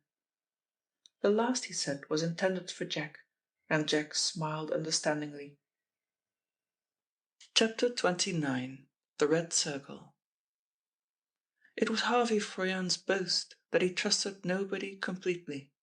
He trusted the lawyer, up to a point, but his known connection with questionable people would have been alone sufficient to prevent Harvey from trusting implicitly to his agent. 2 nights before the shooting of Inspector Parr, the little lawyer called on his employer, and he was all aquiver with excitement. He had traced one of the new series of bank notes which the Crimson Circle had taken from Brabazon. "Now, we've got a good line on this, Mr. Froyant, and if we continue in the direction we are going, we can certainly pick up the original changer." But here Mr. Harvey Froyant was firm. He could not and would not place the case completely in the hands of this man. So far might the knowledgeable firm of Haggett take him, but he would carry on the rest through another agency. He said so in as many words. "I'm sorry you won't let me go on with it," said the disappointed Haggett. "I've undertaken this search personally, and I can assure you that there are only a few steps now between the man we discovered with the money and the man you are looking for." Harvey Froyant knew that as well as the lawyer. Jack Beardmore had spoken a great truth when he said that this mean man would never be satisfied until he had recovered the money he had lost. It was a goad and an irritation, a source of thought which kept him awake at night and woke him in the morning with a sense of blank despair. And Harvey was well equipped to carry the investigations to their final stage now that he had the ground clear for him. He had derived his fortune from buying and selling land in every country in the world. Beginning with practically no capital, he had, by personal application to his business, built up a 7-figure fortune. And this had not been accomplished by sitting in an office and trusting to subordinates.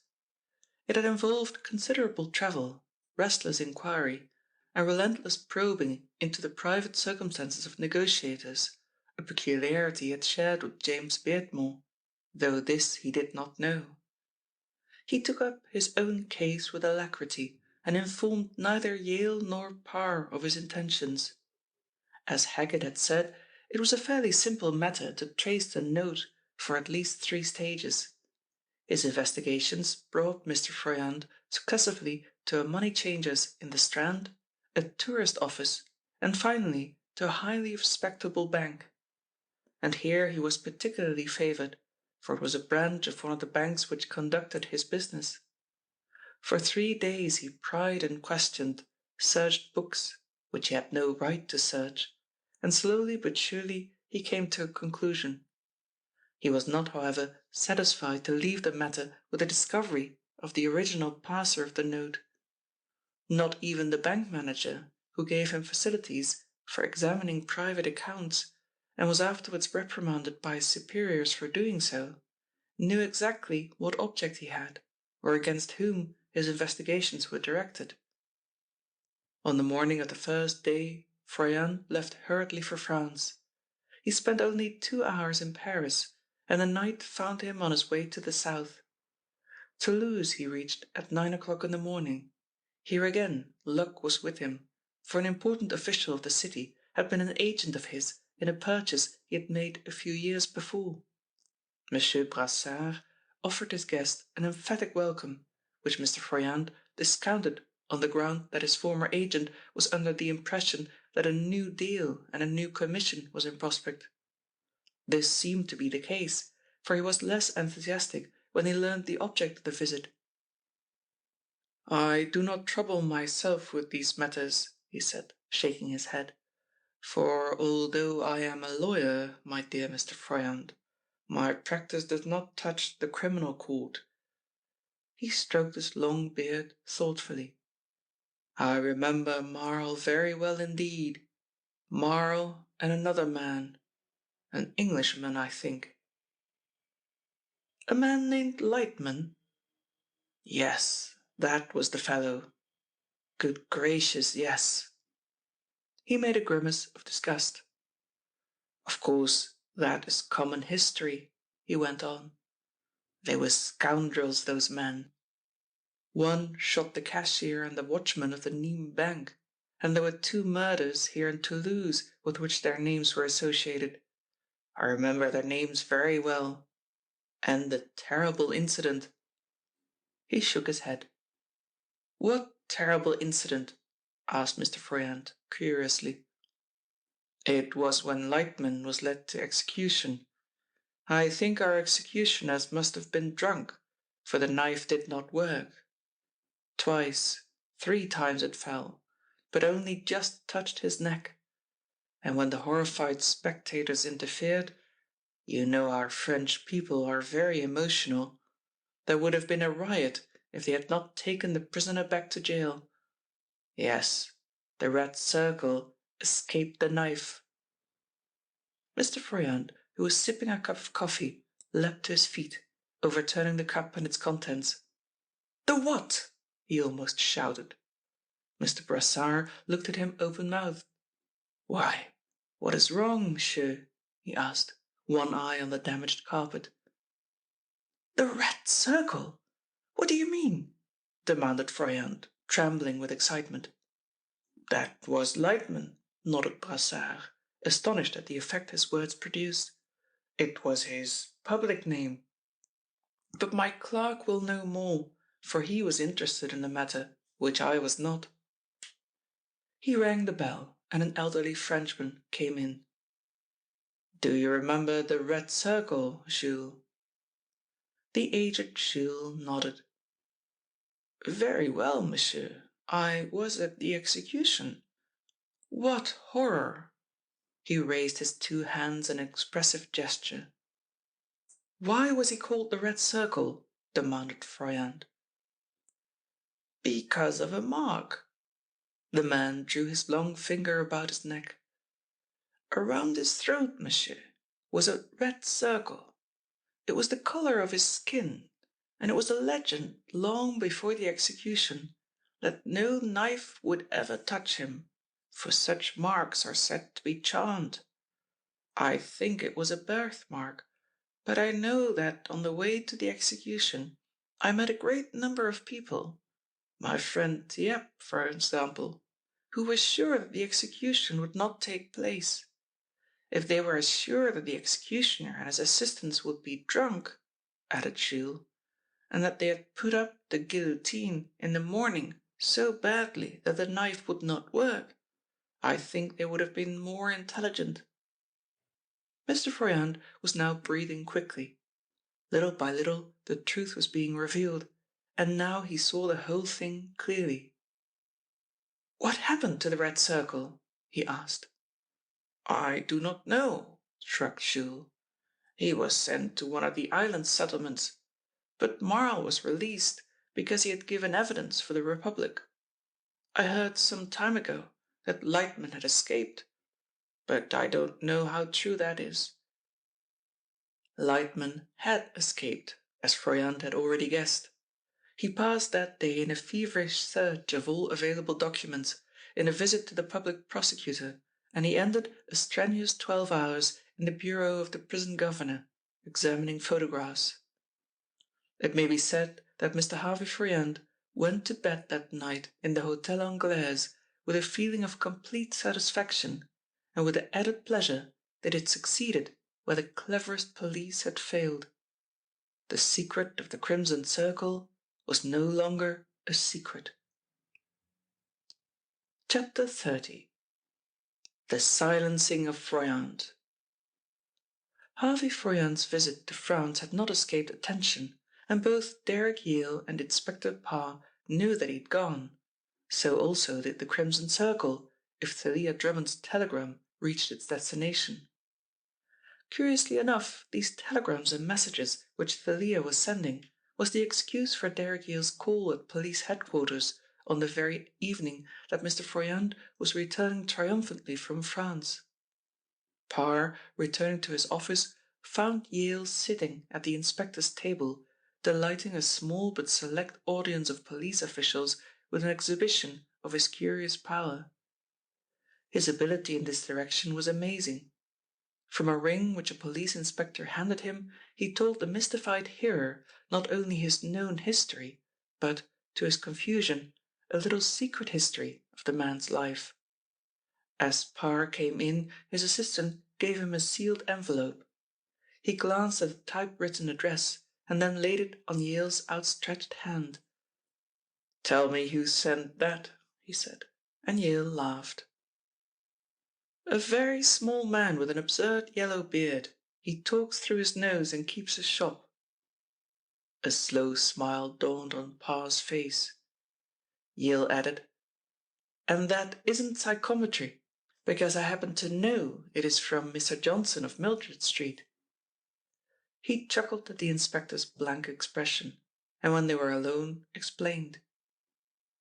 "I happen to know that you discovered the place to which all the Crimson Circle messages were sent. I, on the contrary, have known of its existence for a long time, and every message which has been sent to the Crimson Circle has been read by me. Mr. Johnson told me you were making inquiries, and I asked him to give you a very full explanation in the addressed envelope which you sent to him." "So you knew it all the time?" asked Parr slowly. Derek Yale nodded. "I know that messages intended for the Crimson Circle have been addressed to this little newsagent, and that every afternoon and evening a small boy calls to collect them. It is a humiliating confession to make, but I've never been able to trace the person who picks the boy's pocket." "Picks his pocket?" repeated Parr, and Yale enjoyed the mystery. "The boy's instructions are to put the letters in his pocket and to walk into the crowded High Street. Whilst he is there, somebody takes them from his pocket without his being any the wiser." Inspector Parr sat down on the chair which Yale had vacated and rubbed his chin. "You're an amazing fellow," he said.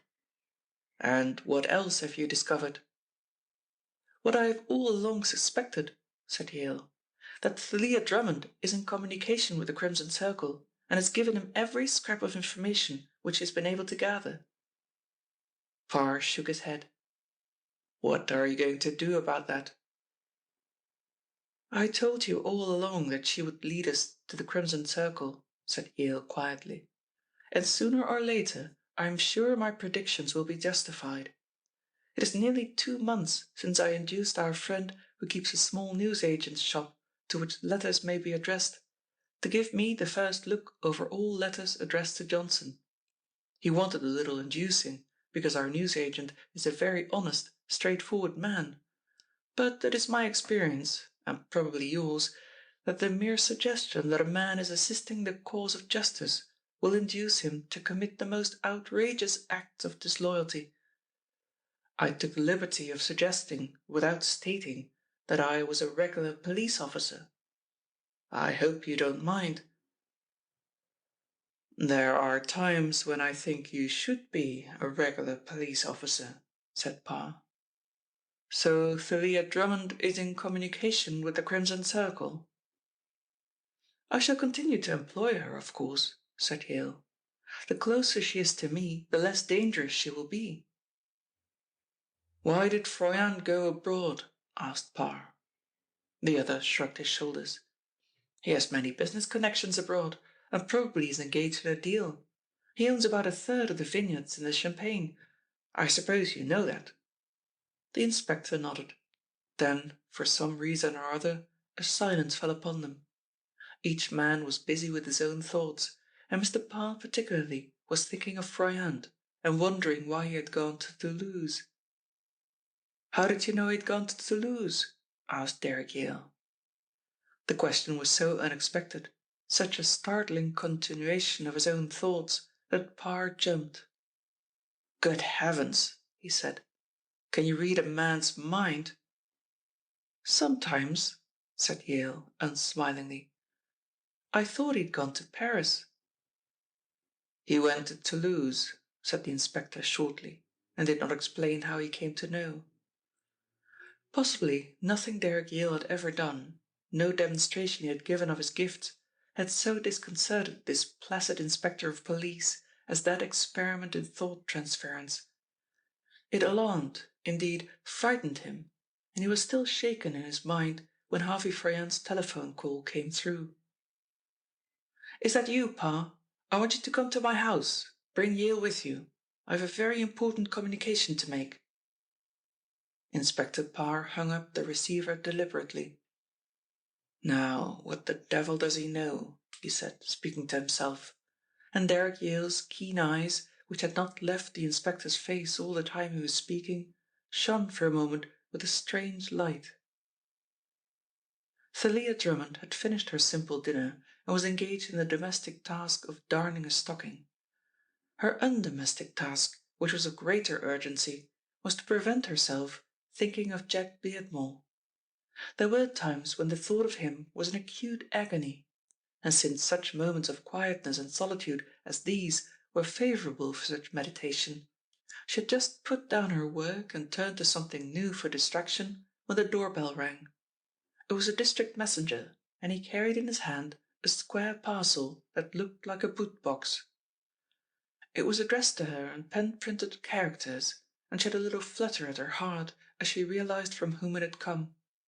Back in her room she cut the string and opened the box. On the top lay a letter which she read. It was from the Crimson Circle and ran: "You know the way into Froyant's house. There is an entrance from the garden into the bomb-proof shelter beneath his study. Gain admission, taking with you the contents of this box. Wait in the underground room until I give you further instructions." She lifted out the contents of the box. The first article was a large gauntlet glove that reached almost to her elbow. It was a man's glove and left-handed. The only other thing in the box was a long, sharp-pointed knife with a cup-like guard. She handled it carefully, feeling the edge. It was as sharp as a razor. For a long time she sat looking at the weapon and the glove, and then she got up and went to the telephone and gave a number. She waited for a long time until the operator told her there was no answer. At 9 o'clock she looked at her watch. It was past 8 already, and she had no time to lose. She put the glove and the knife in a big leather handbag, wrapped herself in her cloak, and went out. Half an hour later, Derrick Yale and Mr. Parr ascended the steps of Froyant's residence and were admitted by a servant. The first thing Derrick Yale noticed was that the passage was brilliantly illuminated. All the lights in the hall were on, and even the lamps on the landing above were in full blaze. A curious circumstance, remembering Mr. Harvey Froyant's parsimony. Usually he contented himself with one feeble light in the hall, and any room in the house that was not in use was in darkness. The library was a room opening from the main hall. The door was wide open, and the visitors saw that the room was as brilliantly lighted as the hall. Harvey Froyant was sitting at his desk, a smile on his tired face, but for all his weariness there was self-satisfaction in every gesture, every note in his voice. "Well, gentlemen," he said almost jovially, "I'm going to give you a little information which I think will startle and amuse you." He chuckled and rubbed his hands. "I've just called up the Chief Commissioner, Pa," he said, peering up at the stout detective. In a case like this, one wants to be on the safe side. Anything may happen to you two gentlemen after you leave this house, and we cannot have too many people in our secret. Will you take your overcoats off? I'm going to tell you a story which may take some time." At that moment the telephone bell thrilled, and they stood watching him as he took down the receiver. "Yes, yes, Colonel," he said. "I have a very important communication to make. May I call you up in a second or two? You'll be there? Good." He replaced the instrument. They saw him frown undecidedly, and then, "I think I'll talk to the Colonel now, if you don't mind stepping into another room and closing the door. I don't want to anticipate the little sensation which I am creating." "Certainly," said Parr, and walked from the room. Derrick Yale hesitated. "Is this communication about the Crimson Circle?" "I will tell you," said Mr. Froyant. "Just give me 5 minutes, and then you shall have your thrill of sensation." Derrick Yale laughed, and Parr, who had reached the hall, smiled in sympathy. "It takes a lot to thrill me," said Derrick. He came out of the room, stood for a moment with the door edge in his hand. "And afterwards I think I shall be able to tell you something about our young friend Drummond," he said. "Oh, I know you're not interested, but this little fact will interest you perhaps as much as the story you are going to tell us." Parr saw him smile, and guessed that Froyant had growled something uncomplimentary about Thalia Drummond. Derrick Yale closed the door softly. "I wonder what his sensation is, Parr," he mused thoughtfully. "And what the dickens has he to tell your Colonel?" They walked into the front drawing room, which was equally well lighted. "This is unusual, isn't it, Steer?" said Derrick Yale, who knew the butler. "Yes, sir," said the stately man. "Mr. Froyant is not as a rule extravagant in the matter of currant, but he told me that he'd want all the lights tonight, and that he was not taking any risks, whatever that might mean. I've never known him to do such a thing. He's got 2 loaded revolvers in his pocket. That is what strikes me as queer. He hates firearms, does Mr. Froyant, as a rule." "How do you know he has revolvers?" asked Parr sharply. "Because I loaded them for him," replied the butler. "I used to be in the yeomanry, and I understand the use of weapons. One of them is mine." Derrick Yale whistled and looked at the inspector. "It looks as if he not only knows the Crimson Circle, but he expects a visit," he said. "By the way, have you any men on hand?" Parr nodded. "There are a couple of detectives in the street. I told them to hang around in case they were wanted," he said. They could not hear Froyant's voice at the telephone, for the house was solidly built and the walls were thick. Half an hour passed, and Yale grew impatient. "Will you ask him if he wants us, Steer?" he said, but the butler shook his head. "I can't interrupt him, sir. Perhaps one of you gentlemen would go in. We never go in unless we are rung for." Parr was halfway out of the room, and in an instant had flung open the door of Harvey Froyant's study. The lights were blazing, and he had no doubt of what had happened from the second his eyes fell upon the figure huddled back in his chair. Harvey Froyant was dead. The handle of a knife projected from his left breast, a knife with a steel cup-like guard. On the narrow desk was a blood-stained leather gauntlet.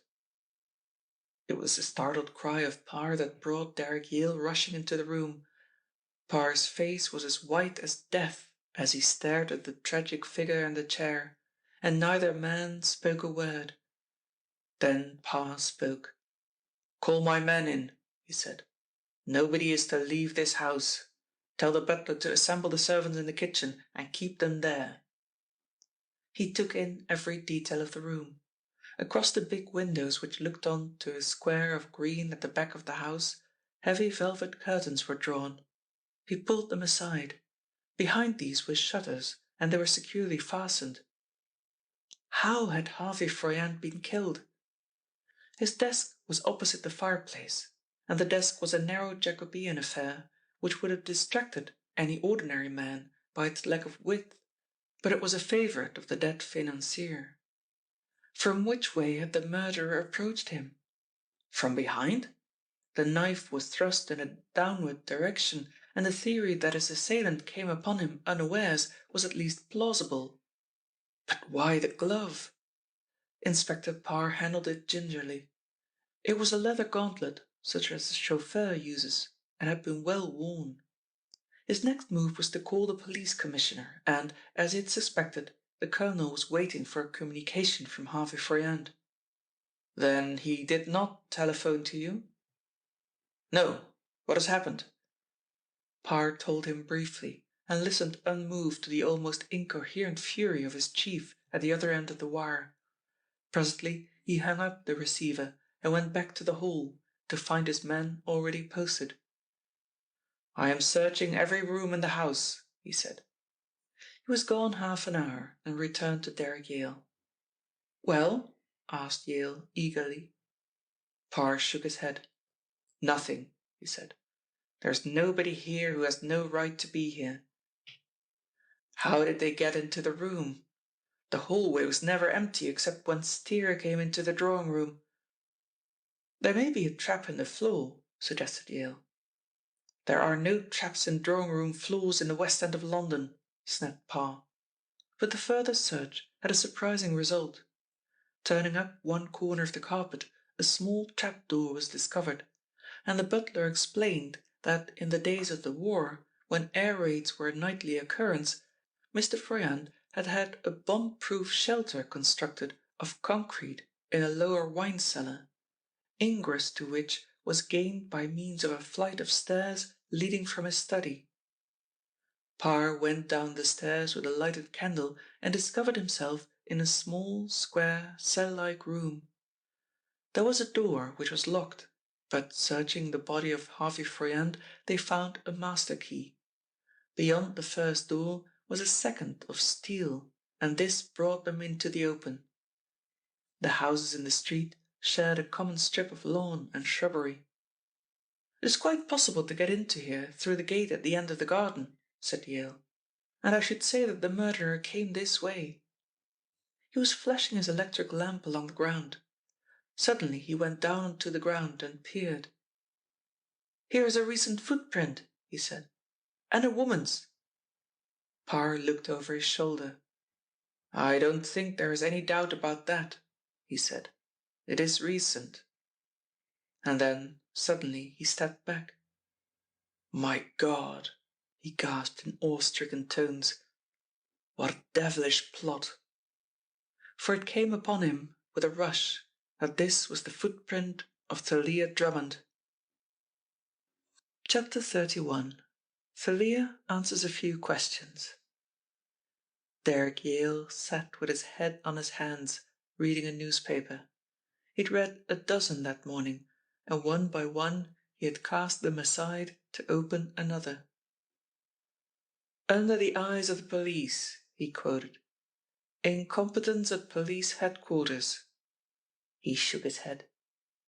"They're giving our poor friend Parr a bad time in this morning's press," he said, as he threw the paper aside. "And yet he was as incapable of preventing that crime as you or I, Miss Drummond." Thalia Drummond looked a little piqued that morning.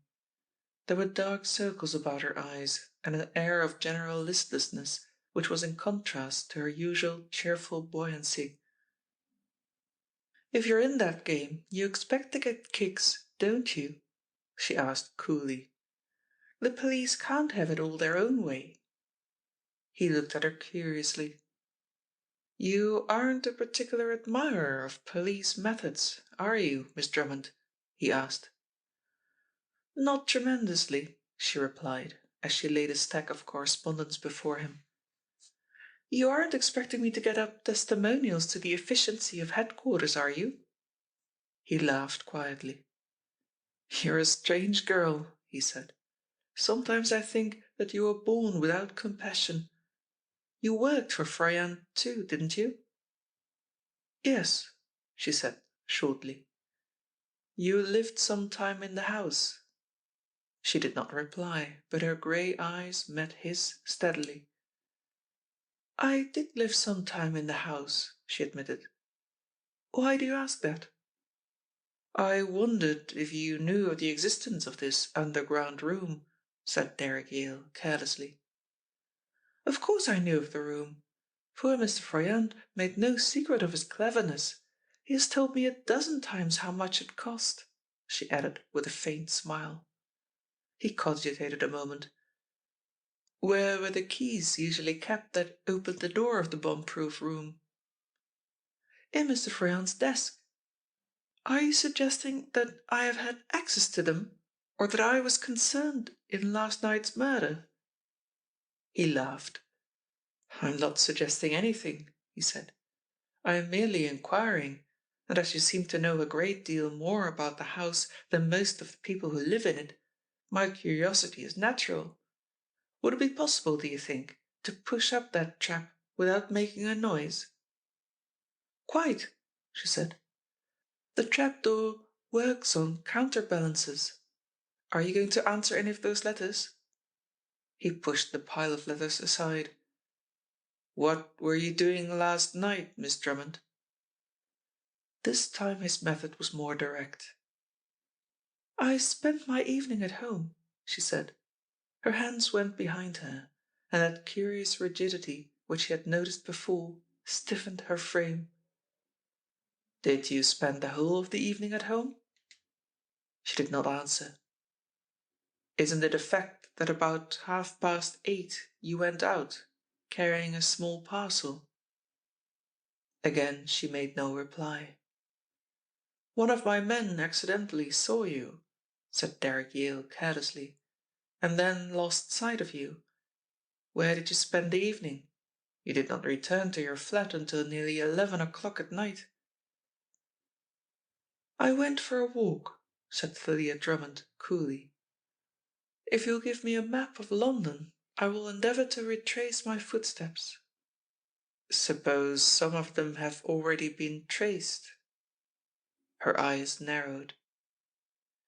In that case, she said quietly, I am saved the bother of telling you where I went. Now look here, Miss Drummond. He leant across the table. I'm perfectly sure that you're not, in your heart of hearts, a murderess. That word makes you wince, and it's an ugly one. But there are suspicious circumstances which I have not yet revealed to Parr about your movements last night.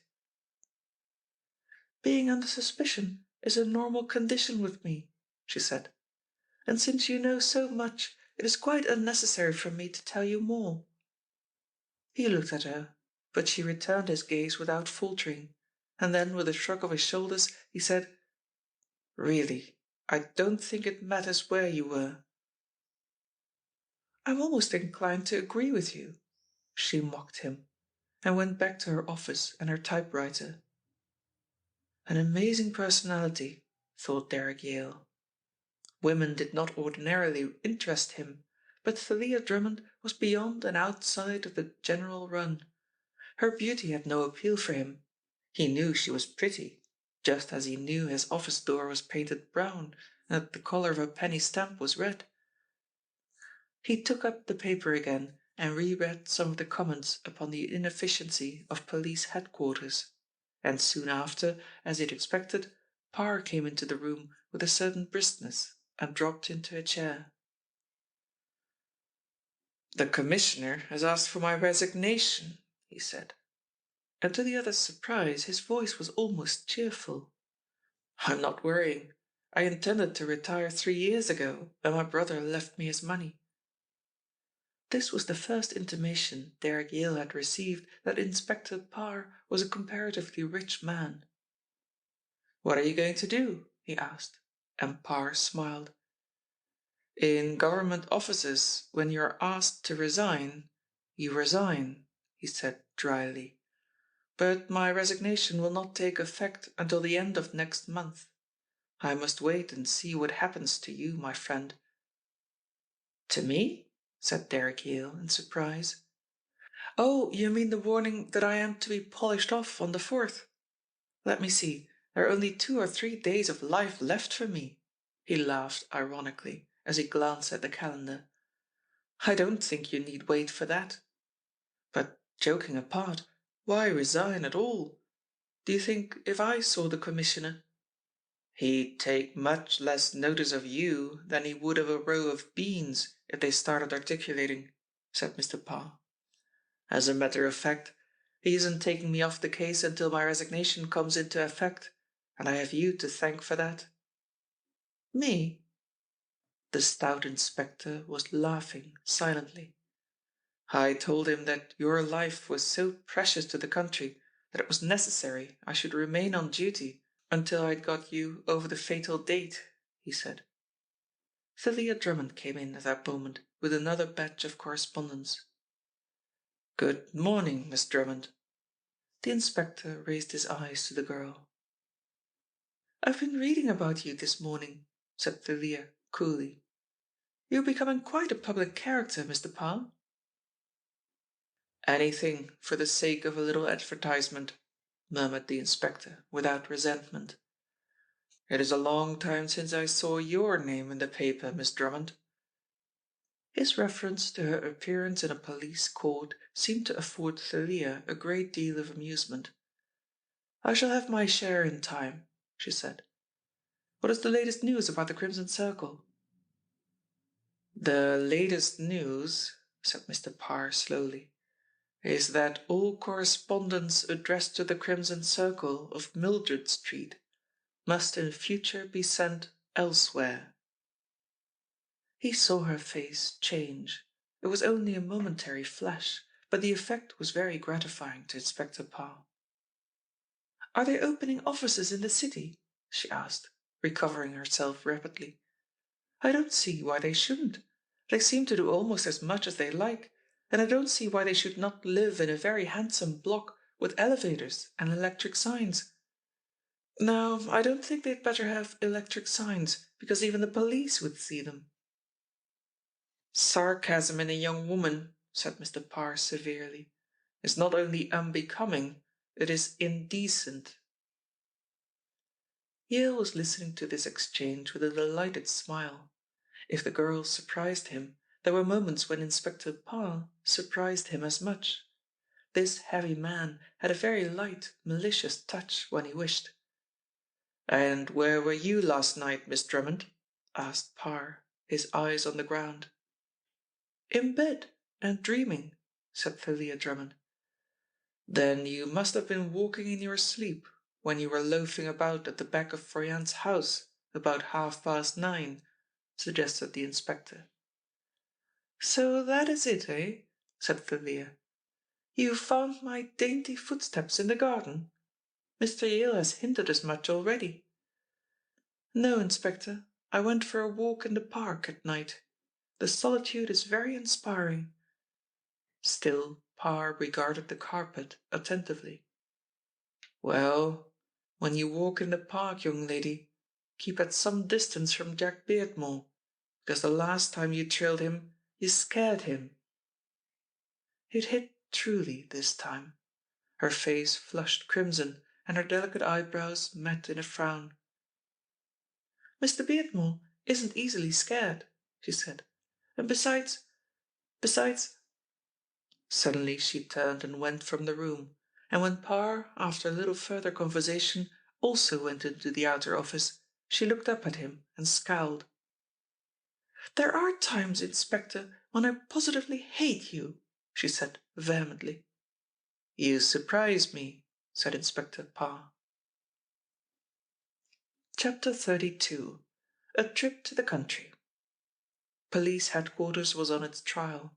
The uncomfortable amount of space which the newspapers were giving to the latest of these tragedies which were associated with the name of Crimson Circle, the questions which were on the paper to be asked in Parliament no less than the conferences behind closed doors at headquarters, and the aloofness of all who were ordinarily connected with Inspector Parr in his work, were ominous signs which he did not fail to appreciate. There was hardly a newspaper which did not publish a very complete list of the outrages for which the Crimson Circle was responsible, and not one which did not mention pointedly the damning fact that from the very beginning of the Circle's activity, Inspector Parr had had charge of the various cases. He asked for, and was granted, leave to make inquiries in France. During his few days' absence, his superiors arranged for his successor. He had only one friend at headquarters, and that, curiously and strangely enough, was Colonel Morton, the commissioner in control of Parr's department. Morton fought his case, but knew that it was a hopeless one from the beginning. In this he had the assistance of Derek Yale.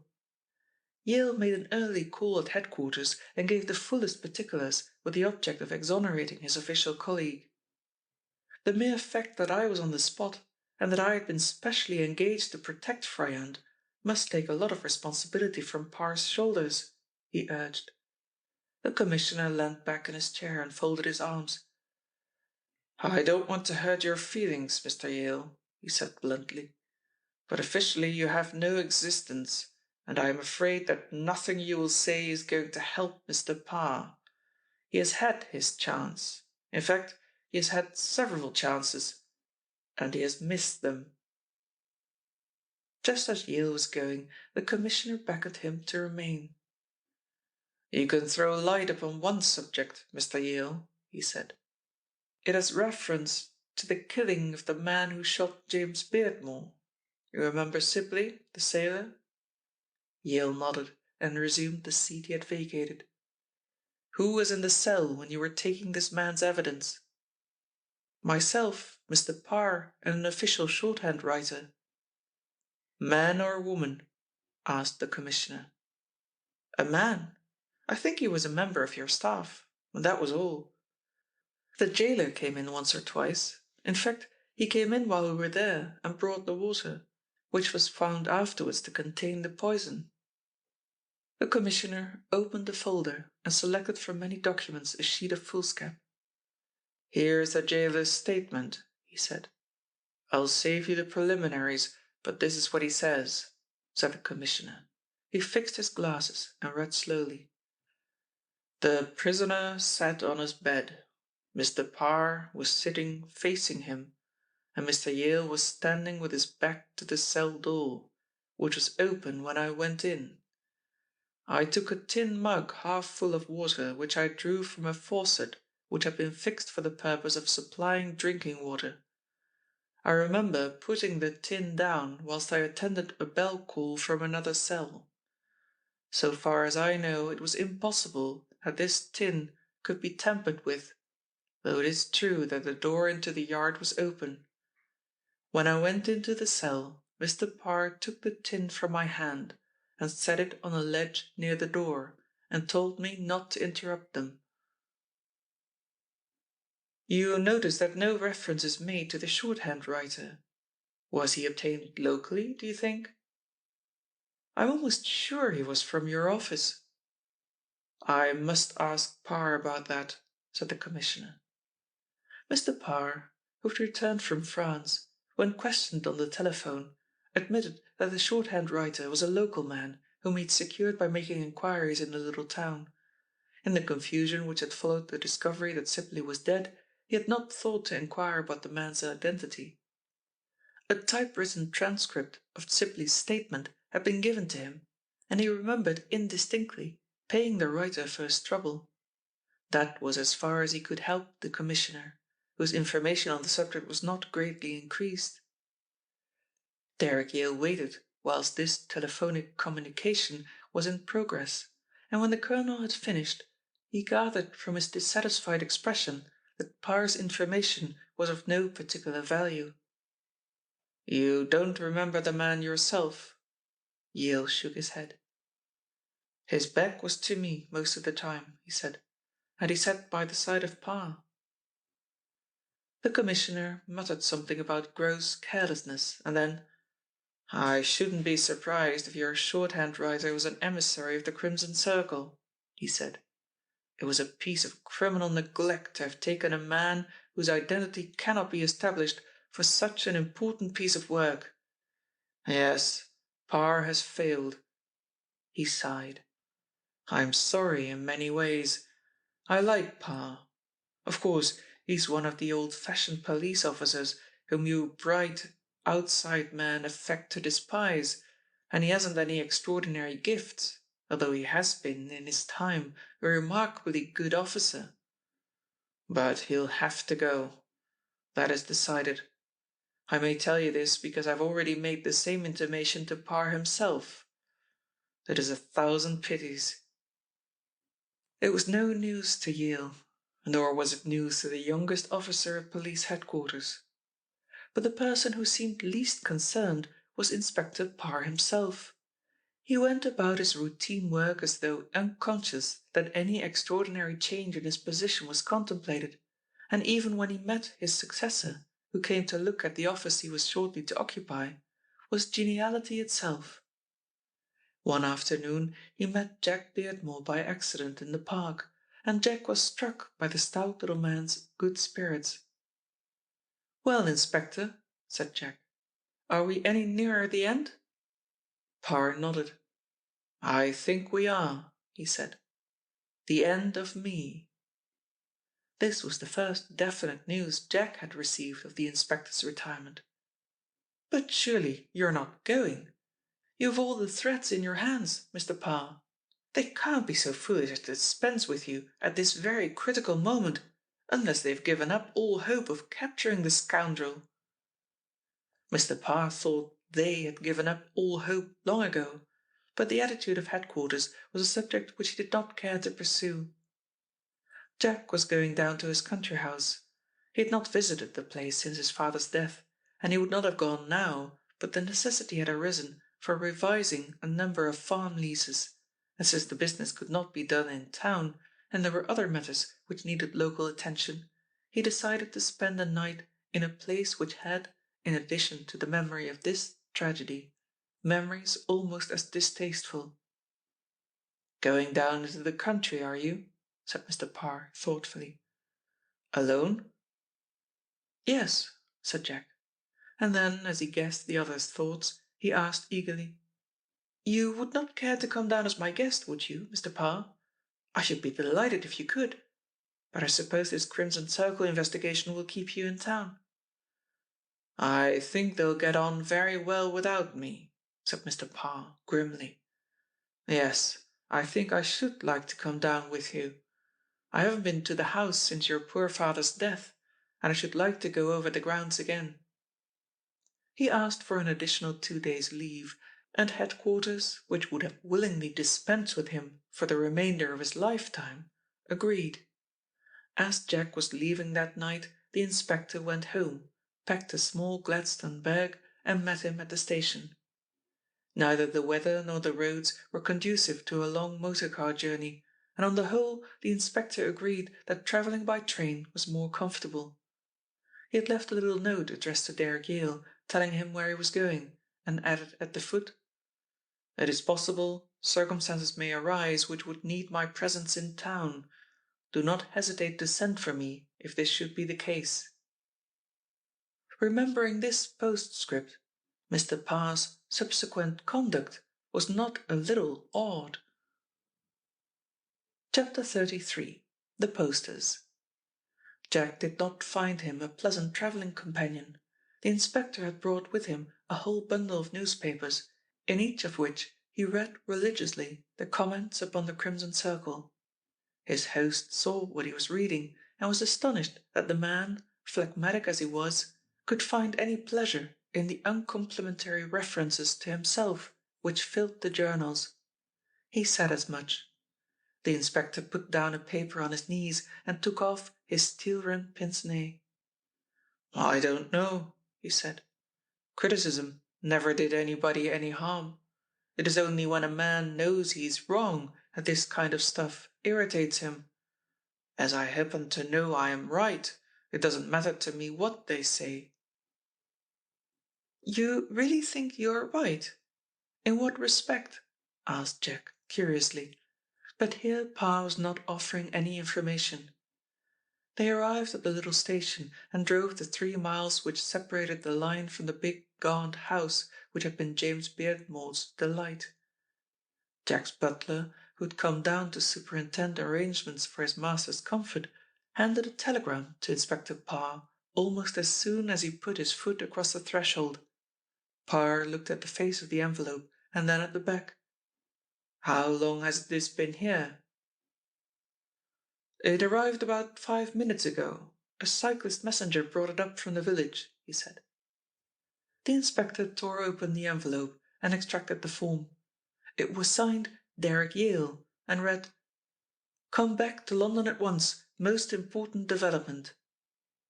Without a word, he handed the message to the young man. "Of course you'll go. It's rather a nuisance. There isn't a train until 9 o'clock," said Jack, who was disappointed at the prospect of losing his companion. "I'm not going," said Parr calmly. "Nothing in the wide world would make me take another train journey tonight. It must wait." This attitude toward the summons did not somehow go with Jack's perception of the inspector's character. He was, if the truth be told, secretly disappointed, although he was glad enough that Parr would share his first night in the house, every corner, every room of which seemed to have its own especial ghost. Parr looked at the telegram again. "He must have sent this within half an hour of our leaving the station," he said. "You have a telephone, haven't you?" Jack nodded, and Parr put through a long-distance call. It was a quarter of an hour before the tinkle of the bell announced that he'd been connected. Jack heard his voice in the hall, and presently the detective came in. "As I thought," he said. "The wire was a fake. I've just been on to friend Yale." "And did you guess it was a fake?" Mr. Parr nodded. "I'm getting almost as good a guesser as Yale," said the detective good-humouredly. He spent the evening initiating the young man into the mysteries of piquet, of which Parr was a past master. There's probably no more fascinating card game for two in the world than this, and so pleasantly was the evening passed that it was with a shock that Jack looked at the clock and found it was midnight. The room to which the inspector was shown was that which had been occupied by James Beardmore in his lifetime. It was a roomy apartment, lofty and expansive. There were 3 long windows, and at night the room, as the rest of the house, was lighted by means of an acetylene gas plant which James Beardmore had installed. "Where are you sleeping, by the way?" he said, as he paused at the entrance of his room after saying good night.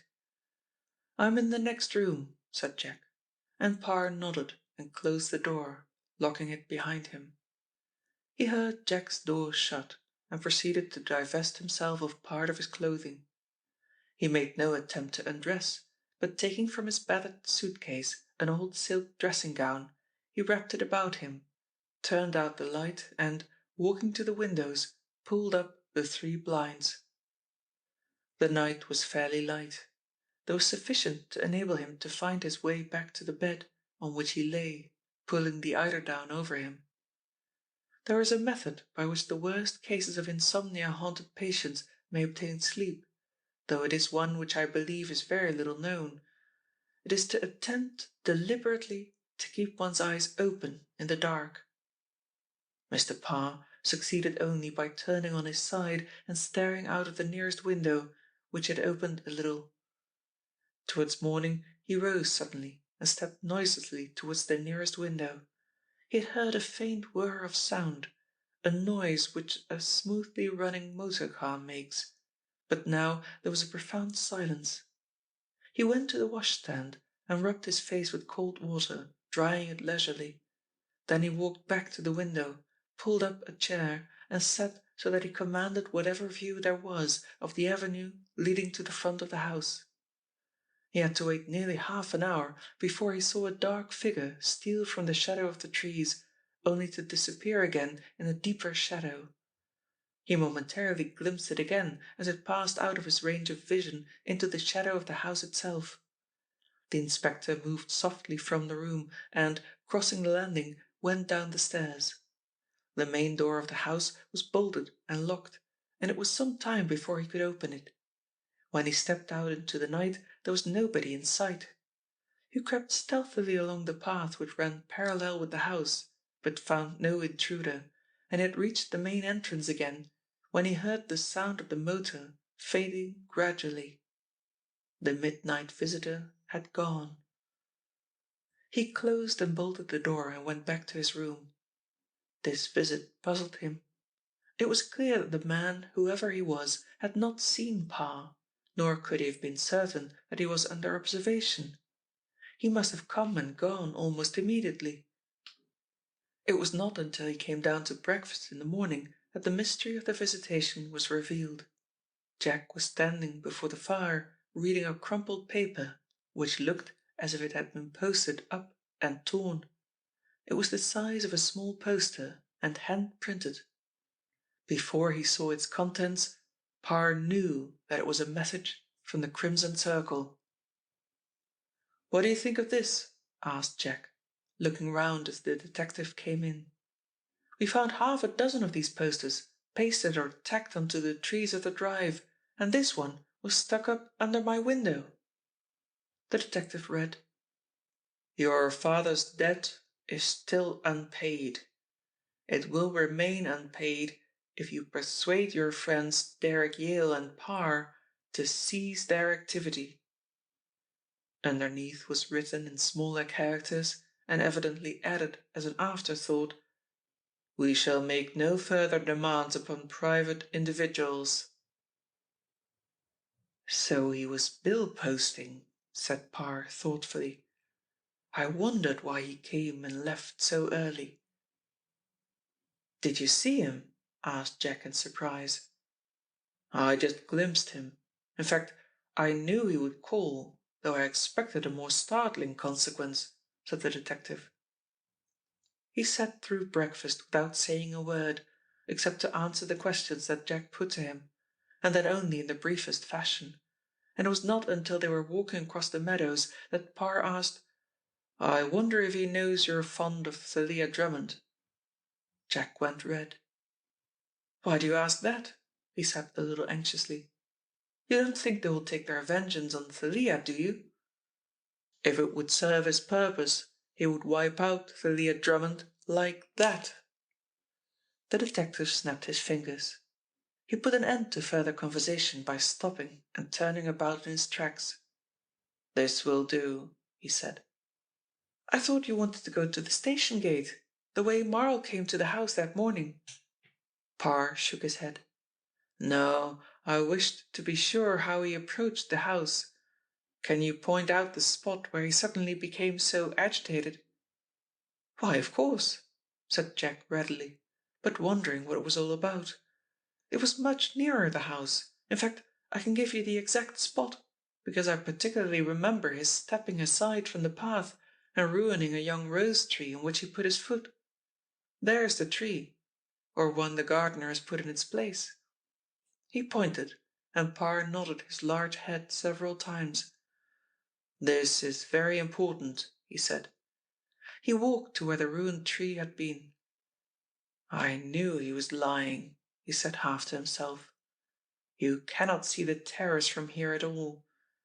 Morrow told me that he saw your father standing on the terrace at the very moment he had a seizure, and my first impression was that it was the sight of your father which was responsible for his scare."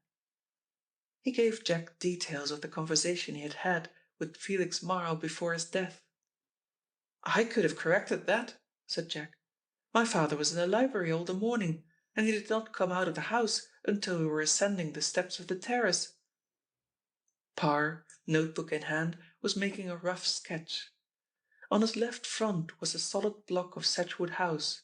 Immediately before him were the gardens, enclosed by light iron railings to prevent the cattle straying on to the flower beds, and broken by the gate through which Morrow must have passed. On the right was a patch of bushes, in the midst of which showed the gay top of a garden umbrella. "Dad was very fond of the shrubbery," explained Jack. "We get high winds here, even on the warmest days, and the shrubbery affords shelter. Dad used to sit there for hours reading." Parr was slowly turning on his heel, taking in every detail of the view. Presently he nodded. "I think I've seen all there is to be seen," he said. As they were walking back to the house, he reverted to the midnight bill poster, and to Jack's surprise: "That was the only false move that the Crimson Circle have made, and I think it was very much an afterthought. That was not their original intention, I'll swear." He sat down on the steps of the terrace and stared out over the landscape. Jack could not but think that a more uninspiring figure than Mr. Parr he had never met. His lack of inches, his rotundity, his large placid face, did not somehow fit in with Jack's conception of a shrewd criminal investigator. "I've got it," said Parr at last. "My first idea was right. He was coming down to blackmail you for the money your father did not pay. On his way he conceived this new idea, which is hinted at in the postscript of his message. He has decided upon some big coup, so that the reference to myself and Yale may be genuine, and he really does want us out of the game, though he'd be a fool if he did not know that the likelihood of his wishes being fulfilled in that respect are pretty remote. Let me see the poster again." Jack brought it, and the inspector spread it upon the pavement of the terrace. "Yes, this has been written in a hurry, probably written in his car, and it's a substitute for the poster he originally intended." He rubbed his chin impatiently. "Now, what is the new scheme?" He was to learn almost immediately, for the butler came hurrying out to say that the telephone bell had been ringing in Jack's study for 5 minutes. "It is you they want," said Jack, handing the receiver to the detective. Mr. Parr took the instrument in his hands and recognized immediately Colonel Morton's voice. "Come back to London at once, Parr. You are to attend a meeting of the Cabinet this afternoon." Mr. Parr put down the receiver, and a smile spread over his big face. "What is it?" asked Jack. "I'm joining the Cabinet," said Mr. Parr, and laughed as Jack had never seen him laugh before. Chapter 34. Blackmailing a Government. When they reached London, the evening newspapers were filled with the new sensation. The Crimson Circle had indeed decided upon an ambitious programme.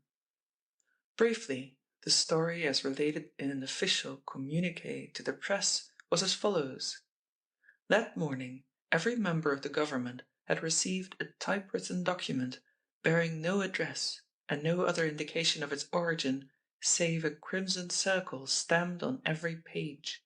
The document ran: "Every effort of your police, both official and private, the genius of Mr. Derrick Yale and the plodding efforts of Chief Inspector Parr have failed to check our activity. The full story of our success is not known. It has been unfortunately our unpleasant duty to remove a number of people from life, not so much in a spirit of vengeance as to serve as a salutary warning to others, and only this morning it has been our unhappy duty to remove Mr. Samuel Haggett, a lawyer who was engaged by the late Harvey Froyant on particular work, in the course of which he came unpleasantly close to our identity. Fortunately for the other members of his firm, he undertook that task personally. His body will be found by the side of the railway between Buxton and Marsden.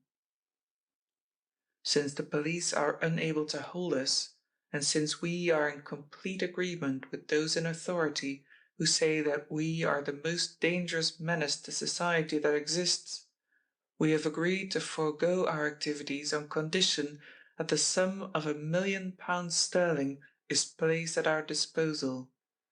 The method by which this money shall be transferred will be detailed later. This must be accompanied by a free pardon in blank, so that we may, if occasion necessitates, or hereinafter our identity is disclosed, avail ourselves of that document. Refusal to agree to our terms will have unpleasant consequences.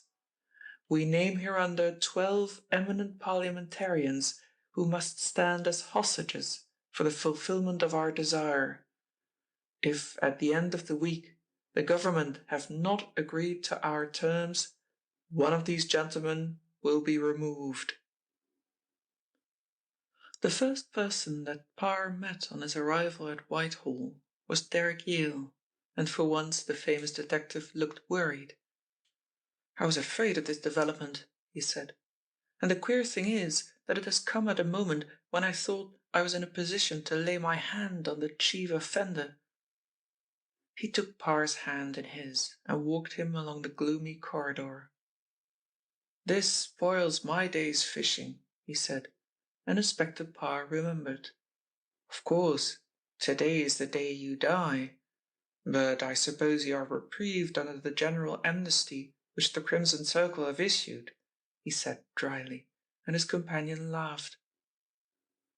"I want to tell you, before we go into this meeting, that I am willing to place myself unreservedly at your disposal," he said quietly. "I think you ought to know, Parr, that the present wishes of the Cabinet are to give me an official status and place the whole of the investigations in my charge. I have been sounded on the matter and have given them point-blank refusal. I am convinced that you are the best man for the job, and I will serve under no other chief." "Thank you," said Parr simply. "Perhaps the Cabinet will take another view." The Cabinet meeting was held in the Secretary of State's office. All the recipients of the Crimson Circle's memo were present from the beginning, but it was some time before outsiders were called in. Yale was summoned first, and a quarter of an hour later the messenger beckoned the inspector. Inspector Parr knew most of the illustrious gathering by sight, and being on the opposite side in politics, had no particular respect for any. He felt an air of hostility as he came into the big room, and the chilly nod which the white-bearded Prime Minister gave him in response to his bow confirmed this impression. "Mr. Parr," said the Prime Minister icily, "we are discussing the question of the Crimson Circle, which, as you must realize, has become almost a national problem. Their dangerous character has been emphasized by a memorandum which has been addressed to the various members of the Cabinet by this infamous association, and which, I have no doubt, you have read in the newspapers." "Yes, sir," said the inspector. "I will not disguise from you the fact that we are profoundly dissatisfied with the course which our investigations have taken. Although you have had every facility and every power granted you, including—" He consulted a paper before him, but Parr interrupted him. "I should not like you to tell the meeting what powers I have received, Prime Minister," he said firmly, "or what particular privileges have been granted me by the Secretary of State." The Prime Minister was taken aback. "Very well," he said. "I will add that, although you have had extraordinary privileges and opportunities, and you have even been present when the outrages have taken place, you have not succeeded in bringing the criminal to justice." The inspector nodded. "It was our original wish to place the matter in the hands of Mr. Derek Yale, who has been especially successful in tracing two of the murderers, without, however, being able to bring the prime culprit to justice. Mr. Yale, however, refuses to accept the commission unless you are in control. He has kindly expressed his willingness to serve under you, and in this course we are agreed. I understand that your resignation is already before the commissioners and that it has been formally accepted. That acceptance, for the time being, is reserved. Now remember, Mr. Parr." The Prime Minister leant forward and spoke very earnestly and emphatically. "It is absolutely impossible that we can accede to the Crimson Circle's demands. Such a course would be the negation of all law and the surrender of all authority. We rely upon you to afford to every member of the government who is threatened that protection which is his right as a citizen. Your whole career is in the balance." The inspector, thus dismissed, rose slowly. "If the Crimson Circle keeps its word," he said, "I guarantee that not a hair of one member of your government shall be harmed in London. Whether I can capture the man who describes himself as the Crimson Circle remains to be seen." "I suppose," said the Prime Minister, "there is no doubt that this unfortunate man, Haggett, has been killed?" It was Derek Yale who answered. "No, sir. The body was found early this morning. Mr. Haggett, who lives at Marsden, left London last night by train, and apparently the crime was committed en route." "It is deplorable. Deplorable." The Prime Minister shook his head.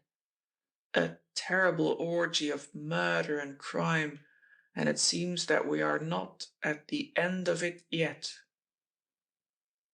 When they came out into Whitehall, Yale and his companion found that a large crowd had gathered, for news had leaked out that a meeting was being held to discuss this new and extraordinary problem which confronted the government. Yale, who was recognized, was cheered, but Inspector Parr passed unnoticed through the crowd, to his intense relief. Undoubtedly, the Crimson Circle was the sensation of the hour. Some of the evening newspaper placards bore a crimson circle in imitation of the famous insignia of the gang, and wherever men met, there the possibility of the circle carrying their threat into effect was discussed. Thalia Drummond looked up as her employer came in. The evening newspaper was in front of her, and her chin rested on her clasped hands, and she read every line, word by word. Derek noticed the interest, and observed, too, her momentary confusion as she folded the paper and put it away. "Well, Miss Drummond, what do you think of their last exploit?" "It is colossal," she said. "In some respects, admirable." He looked at her gravely. "I confess I can see little to admire," he said. "You take rather a queer, twisted view of things." "Don't I?" she said coolly. "You must never forget, Mr. Yale, that I have a queer, twisted mind." He paused at the door of his room and looked back at her, a long, keen scrutiny, which she met without so much as an eyelid quivering. "I think you should be very grateful that Mr. Johnson of Mildred Street no longer receives your interesting communications," he said, and she was silent. He came out again soon after. "I'm probably going to establish my offices at police headquarters," he said, "and realizing that that atmosphere is one in which you will not nourish, I'm leaving you here in control of my ordinary business." "Are you accepting the responsibility for capturing the Crimson Circle?" she asked steadily. He shook his head. "Inspector Parr is in control," he said, "but I am going to help him." He made no further reference to his new task, and the rest of the morning was spent in routine work. He went out to lunch and said he would not be back that day, giving her instructions regarding letters he wished dispatched. He had already gone before his telephone bell went, and at the sound of the voice at the other end she nearly dropped the receiver. "Yes, it is I," she said. "Good morning, Mr. Beardmore." "Is Yale there?" asked Jack. "He has just gone out. He will not be back today. If there is anything important to tell him, I may be able to find him," she said, steadying her voice with an effort.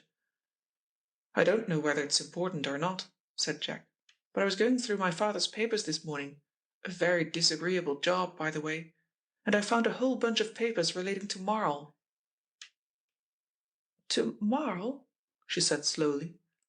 "Yes, apparently poor Dad knew a great deal more about Marl than we imagined. He had been in prison. Did you know that?" "I could have guessed it," said Thalia. "Father always put through an inquiry about people before he did business with them. Jack went on. And apparently there is a lot of explanation about Marl's early life, collected by a French agency. He seems to have been a pretty bad lot, and I wonder the governor had dealings with him. One curious document is an envelope which is marked "Photograph of Execution."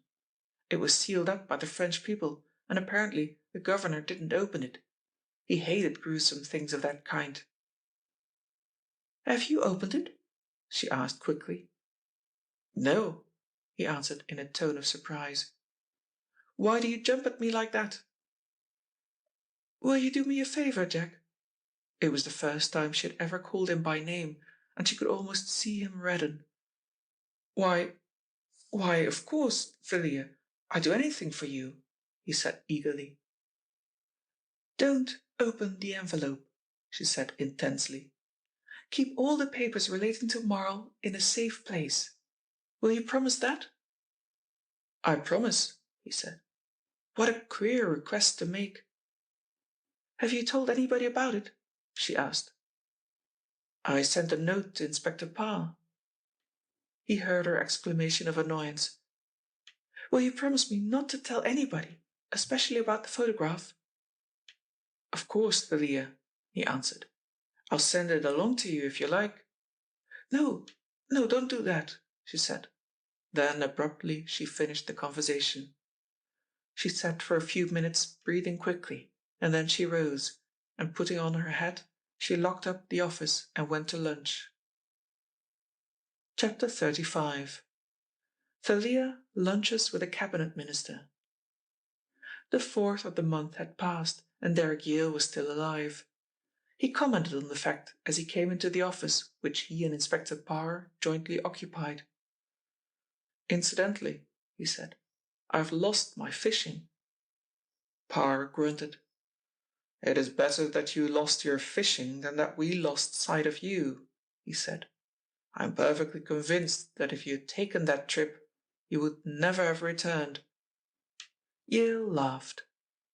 "You have a tremendous faith in the Crimson Circle and their ability to keep their promises." "I have, to a point," said the inspector, without looking up from the letter he was writing. "I hear that Brabazon has made a statement to the police," said Yale, after an interval. "Yes," said the inspector. "Not a very informative one, but a statement of sorts. He has admitted that for a long time he was changing the money which the Crimson Circle extracted from their victims, though he was unaware of the fact. He also gives particulars of his joining the Circle, after which, of course, he acted as a conscious agent." "Are you charging him with the murder of Marl?" Inspector Parr shook his head. "We haven't sufficient evidence for that," he said, blotted his letter, folded it, and enclosed it in an envelope. "What did you discover in France? I've not had an opportunity of talking to you about that," asked Yale. Parr leant back in his chair, felt for his pipe, and lit it before he answered. "About as much as poor old Froyant discovered," he said. "In fact, I followed very closely the same line of investigation that he had. It was mostly and mainly about Marl and his iniquities. You know that he was a member of a criminal gang in France, and that he and his companion, Lightman, I think that was the name, were condemned to death. Lightman should have died, but the executioners bungled the job, and he was sent off to Devil's Island or Cayenne, or one of those French settlements, where he died." "He escaped," said Yale quietly. "The devil he did." Mr. Parr looked up. "Personally, I wasn't so interested in Lightman as I was in Marl." "Do you speak French, Parr?" asked Yale suddenly. "Fluently," was the reply, and the inspector looked up.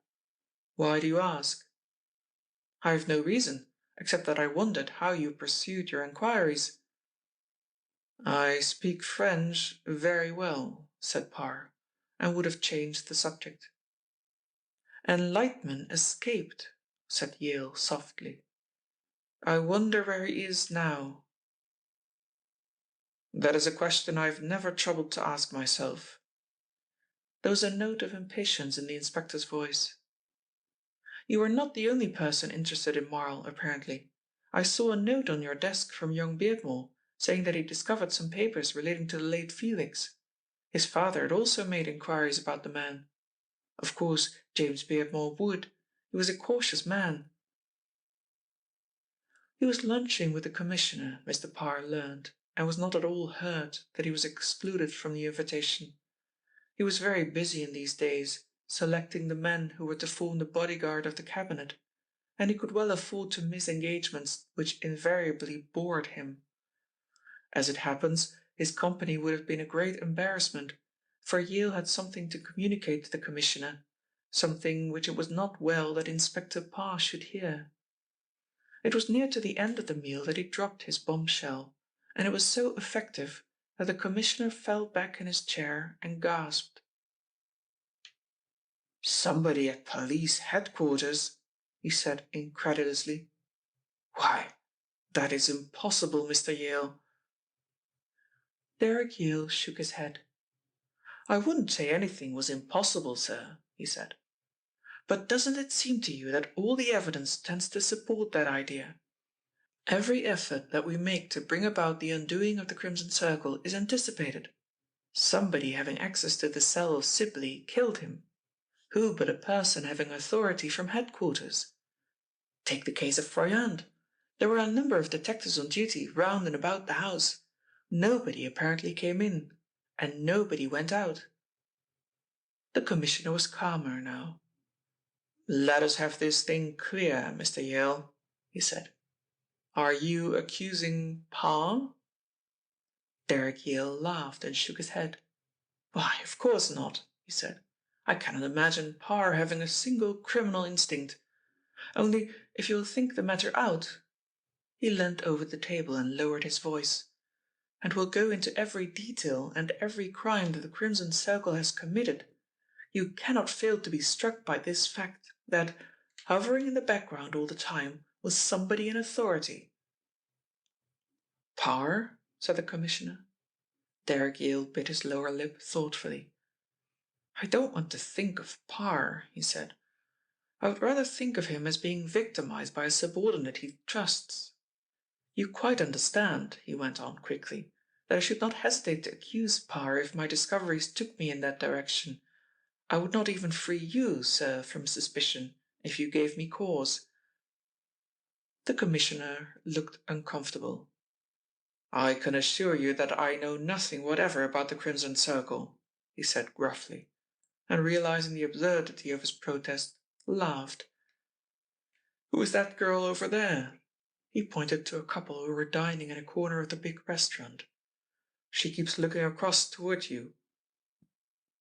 "That girl," said Mr. Derrick Yale carefully, "is a young lady named Thalia Drummond, and her companion, unless I am greatly mistaken, is the Honourable Raphael Willings, a member of the Government, and one who has been threatened by the Crimson Circle." "Thalia Drummond?" The Commissioner whistled.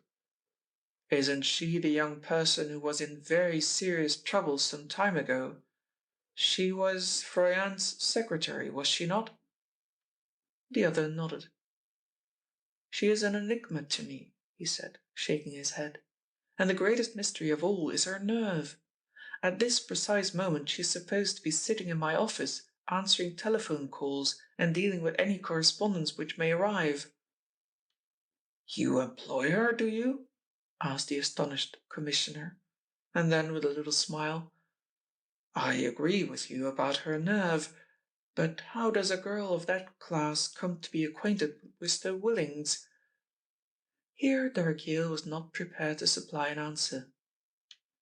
He was still sitting with the Commissioner when he saw the girl rise and, followed by her companion, walk slowly down the room. Her way led her past his table, and she met his enquiring glance with a smile and a little nod, and said something over her shoulder to the middle-aged man who was following her. "How is that for nerve?" asked Derrick. "I should imagine you'd have something to say to the young lady. was the Commissioner's only comment. Derek Yale was very seldom conventional, either in his speech or his behaviour, but for once he found it difficult to deal with a painful situation other than in the time-honoured way. The girl had reached the office a few minutes before him, and she was taking off her hat when he came in. "One moment, Miss Drummond," he said. "I have a few words to say to you before you continue your work. Why were you away from the office at lunchtime? I particularly asked you to be here." "And Mr. Willings particularly asked me to go to lunch," said Thalia with an innocent smile. "And as he is a member of the government, I am sure you would not have liked me to refuse." "How did you come to know Mr. Willings?" She looked at him up and down with that cool, insolent glance of hers. "There are many ways one may meet men," she said. "One may advertise for them in the matrimonial newspapers, or one may meet them in the park, or one may be introduced to them. I was introduced to Mr. Willings." "When?" "This morning," she said, "at about 2 o'clock. I sometimes go to dances at Morrow's club," she explained. "It is the relaxation which my youth excuses. That is where we became acquainted." Yale took some money from his pocket and laid it on the desk. "There's your week's wages, Miss Drummond," he said without heat. "I shall not require your services after this afternoon." She raised her eyebrows. "Aren't you going to reform me?" she asked him so seriously that he was taken aback. Then he laughed. "You're beyond reformation. There are many things I will excuse, and had there been a serious shortage in the petty cash, I could have overlooked that. But I cannot allow you to leave my office when I give you explicit instructions to stay here." She picked up the money and counted it. "Exactly the sum," she mocked. "You must be Scottish, Mr. Yale." "There's only one way that you could be reformed, Thalia Drummond." His voice was very earnest, and he seemed to experience a difficulty in finding the right words. "And what is that, pray?" "For a man to marry you. I'm almost inclined to make the experiment." She sat on the edge of the desk and rocked with silent laughter. "You are funny," she said at last. "And now I see that you are a true reformer." She was solemnity itself now. "Confess, Mr. Yale, that you only look upon me as an experiment, and that you have no more affection for me than I have for that aged and decrepit bluebottle crawling up the wall."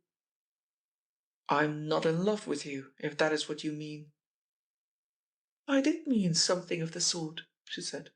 "No, on the whole, I think I'll take my dismissal and my week's wages, and thank you for giving me the opportunity of meeting and serving such a brilliant genius." He ended the conversation as though he had made some business proposal which had been declined, and said something about giving her a reference, and there the matter ended for him. He went into his office, and did not even do her the honour of slamming the door after him. And yet her dismissal was a serious matter for Thalia. It meant one of two things: either that Derek Yale seriously suspected her, and that was the gravest possibility to her, or else that her discharge was only a ruse, part of a deeper plan to bring about her undoing. On her way home she recalled his reference to Johnson of Mildred Street. There might be something behind that beyond the revelation of the fact that he knew she was associated with the Crimson Circle, and he wanted her to know he knew. When she reached her flat there was a letter waiting for her, as there had been on the previous night. The controlling spirit of the Crimson Circle was an assiduous correspondent as far as she was concerned. In the privacy of her own room she tore open the envelope. "You did well," the letter ran. "You have carried out my instructions to the letter. The introduction to Willings was well managed, and, as I promised you, there was no difficulty. I wish you to know this man thoroughly and discover what are his little weaknesses. Particularly do I wish to know his attitude of mind and the real attitude of the Cabinet towards my proposal. The dress you wore at lunch today was not quite good enough. Do not spare expense in the matter of costume. Derek Yale is dismissing you this afternoon, but that need not trouble you, for there is no further need for you to stay in his office. You are dining tonight with Willings. He is particularly susceptible to feminine charms. If possible, let him invite you to his house. He has a collection of ancient swords of which he is very proud. You will then be able to discover the lay of the house. She looked into the envelope. There were 2 crisp notes for £100, and as she put them into her little handbag, her face was very grave. Chapter 36. The Circle Meets. Mr. Raphael Willings was a product of his age. Though he was still in the early 40s, he had pushed himself into cabinet rank by the sheer force of his character. To describe him as a popular minister would be to stretch the truth beyond permissible bounds. He was neither popular with his colleagues nor with the country, who, whilst recognizing his remarkable powers and acclaiming him as the greatest of the parliamentary orators, nevertheless distrusted him. He had given so many proofs of his insincerity that it was remarkable that he should have attained to the position he occupied. But he had a number of followers, men who were unwavering in their faith, who could be depended upon to vote steadily at the lift of his finger, and the government majority was too small to risk the exclusion of the Willings bloc. Amongst his colleagues he had a bad name. It is not necessary to particularize the circumstances which produced his reputation, but it is a notorious fact that he escaped appearing in an unsavoury divorce case by the skin of his teeth. So unpopular was he that twice Morrow's club and a fashionable night-club, of which he was a member and an habitué, were raided by the police in the hope of compromising this mighty politician. The raid had been planned by the wife of one of his colleagues, and that Willings was not unaware of the fact was proved when the newspaper he owned aimed a bitter attack on the lady's unfortunate husband, an attack so worded, so framed, that the minister retired from public life. A well-built man, inclined to plumpness, slightly bald, there was no gainsaying his personal charm. He was under the impression that his introduction to Thalia Drummond had been skillfully manoeuvred by himself. He would have been horrified to know that the lady who introduced him had received instructions that morning from the Crimson Circle to bring the introduction about. The Crimson Circle had its agents in all branches of life and in all classes. There were bookkeepers, there was at least one railway director, there was a doctor and 3 chefs d'hôtel amongst the 100 who obeyed the call of the Crimson Circle. They were well paid and their duties were not onerous. Sometimes, as in this case, they had no more to do than to bring about an introduction between 2 people whom the Crimson Circle desired to meet. But in every case their instructions came to them in every the same form. The organization of this great force was extraordinarily complete. In some uncanny way, the chief of the Crimson Circle had smelt penury and disaster almost as soon as the recipients of these 2 evil factors were aware that they were present. One by one they had been absorbed, each ignorant of the other's identity, and profoundly ignorant of their master. He had come to them in strange places and circumstances. Each had his own function to perform, and generally the part which was played by the subordinate members of the League was ludicrously simple and unimportant. A few members of the circle had, in a panic, made statements to the police headquarters, and from them it was learned how simple were some of the tasks which were given out by the mystery man.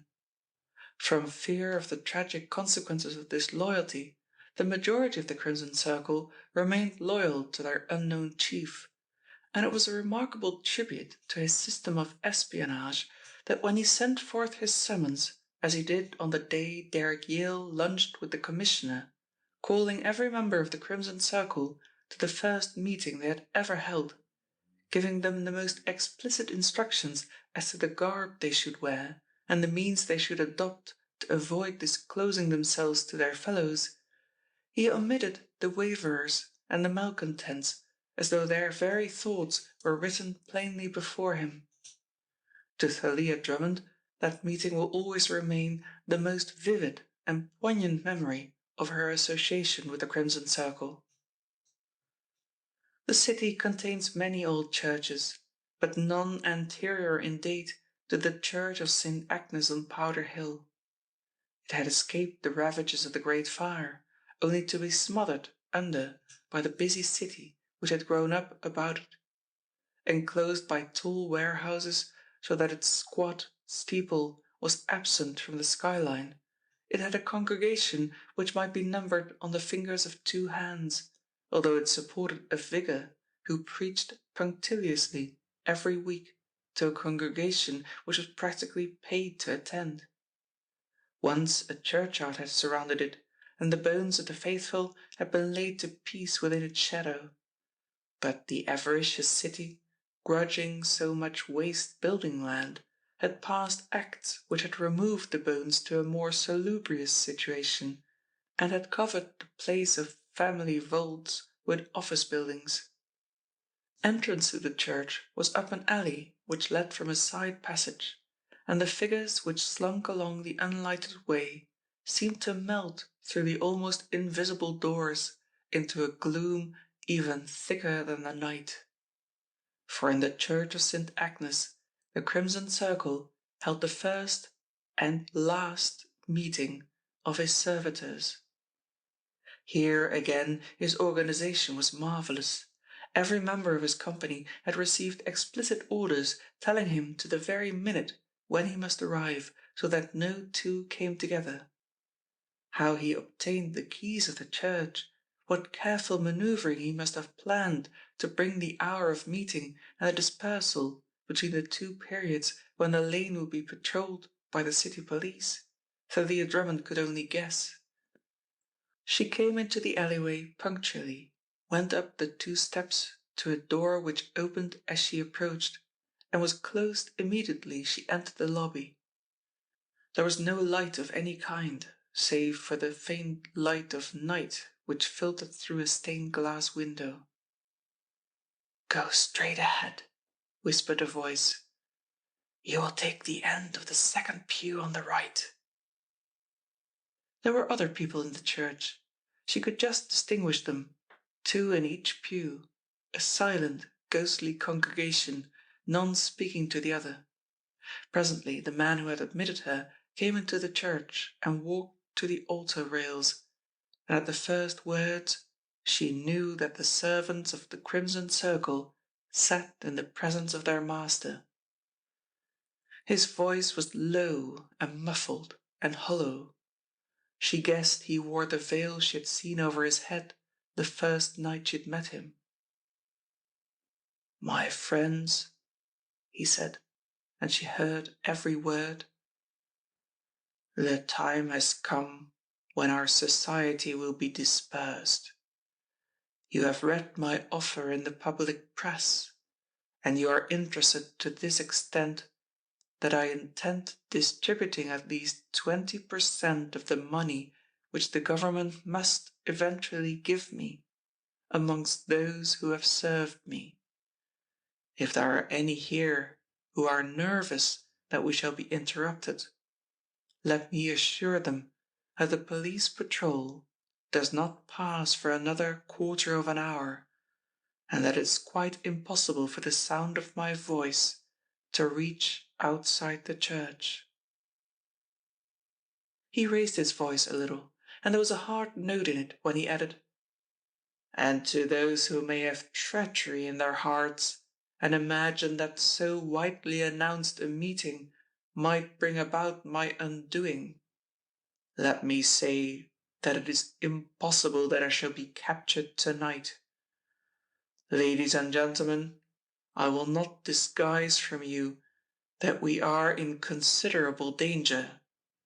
Facts which may enable the police to identify me have on 2 occasions come to light. I have upon my tracks Derek Yale, who I will not deny is a source of considerable anxiety to me, and Inspector Parr. He paused. Who is not to be despised. In this supreme moment, I do not hesitate to call upon every one of you for an extraordinary effort of assistance. Tomorrow, you will each receive operation orders prepared in such detail that it will be impossible for you to misunderstand any particular requirement I have made known. Remember that you are as much in danger as I, he said more softly, and your reward shall be correspondingly great. Now you will pass out of the church one by one, at 30 seconds interval, beginning with the first 2 on the right, continuing with the first 2 on the left. Go. At intervals, these dark figures glided along the aisle and vanished through the door to the left of the pulpit. The man at the chancel rails waited until the church was empty, and then he, too, passed through the door into the lobby and into the passage. He locked the outer door and slipped the key into his pocket. The church clock was booming the half-hour when he called a taxicab and was driven westward. Thalia Drummond had preceded him by a quarter of an hour, and in the taxi which carried her to the same end of the town she brought about a lightning transformation of her appearance. The old black raincoat, which covered her to the throat, the heavy veiled black hat, were taken off. Beneath it she wore a cloak of delicate silk tissue, covering an evening dress which would have satisfied her apparently exigent master. She took off her hat and tidied her hair as well as she could, and when she stepped down at the flashing entrance of Morrow's club and handed a small attaché case to the bowing attendant, she was a picture of radiant loveliness. So Jack Beardmore thought. He was supping with some friends much against his will, for he hated the night side of life, when he saw her come in, and scowled jealously at her debonair escort. Who is he? Jack's companion glanced across lazily. I don't know the lady, he said, but the man is Raphael Willings. He's a big pot in the government. Thalia Drummond had seen the young man before he had seen her, and she groaned inwardly. Half of what her host said she missed. Her mind was completely absorbed in other directions, and it was not until a familiar phrase reached her ear that she turned her interest towards the minister. Antique swords? She said with a start. I'm told you have a wonderful collection, Mr. Willings. Are you interested? He smiled. A little. In fact, quite a lot, she said awkwardly, and it was not like Thalia to be at a loss for a reply. Could I ask you to come along to tea one day and see them? Said Raphael. One doesn't often find a woman who is interested in such things. Shall we say tomorrow? Not tomorrow, said Thalia hastily. Perhaps the next day. He made the appointment then and there, writing it ostentatiously on his cuff. She saw Jack leave the club without a look in her direction, and she felt absurdly miserable.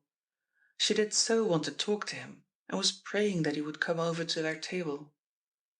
Mr. Willings insisted upon driving her home in his car, and she left him with a sigh of relief. He did not harmonize with her mood that night. There was a little forecourt to the flats in which she lived, and she had dismissed her admirer, he made no secret of this relationship, in the street outside. She had to walk a dozen paces to reach one of the 2 entrances, and even before she had sent her escort away, she was aware that a man was waiting for her in the darkened court. She stood on the pavement until Willings's car had moved on, and then she came slowly toward the waiting man. He spoke for a minute in a voice that was a little above a whisper, and she responded in the same tone. The conversation was of a very short duration. Presently the man turned without sign or word of farewell and walked quickly away, and the girl entered her flat. Though the man made no sign, he knew he was being followed. He'd been waiting for 10 minutes in the dark of the forecourt and had seen the stealthy figure in the doorway of a closed shop opposite the flats. Apparently, however, he was oblivious of the fact that somebody was walking behind him. Somebody he knew would presently overtake him and look into his face. He turned into a side thoroughfare where the street lamps were few and far between, and as he did so he slackened his pace. Presently the spy overtook him, choosing for the point of passing a place within the radius of a lamp. He had bent his head to peer into the first man's face, when suddenly the quarry turned and sprang at him. The trailer was taken by surprise. Before he could shout, a grip of iron was around his throat, and he was flung half senseless to the stone pavement. And then, from nowhere in particular, appeared as by magic 3 men, who pounced upon the prostrate tracker and jerked him to his feet. He glared round, dazed and shaken, and his eyes fell upon the man he had been set to watch. "My God!" he gasped. "I know you!" The other smiled. "You will never be able to employ your information, my friend," he said. Chapter 37. I will see you if you're alive. Jack Beardmore went home savage and sick at heart.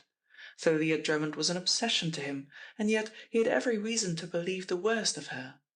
He was a fool, a thrice condemned fool, he told himself as he paced the library, his hands thrust into his pockets, his handsome young face clouded with the gloom of despair. He felt at that moment he would like to hurt her, punish her as she unconsciously had punished him. He flung himself down into his chair and sat for an hour with his head on his hands, covering the old ground which reason had so often trodden that it had left a worn and familiar track. He got up sick and weary, and, opening a safe, took out a packet of documents and flung them on the table. It was a sealed envelope addressed to his father, and unopened, which interested him most, and he had a childish desire to open it, if only to spite Thalia. Why was she so anxious that he should not see the photograph which it contained? Was she so interested in Morrow? He remembered with a scowl that she'd spent the evening with that man on the night he died so mysteriously. He rose, and gathering the papers together, he carried them to his bedroom. He was so tired that he had not even the curiosity to probe into the mystery which attached to the photograph of an execution. He shivered at the thought of the grisly contents, and he dropped the package on his dressing table with a little grimace, and began leisurely to undress. He quite expected that he would pass a sleepless night. His emotion and the state of his mind seemed to call for such an end to a miserable day. But youth, if it has its anguish, has also its natural reaction. He was asleep almost as soon as his head touched the pillow. And then he began to dream of Thalia Drummond. And in his dream, Thalia was in the power of an ogre whose face was remarkably like Inspector Parr's. He dreamt of Morrow, a grotesque, terrifying figure, whom he somehow associated with Inspector Parr's grandmother, that mother of whom he stood in such awe. What woke him was the reflection of a light from the dressing-table mirror. The light had been extinguished when he sat up in bed, but, half asleep as he was certain that there had been a flash of some kind. It was hardly the season for lighting. "Who is there?" he asked, and put out his hand to reach for the lamp. But the lamp was not there. Somebody had moved it. Now he saw, and he was out of bed in a second. He heard a movement toward the door and ran. Somebody was in his grip, somebody who squirmed and struggled, and then he released his hold with a grasp. It was a woman. Instinct told him that it was Thalia Drummond. Slowly he put out his hand, groping for the electric switch, and the room was flooded with light. It was Thalia. Thalia, as white as death and trembling. Thalia, who held something behind her and met his pained gaze with a tragic attempt at defiance. Thalia, he groaned and sat down. Thalia in his room. What had she been doing? Why did you come? He asked shakily. And what are you concealing? Why did you bring those papers up to your room? She asked almost fiercely. If you had left them in your safe. Oh, why didn't you leave them in your safe? And now he saw that she held the sealed packet containing the photograph of the execution. But Thalia, he stammered, I don't understand you. Why didn't you tell me? I told you not to look at the picture. I never dreamt you would bring it here. They've been here tonight searching for it. She was breathless, on the verge of tears that were not all anger. Been here tonight? He said slowly. Who have been here? The Crimson Circle. They knew you had that photograph, and they came and burgled your library. I was in the house when they came and prayed. She wrung her hands, and he saw the look of anguish on her face. I prayed that they would find it, and now they will think you've seen the picture. Oh, why did you do it? He reached for his dressing gown, realizing that his attire was somewhat scanty, and in the warm folds he felt a little more assurance. You are still talking Greek to me, he said. The thing I understand perfectly is that my house has been burgled. Will you come with me? She followed him down the stairs and into his library. She had spoken the truth. The door of the safe hung drunkenly upon its hinges. A hole had been cut through the shutter, and it was open. The contents of the safe lay upon the floor. The drawers of his desk had been forced open, and apparently a search had been made amongst the papers on the desk. Even the waste paper basket had been turned out and searched. I can't understand it, he muttered. He was pulling the heavy curtains across the window. You will understand better, though I hope you do not understand too well, she said grimly. Now, please take a sheet of paper and write as I dictate. To whom must I write? He asked in surprise. Inspector Parr, she said. Say, Dear Inspector, here is the photograph which my father received the day before his death. I have not opened it, but perhaps it may interest you. Meekly he wrote as she ordered and signed the letter, which, with the photograph, she put into a large envelope. And now address it, she said, and write on it on the top left-hand corner, from John Beardmore, and put after that, photograph, very urgent. With the envelope in her hand, she walked to the door. I shall see you tomorrow, Mr. Beardmore, if you are alive.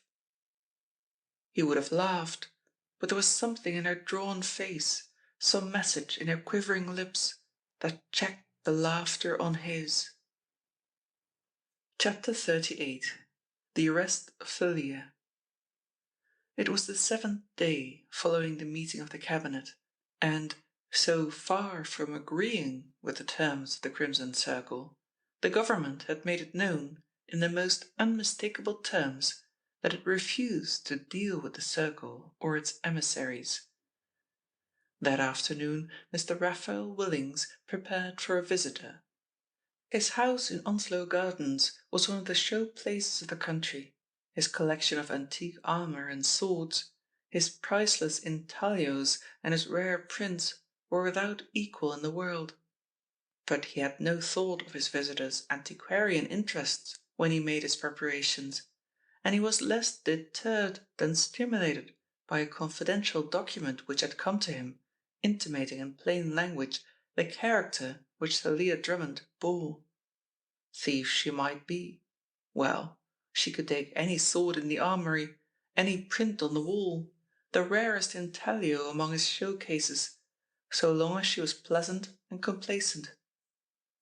When Thalia came, she was admitted by a foreign-looking footman, and remembered that Raphael Willings had only Italian servants in the house. Warily she surveyed the room into which she was ushered. There were open windows at each end, which surprised her. She had expected to find a little tête-à-tête tea table. That was missing, and yet in this room was the cream of his collection, as she could see at a glance. Willings came in a few seconds later and greeted her warmly. "Eat, drink, and be merry, for tomorrow we die. Perhaps today," he said melodramatically. "Have you heard the news?" She shook her head.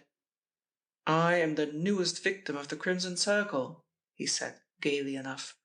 "You probably read the newspapers and know all about that famous company. Yes," he went on with a laugh. "Of all my colleagues I have the honour to be the first chosen for sacrifice, pour encourager les autres." She could not help wondering how, in these circumstances, Ralph Willings could preserve so unruffled a mien. "As the tragedy is due to occur in this house some time this afternoon," he was continuing, "I must ask you to extend your kindness—" There was a tap at the door, and a servant came in to say something in Italian, which the girl did not understand. Raphael nodded. "My car is at the door. If you would honour me, we will have tea at my little place in the country. We shall be there in half an hour." This was a development she had not looked for. "Where is your little place in the country?" she asked. It was, he explained, between Barnett and Hatfield, and expatiated on the loveliness of Hertfordshire. "I prefer to have tea here," she said, but he shook his head. "Believe me, my dear young lady," he said earnestly, "the threat of the Crimson Circle distresses me not at all. Onslow Gardens is paradise enough with so delightful a guest. But the police have been to see me this afternoon and have changed all my plans. I told them that I had a friend coming to tea, and they suggested a more public rendezvous. The police, however, quite approve of my alternative scheme. Now, Miss Drummond, you're not going to spoil a very happy afternoon. I owe you 1,000 apologies, but I shall be very disappointed if you refuse. I have sent 2 of my servants down to have everything in readiness, and I hope to be able to show you one of the loveliest little houses within 100 miles of London." She nodded. "Very well," she said, and when he had gone, she strolled through the room, examining its fascinating contents with every appearance of interest. He came back wearing his greatcoat, and found her looking at a section of the wall which was covered with beautiful examples of the East End sword-maker's art. "They're lovely, aren't they? I'm so sorry I can't explain the history of them," he said, and then, in a changed tone, "Who has taken the Assyrian dagger?" There was undoubtedly a blank space in the wall where a weapon had hung, and a little label beneath the empty space was sufficient to call attention to its absence. "I was wondering the same thing," said the girl. Mr. Willings frowned. "Perhaps one of the servants have taken it down," he suggested, "though I've given them strict instructions that they are not to be cleaned except under my personal directions." He hesitated, and then, "I'll see about that when I come back," he said, and he ushered her out of the room into the waiting limousine. She could see that the loss of his precious trophy had disturbed him, for some of his animation had departed. "I can't understand it," he said as they were passing through Barnett. "I know the dagger was there yesterday because I was showing it to Sir Thomas Summers. He's keenly interested in Eastern steel work. None of the servants would dare touch the swords." "Perhaps you've had strangers in the room." He shook his head. "Only the gentleman from police headquarters," he said, "and I'm quite sure he wouldn't have taken it. No, it's a little mystery which we can put on one side at the moment." For the rest of the journey he was attentive, polite, and mildly amusing. Not once did he give the slightest hint that he entertained any other emotion towards her than that of a well-bred man for a respected guest. He had not exaggerated the charms of his little place on the Hatfield Road. In truth, it lay nearly 3 miles from the main road, and was delightfully situated in the midst of rolling and wooded country. "Here we are," he said, as he led her through a panelled hall into an exquisitely decorated little drawing-room. Tea was laid, but there was no servant in sight. "And now, my dear," said Willings, "we are alone, thank heaven." His tone, his very manner had changed, and the girl knew that the critical moment was at hand.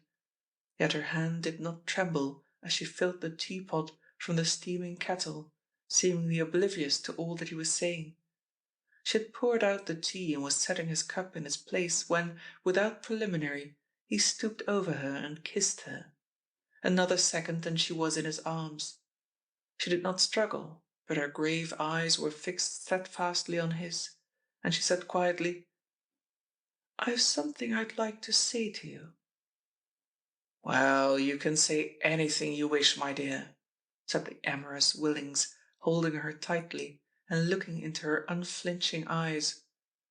Before she could speak again, his mouth was against hers. She tried to get her arm between them and to exercise the jiu-jitsu trick she had learned at school, but he knew something of that science. She had seen on entering the room that at one end was a curtained recess, and toward this he was half lifting, half carrying her. She did not scream. Indeed, to Raphael she seemed more yielding than he had dared to hope.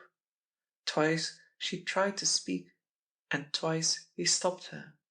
She struggled nearer and nearer to the curtained brocade. The 2 Italian servants were in the kitchen, which was somewhat removed from the room, but they heard the scream and looked at one another, and then with one accord they flew into the hall. The door of the drawing-room was unlocked. They flung it open. Near by the curtain Raphael Willings lay on his face, 3 inches of Assyrian dagger in his shoulder, and standing by him, staring down at him, was a white-faced girl. One of the men jerked the dagger from his master's back and lifted him groaning to a sofa, whilst the other rushed to the telephone. In his agitation, the Italian who was endeavouring to staunch the flow of blood from the wound jabbered unintelligibly at the girl, but she did not hear him, and would not have understood him if she had. Like one in a dream, she walked slowly from the room, through the hall and into the open. Raphael Willings's car was drawn up some distance from the front of the house, and the chauffeur had left it unattended. She looked round. There was nobody in sight. Then all her energies awakened, and she sprang into the driver's seat and pressed the plug of the starter. With a whine and a splutter, the engine started up, and she sent the car flying down the drive. But here was an obstacle. The iron gates at the end were closed, and she remembered that the chauffeur had had to get down to unlock them. There was no time to be lost. She backed the car, then sent it full speed at the gates. There was a smashing of glass, a crash as the gates broke, and she was in the road with a damaged radiator, lamps twisted beyond recognition, and a mudguard that hung in shreds. But the car was moving, and she set it spinning in the direction of London. The hall porter of the flats in which she lived did not recognize her, she looked so wild and changed. "Aren't you well, miss?" he asked, as he took her up in the lift. She shook her head. Once behind the door of her flat, she went straight to the telephone and gave a number, and to the man who answered she poured forth such a wild, incoherent story, a story so punctuated by sobs that he found it difficult to discover exactly what had happened. "I'm through," she gasped. "I can do no more. I will not do more. It was horrible, horrible." She hung up the receiver and staggered to her room, feeling that she was going to faint unless she took tight hold of herself. Hours passed before she was normal. And it was in that condition that Mr. Derrick Yale found her when he called that evening, her old, calm, insolent self. "This is an unexpected honour," she said coolly. "And who is your friend?" She looked at the man who was standing behind Yale. "Thalia Drummond," said Yale sternly. I have a warrant for your arrest." "Again?" She raised her eyebrows. "I seem always to be in the hands of the police. What is the charge?" "Attempted murder," said Yale. "The attempted murder of Mr. Raphael Willings. I caution you that what you now say may be taken down and used in evidence against you." The second man stepped forward and took her arm. Thalia Drummond spent that night in the cells of Marylebone Police Station. Chapter 39. "As to what happened, I have yet to learn," said Derrick Yale to his silent but attentive Inspector Parr. "I arrived at Onslow Gardens just after Willings had taken the girl away. The servants at the house were rather reluctant about giving me information, but I soon discovered that she'd been taken to Willings's house in the country. Whether she enticed him or he lured her is a matter for discovery. Probably he's under the impression that she went against her will. All along I've suspected Thalia Drummond as being something more than a servant of the Crimson Circle. Naturally, I was a little alarmed and flew off to Thetfield, arriving at the house just after she'd left. She escaped in Willings's car, smashing the lodge gates en route. By the way, that girl has got nerve." "How is Willings?" "He will recover. The wound is superficial. But what is significant is the proof that the crime was premeditated. Willings only missed the dagger with which he was stabbed this afternoon, after he had left the girl alone in his armoury whilst he put on his overcoat. He thinks she must have carried it in her muff, and that, of course, is very likely. He gives me no very clear account of what were the events which immediately preceded the stabbing." Said Inspector Parr. "What sort of a room was it? I mean, the room where this nearly occurred." "A pretty little drawing room, communicating with what Willings calls his Turkish room. It is a marvellous replica of an Eastern interior, and I should imagine the scene of more or less disreputable happenings. Willings hasn't the best of reputations. It is only separated from the drawing room by a curtain, and it was near the curtain that he was found." Mr. Parr was so absorbed in his meditation that his companion thought he had gone to sleep. But the inspector was not asleep. He was very wide awake. He was conscious of the appalling fact that once more whatever kudos attached to the latest of the Crimson Circle's outrages went to his companion, and yet he did not grudge him the honour. Without warning, he delivered himself of a sentiment which seemed to have no bearing whatever upon the matter they were discussing. "All great criminals come to grief through trifling errors of judgment," he said oracularly. Yale smiled. "The error of judgment in this case, I presume, being that they didn't kill our friend Willings. He's not a nice man, and I should imagine of all the members of the Cabinet he could best be spared. But I for one am very grateful that these devils did not get him." "I am not referring to Mr. Willings," said Inspector Parr, rising slowly. "I am referring to a stupid little lie told me by a man who really should have known better." And with this cryptic utterance, Mr. Parr went off to break the news to Jack Beardmore. It was typical of him that Jack was the first person who came to his mind when he learned of Thalia Drummond's arrest. He was fond of the boy, fonder than Jack could guess, and he knew, even better than Yale, how heavily the weight of Thalia Drummond's guilt would lie upon the man who loved her. Jack had already received his shock. The news of the girl's arrest had been published in the stop-press columns of the late editions, and when Parr arrived he was the picture of desolation. "She must have the best lawyers procurable," he said quietly. "I don't know that I ought to take you into my confidence, Mr. Parr, because you naturally will be on the other side." "Naturally," said the inspector. "But I've got a sneaking regard for Thalia Drummond, too." "You?" said Jack in astonishment. "Why, I thought—" "I'm human," said the inspector. "A criminal to me is just a criminal. I have no personal grudge against the men I've arrested.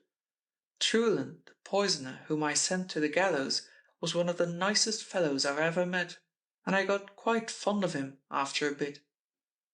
Jack shuddered. "Don't talk of poisoners and Thalia Drummond in the same breath," he said testily. "Do you honestly believe she is the leading spirit of the Crimson Circle?" Mr. Parr pursed his thick lips. "If somebody came to me and told me the Archbishop was the leading light, I shouldn't be surprised, Mr. Beardmore," he said. "By the time this Crimson Circle business is settled, we're all going to have shocks. I started my investigations prepared to believe that anybody might be the Crimson Circle. You, or Morrow, the Commissioner, or Derek Yale, Thalia Drummond. Almost anybody." "And you still hold that opinion?" asked Jack with an attempt at a smile. "For the matter of that, Mr. Parr, you yourself might be the villain of the piece." Mr. Parr did not deny the possibility. "Mother thinks—" he began, and this time Jack did actually laugh. "Your grandmother must be a remarkable personality.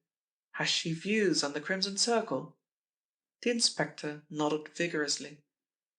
"She always has had, since the first murder. She put her finger down on the very spot, Mr. Beardmore, but mother always could do that sort of thing. I've had my best inspirations from her. In fact, all the—" He stopped himself. Jack was amused, but he was pitying too. This man, so ill-equipped by nature for his work, had probably won himself a high place in the police service by dogged, unimaginative persistence. In every service, men had reached near to the top with no other merit than their seniority. It was just a little fantastic at this moment, when the keenest brains were exercised to lay this bizarre association by the heels, to hear this stout man talking solemnly of the advice he had received from his grandmother. "I must come along and renew my acquaintance with your aunt," said Jack. "She has gone into the country," was the reply, "and I'm all alone. A woman comes in every morning to clean the place, but there's nobody there evenings. It doesn't seem like home to me now." It was a relief to Jack to get on to the subject of Mr. Parr's domestic affairs. Their very unimportance was a sedative to his wrecked mind. He felt that an evening spent with the inspector's knowledgeable grandparent might even restore him to something like normality. Parr himself led the conversation back to more serious channels. "Drummond will be brought up tomorrow and remanded," he said. "Is there any hope of getting bail for her?" Parr shook his head. "No, she'll have to go to Holloway, but that won't do her much harm," he said, heartlessly, as Jack thought. "It's one of the best prisons in the country, and maybe she'll be glad of the rest." "How came Yale to arrest her? I should have thought that was your job." "I instructed him," said Parr. "He has now the status of a regular police officer, and as he'd been in the case earlier in the day, I thought I would let him continue it to the end." Just as the inspector had foreshadowed, the police court proceedings of the next day were confined only to evidence of arrest, and Thalia Drummond was remanded in custody. The courthouse was packed, and a big crowd, attracted by the sensational character of the charge, filled all the roads approaching the court. Mr. Willings was not well enough to attend, but well enough to send his resignation to the Cabinet in response to the Prime Minister's suggestion, contained in a letter couched in such unpleasant terms, and the acidulated vocabulary of the Prime Minister was notorious, that even he, the thick-skinned Willings, was pained. Whatever happened, he was everlastingly disgraced. Even the thick and thin supporters of his policy would be revolted by the evidence he must give. He had taken the girl, a comparative stranger, to his country house, made violent love to her, and had been stabbed. There could be no romantic version of that unpleasant story, and he heartily cursed himself for his stupidity. Parr made one call upon the girl whilst she was in prison. She refused to see him in her cell and insisted upon the interview taking place in the presence of a wardress. She explained her attitude when they sat together in the big gaunt waiting room of the jail, he at one end of the table and she at the other. "You must excuse my not seeing you in my apartment, Mr. Parr," she said. "But so many promising young emissaries of the Crimson Circle have met with an untimely end through interviewing policemen in their cells." "The only one I can recall," said Parr stolidly, "is Sibley." "Who was a shining example of indiscretion." She showed her even white teeth in a smile. "Now, what do you want of me?" "I want you to tell me what happened when you called at Onslow Gardens." She gave him a faithful and a detailed account of that afternoon visit. "When did you discover the dagger was gone?" "When I was looking round the room whilst Willings was putting on his coat. How is Lothario?" "He's all right," said Parr. "I'm afraid he will recover. I mean," he added hastily, "I'm glad to say he'll get better. Was that the first time Willings noticed the absence of the dagger?" She nodded. "Did you carry a muff?" "Yes," she said. "Is that the place where the deadly weapon was supposed to be concealed?" "Did you have your muff in your hand when you went into his house at Hatfield?" She thought a moment. "Yes," she nodded. Inspector Parr rose. "You are getting all the food you require?" "Yes, from prison," she said emphatically. "Prison food will suit me very well, thank you, and I do not want anybody, out of mistaken kindness, to send in luscious dishes from outside, as I understand prisoners on remand are allowed." He scratched his chin. "I think you're wise," he said. Chapter 40. The Escape. The outrage upon Raphael Willings had produced something like a panic in the cabinet. Mr. Parr learned how profound was the concern when he returned to headquarters, and the Prime Minister was justified in his anxiety. The Crimson Circle had not stated when the next blow would fall, or upon whom. The inspector was sent for to Downing Street and was closeted with the Prime Minister for 2 hours. It was the first personal consultation he had had, and it was followed by a meeting of the inner cabinet, a fact that was duly recorded in the newspapers. It was said, but without authority, that the life of the Prime Minister had been threatened, and this statement was neither denied nor affirmed. Derrick Yale, returning to his flat that night, found Inspector Parr waiting on the doormat. "Is anything wrong?" he asked quickly. "I want your help," said Parr, and did not speak again until he was sitting in a comfortable chair before the fire in Yale's sitting room. "You know, Yale, that I've got to go, and the Prime Minister is considering the advisability of my going a little sooner than I'd expected. There has been a cabinet committee appointed, and they are calling into question the methods which headquarters are employing, and I have been asked by the Commissioner to attend an informal meeting at the Prime Minister's house tomorrow evening." "What is the idea?" asked Yale. "I'm to give a sort of lecture," said Parr gloomily, "and explain to the members of the Cabinet the methods I have employed against the Crimson Circle. You probably know that I have been given unusual powers, and that I have not been asked to tell the government all I know. I intend doing that on Friday evening, and I want your help." "My dear chap, you have it before you ask it," said Yale warmly, and Parr went on. "There is still a lot about the Crimson Circle that is a mystery to me, but I'm piecing it together. At the moment, I'm under the impression that there is somebody at police headquarters who is working with them." "That is my view too," said Yale quickly. "Why do you say that?" "Well," said the slow Parr, "I'll give you an instance. Young Beardmore had a photograph that he found in his father's papers, and this was posted to me. It arrived all right, with the seal of the envelope intact, but when I opened it, there was a blank card. I have since discovered that he gave that card to Thalia Drummond to post. He swears he stood on the doorstep and watched her slip it into the letterbox on the opposite side of the road. If that is the case, the envelope must have been tampered with after it reached headquarters." "What kind of a photograph?" asked the other, curiously. "It was either a picture of an execution or the condemned man Lightman, for I think it was taken on the occasion when they tried to execute Lightman and failed. It came to old man Beardmore the day before his death.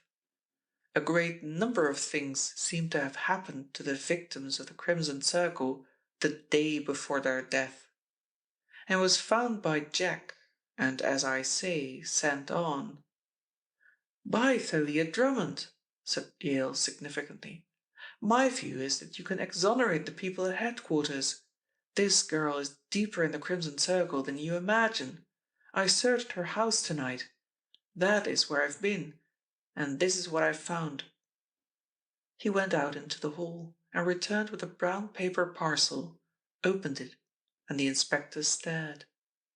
A gauntlet glove and a long, bright-bladed knife were exposed when Yale cut the string and stripped away the paper wrapping.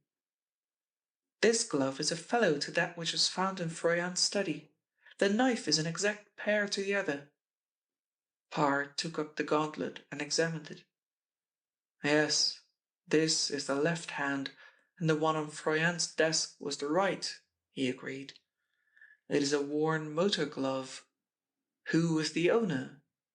Try your psychometric powers, Yale."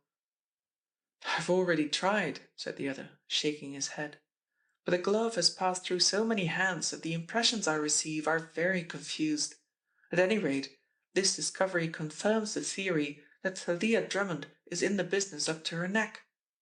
As to the other matter you were speaking about," he said, as he wrapped the knife and glove carefully in the paper, "I shall be most happy to assist you."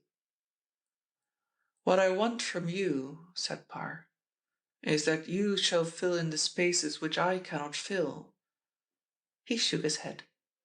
"I only wish Mother could be there," he said regretfully. "Mother?" said the astonished Yale. "My grandmother," said Mr. Parr soberly. "The only detective in England, bar you and I." It was the first time that Derrick Yale ever had reason to suspect that Mr. Parr possessed a sense of humour. It was typical of that period of excitement, when the name of the Crimson Circle was on every tongue, that sensation should follow sensation. But probably no incident created so much excitement as that which, in scrawling headlines, greeted Derrick Yale as, sitting in bed, sipping his tea, he read the newspaper the following morning. Thalia Drummond had escaped. People escape from prison in works of fiction. They've been known to make a temporary getaway from dread Dartmoor, but never before in the history of the prison service had a woman escaped from Holloway. And yet the wardress unlocking the door of Thalia Drummond's cell in the morning found it empty. It took a great deal to shock Derrick Yale, but the news temporarily paralysed him. He read the account of the escape word by word, and in the end he was as mystified as ever. But there it was, in cold print, officially admitted, and communicated to the early morning press by the government with unnatural haste. Owing to the unusual importance of the prisoner and the character of the offence alleged against her, extraordinary precautions were taken to guard her. The patrol which usually visits the ward in which her cell was situated was doubled, and instead of hourly, half-hourly visits were paid by the officers on duty. It is not customary to look into every cell on these occasions, but at 3 o'clock this morning the wardress, Mrs. Hardy, looked through the observation hole and saw the prisoner was there. At 6 o'clock, when the cell door was opened, Drummond was missing. The bars of the window were intact, and the door had not been tampered with. A search of the prison grounds showed no trace of her footsteps, and it is almost impossible that she could have escaped over the wall. It is equally impossible that she could have left by the ordinary means, since it would have necessitated her passing through 6 separate doors, none of which had been forced, or through the gatekeeper's lodge, which is occupied throughout the night. This new proof of the Crimson Circle's omnipotence and extraordinary powers is very disconcerting, coming as it does at a moment when the lives of cabinet ministers are threatened by this mysterious gang. Yale glanced at the clock. It was 11:30, and then he looked at the newspaper and saw that his servant had brought him an early edition of one of the evening papers. He was out of bed in a second, and not waiting for breakfast, rushed off to headquarters to find Inspector Parr, in a very good humour, considering all the circumstances. "But this is incredible, Parr. It's impossible.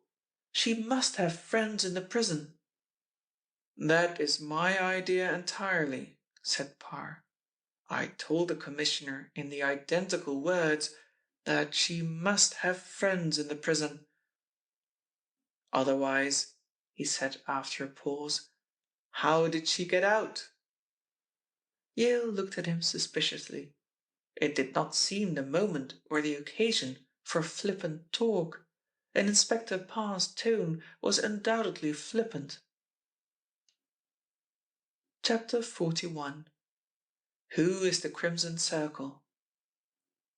Yale learned no more details than those he had already read, and took a taxi to his city office, which he had not visited for 2 days. The escape of Thalia Drummond was a much more important affair than Parr seemed to think. Parr! An awful thought occurred to Derrick Yale. John Parr. That stolid, stupid-looking man. It was impossible. He shook his head. He had put his mind resolutely to the task of piecing together every incident in which Inspector Parr had figured, and in the end, impossible. He muttered again, as he walked slowly up the stairs to his office, declining the invitation of the lift boy. The first thing he noticed when he unlocked the door was that the letter-box was empty. It was a very large letter-box, with a patent flap device designed so that it was impossible for an outside pilferer to extract any of its contents. The wire cage reached almost to the floor, and letters that came through the slot in the door had to fall through revolving aluminium blades, which made the letter thief's task a hopeless one. And the letter-box was empty. There was not so much as a tradesman's circular. He closed the door quietly and went into his own room. He took no more than a pace into the interior and then stopped. Every drawer in his desk was open. The little steel safe by the side of the fireplace, concealed from view by the wooden panelling, had been unlocked, and the door was now open. He looked under the desk. There was a tiny cupboard, which only an expert could have found, and here Derrick Yale had kept the more intimate documents connected with the Crimson Circle case. He saw nothing but a broken panel and the mark of the chisel that had wrenched it free. He sat for a long time in his chair, staring out of the window. There was no need to ask who was the artist. He could guess that. Nevertheless, he made a few perfunctory inquiries, and the lift boy supplied him with all the information he needed. "Yes, sir. Your secretary has been this morning, the pretty young lady. She came in soon after the offices were open. She was only here about an hour, and then she left." "Did she carry a bag?" "Yes, sir, a little bag," said the boy. "Thank you," said Derrick Yale, and went back to headquarters, to pour into the phlegmatic Mr. Parr's ear a tale of rifled desk and stolen documents. "Now I'm going to tell you, Parr, what I've told nobody else, not even the Commissioner," said Yale. "We think of the Crimson Circle organization as being run by a man. I happen to know that this girl has met the man who initiated her into the mysteries of the gang, whatever they are. But I also know that, so far from being the master, this mysterious gentleman in the motor car takes his orders, as everybody else does, from the real centre of the organization, which is Thalia Drummond." "Good Lord," said the inspector. "You wonder why I had her in my office. I told you it was because I thought she would bring us closer to the circle, and I was right." "But why dismiss her?" asked the other quickly. "Because she had done something which merited dismissal," said Yale, "and if I had not fired her then and there, she would have known that I was keeping her in my office with an object. I might have saved myself the trouble, apparently," he smiled, "because this morning's work proves that she knew what my game was." His thin, delicate face darkened, and then he said almost sharply: "When you have told your story tonight to the Prime Minister and his friends, I have a little story to tell which I think will surprise you."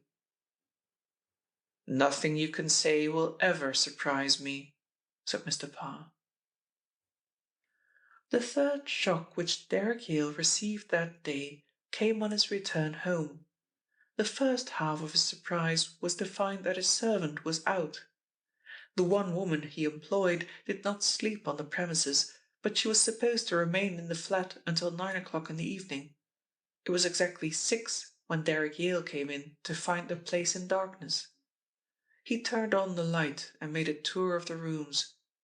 Apparently, the sitting room was the only apartment which had been disturbed, but here, whoever the intruder had been, and he could guess her name, she had been very thorough and painstaking.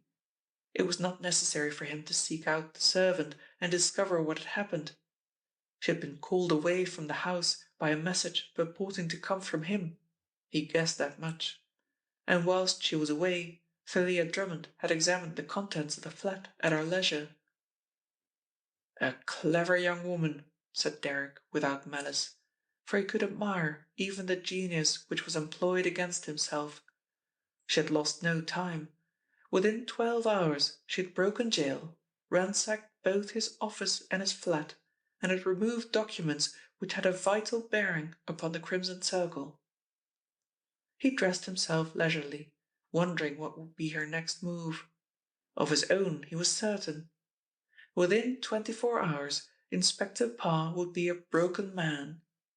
From a drawer in his dressing room he took a revolver, looked at it for a moment speculatively, and slipped it into his hip pocket. There was going to be a startling and a sensational end to the chase of the Crimson Circle, an end wholly unforeseen by the spectators of the tragic game. In the wide lobby of the Prime Minister's house he found a guest, the excuse for whose presence he could not fathom. Jack Beardmore had certainly been a sufferer from the activities of the Crimson Circle, but he had no part in the latter incidents. "I suppose you're surprised to see me, Mr. Yale," laughed Jack, as he took the other's hand. "But you're not more surprised than I am to be invited to a meeting of the Cabinet." He chuckled. "Who invited you? Parr?" "To be exact, the Prime Minister's secretary. But I think Parr must have had something to do with the invitation. Don't you feel scared in this company?" "Not very," smiled Derrick, slapping the other on the back. A youthful private secretary bustled in and ushered them into the severe drawing-room, where a dozen gentlemen were talking in 2 groups. The Prime Minister came forward to meet the detective. "Inspector Parr has not arrived." He looked questioningly at Jack. "I presume this is Mr. Beardmore," he said. "The inspector particularly asked that you should be present. I suppose he has some light to throw upon poor James Beardmore's death. By the way, your father was a great friend of mine." The inspector came in at that moment. He wore a dress suit which had seen better days, a low collar with an awkwardly tied bow, and he seemed an incongruous figure in that atmosphere of intellect and refinement. Following him came the grey-moustached commissioner, who nodded curtly to his junior and led the Prime Minister aside. The two were engaged in a whispered conversation for a little time, and then the colonel came across to where Yale was standing with Jack. "Have you any idea what sort of a lecture Parr is going to give?" he said, a little impatiently. "I was quite under the impression that he was making a statement by invitation, but from what the Prime Minister tells me, it was Parr who suggested he should give the history of the Crimson Circle. I hope he isn't going to make a fool of himself." "I don't think he will, sir." It was Jack's quiet voice that had interrupted, and the Commissioner looked at him inquiringly until Yale introduced the young man. "I agree with Mr. Beardmore," said Derrick Yale. "I have not the slightest expectation of Mr. Parr making a fool of himself. In fact, I think he's going to fill up a number of gaps and bridge over seemingly irreconcilable circumstances, and I'm ready to fill in a number of spaces which he may leave blank." The company seated itself, and the Prime Minister beckoned the inspector forward. "If you don't mind, sir, I'll stay where I am," he said. "I'm not an orator, and I should like to tell this yarn as if I were telling it to any one of you." He cleared his throat and began speaking. At first his words were hesitant, and he paused again and again to find the right phrase, but as he warmed to his subject he spoke more quickly and lucidly. "The Crimson Circle," he began, "is a man named Lightman, a criminal who committed several murders in France, was condemned to death, but was saved by an accident from execution. His full name is Ferdinand Walter Lightman, and on the date of his attempted execution his age was 23 years and 4 months. He was transported to Cayenne and escaped from that settlement after murdering a warder, and is believed got away to Australia. A man answering his description, but giving another name, was working for a storekeeper in Melbourne for 18 months, and was afterwards in the employment of a squatter named MacDonald for 2 years and 5 months. He left Australia in a hurry, a warrant having been issued against him by the local police for attempting to blackmail his employer. What happened to him subsequently we have not been able to trace until there appeared in England an unknown and mysterious blackmailer who signed himself the Crimson Circle, and who, by careful organization and display of remarkable patience and energy, gathered around him a large number of assistants, all of whom were unknown to one another. His modus operandi, the inspector stumbled at the phrase, was to find out somebody in a responsible position who was either in need of money or in fear of prosecution for some offence which he or she had committed. He made the most careful inquiries before he approached his recruit, who was finally interviewed in a closed car driven by the Crimson Circle himself. Usually the rendezvous was one of the London squares, which had the advantage of having 4 or 5 exits, and a further advantage of being poorly lighted.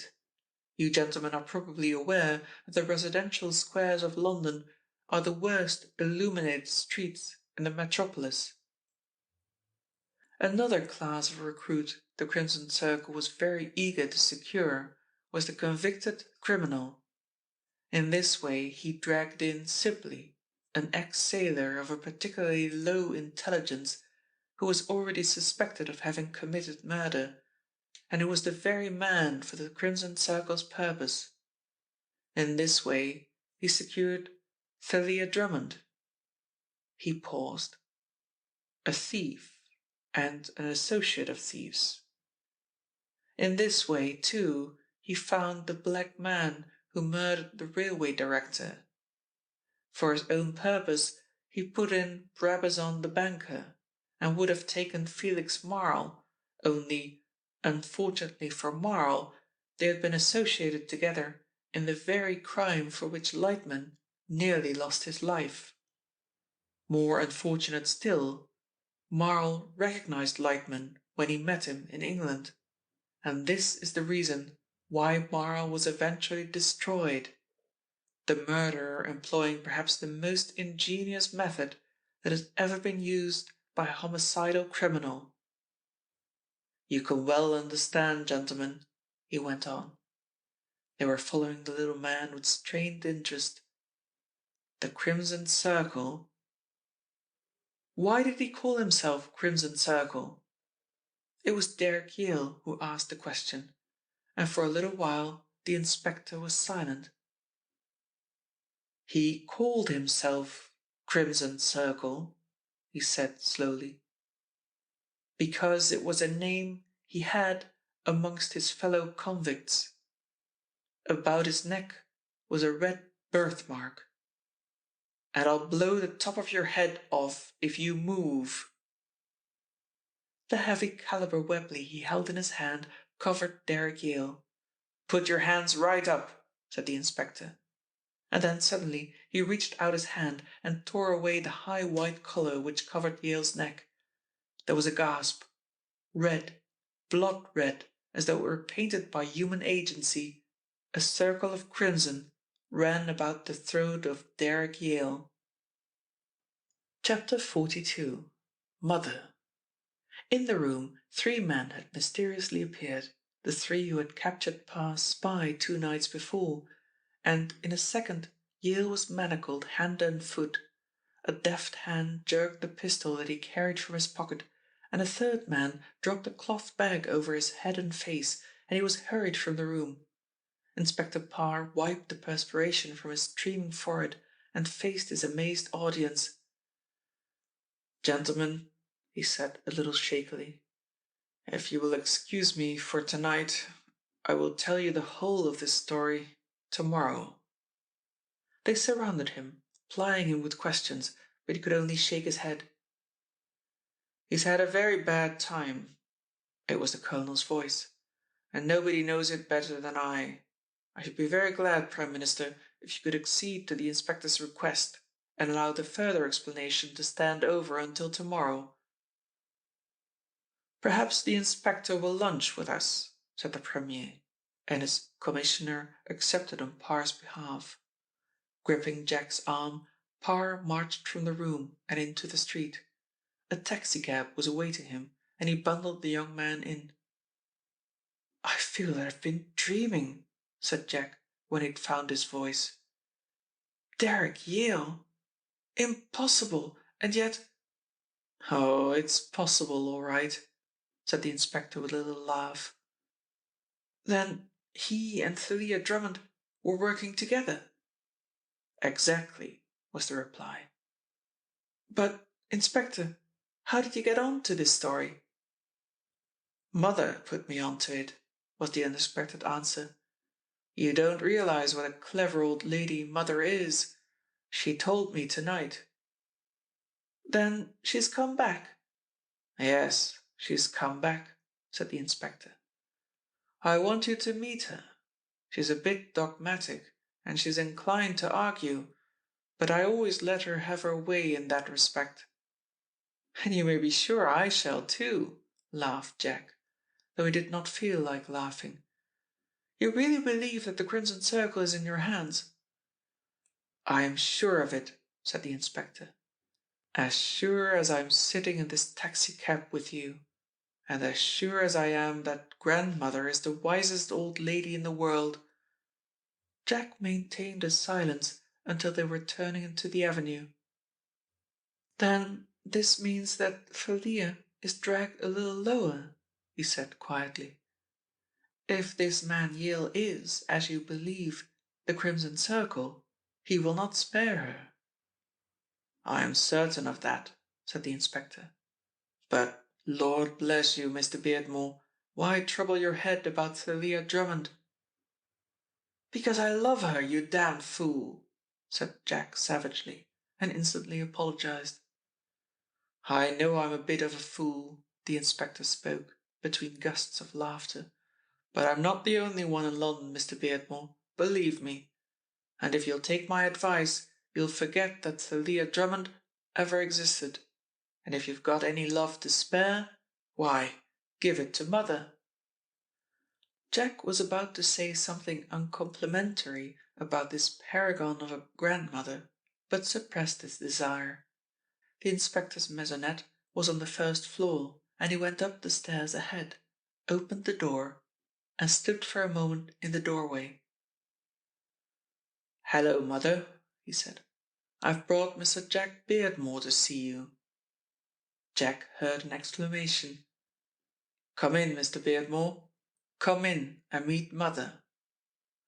Jack stepped into the room and stood as if he'd been shot. Facing him was a smiling girl, a little pale and a little tired-looking, but undoubtedly, unless he were mad or dreaming, Thalia Drummond. She took his outstretched hand in hers and led him to the table, where a meal for three was laid.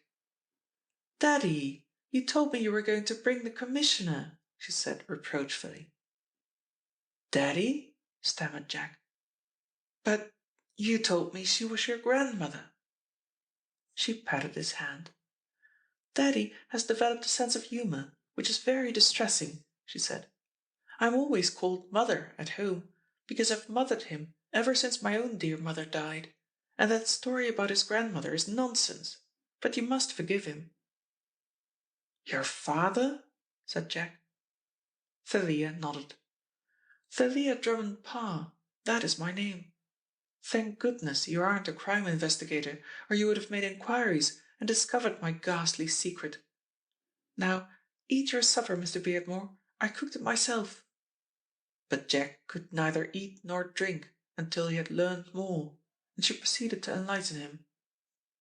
"When the first of the Crimson Circle murders occurred, and Daddy was put into the case, I knew that he had a tremendous work in front of him, and that the chances were he would fail. Daddy has a lot of enemies at headquarters, and our commissioner asked him not to take the case, knowing how difficult it was going to be. You see, the commissioner is my godfather," she added smilingly, "and naturally he takes an interest in our affairs. But Daddy insisted, though I think he regretted it the moment he had taken it on.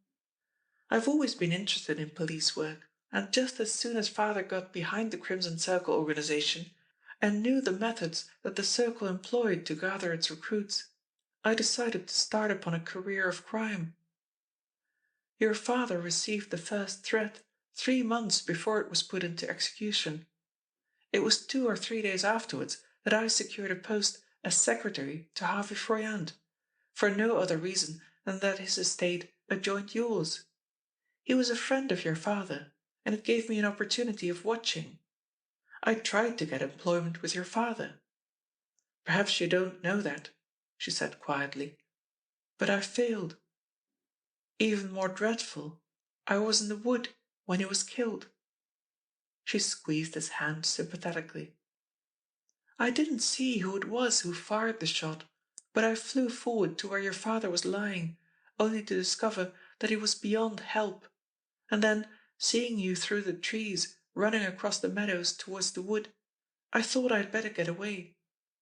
The more so," she added, "since I had a revolver in my hand at the time, for I had seen a man stalking in the wood and had gone in to investigate. With the death of your father, there was no longer any need for me to remain in the service of Mr. Froyant. I wanted to get closer to the Crimson Circle, and I knew the best way to attract the attention of the man who controlled the gang was for me to embark on a criminal career. It was not providential that you were passing the pawn shop when I came out after pledging Mr. Froyant's golden image. My father manoeuvred that, and when he described me as a thief and an associate of crooks, it was to create an atmosphere which would impress Derek Yale, or Ferdinand Walter Lightman, to give him his real name. There was no danger of my being sent to prison. The magistrate treated me as a first offender, but my reputation was gone. And immediately after, as I expected, I received a summons to meet the head of the Crimson Circle. I met him one night in Stane Square. I think Daddy was watching me all the time and shadowed me back to the house. He was never far away, were you, darling? Only at Barnett. He shook his head. I was scared there, Mother. My first task as a member of the Crimson Circle was to go to Brabazon. You see, Yale's method was to set one member to spy upon another. Mr. Brabazon puzzled me. I was never quite sure whether he was straight or crooked, and of course I had no idea at first that he was a member of the gang. I had to begin stealing again in order to sustain my character. It brought down on me a reprimand from my mysterious chief, but it served a useful purpose, for it brought me into contact with a gang of crooks, and led unconsciously to my being present in Marisburg Place when Felix Marl also died. Yale's object in employing me was to divert suspicion from himself. Besides which, he had intended a very pretty ending to my youthful life. The night he killed Froyant, I was ordered to be in the vicinity of the house with a similar knife and the fellow gauntlet to that which Yale used himself in his dreadful crime. "But how did you escape from prison?" asked Jack. She looked at him with amusement in her eyes. "You dear boy," she said. "How could I escape from prison? I was let out by the governor in the middle of the night and escorted to my home by a respectable inspector of police." "We wanted to force Yale's hand, you see," explained Parr.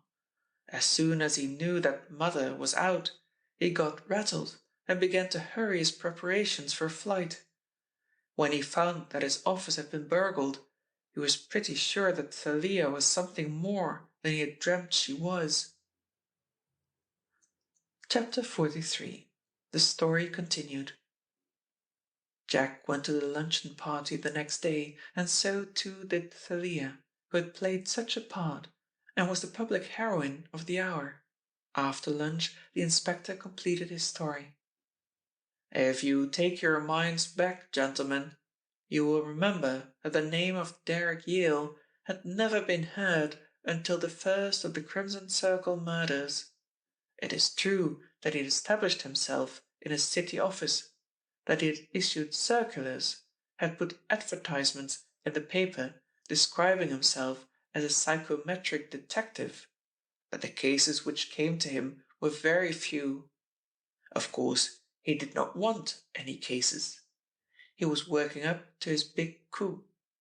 It was after the first murder, you remember, that Derek Yale was employed by a newspaper which wanted a good sensational story to employ his psychometric powers in the tracking of the criminal. Who knew better than Yale the name of the murderer and how the murder was committed? You remember that he was able to reconstruct the crime by feeling the weapon with which it was committed, and, in consequence, a black man was arrested in exactly the spot where Derek Yale said he would be. Naturally, when these facts were disclosed, Yale's reputation rose sky high. It was the very situation that he expected.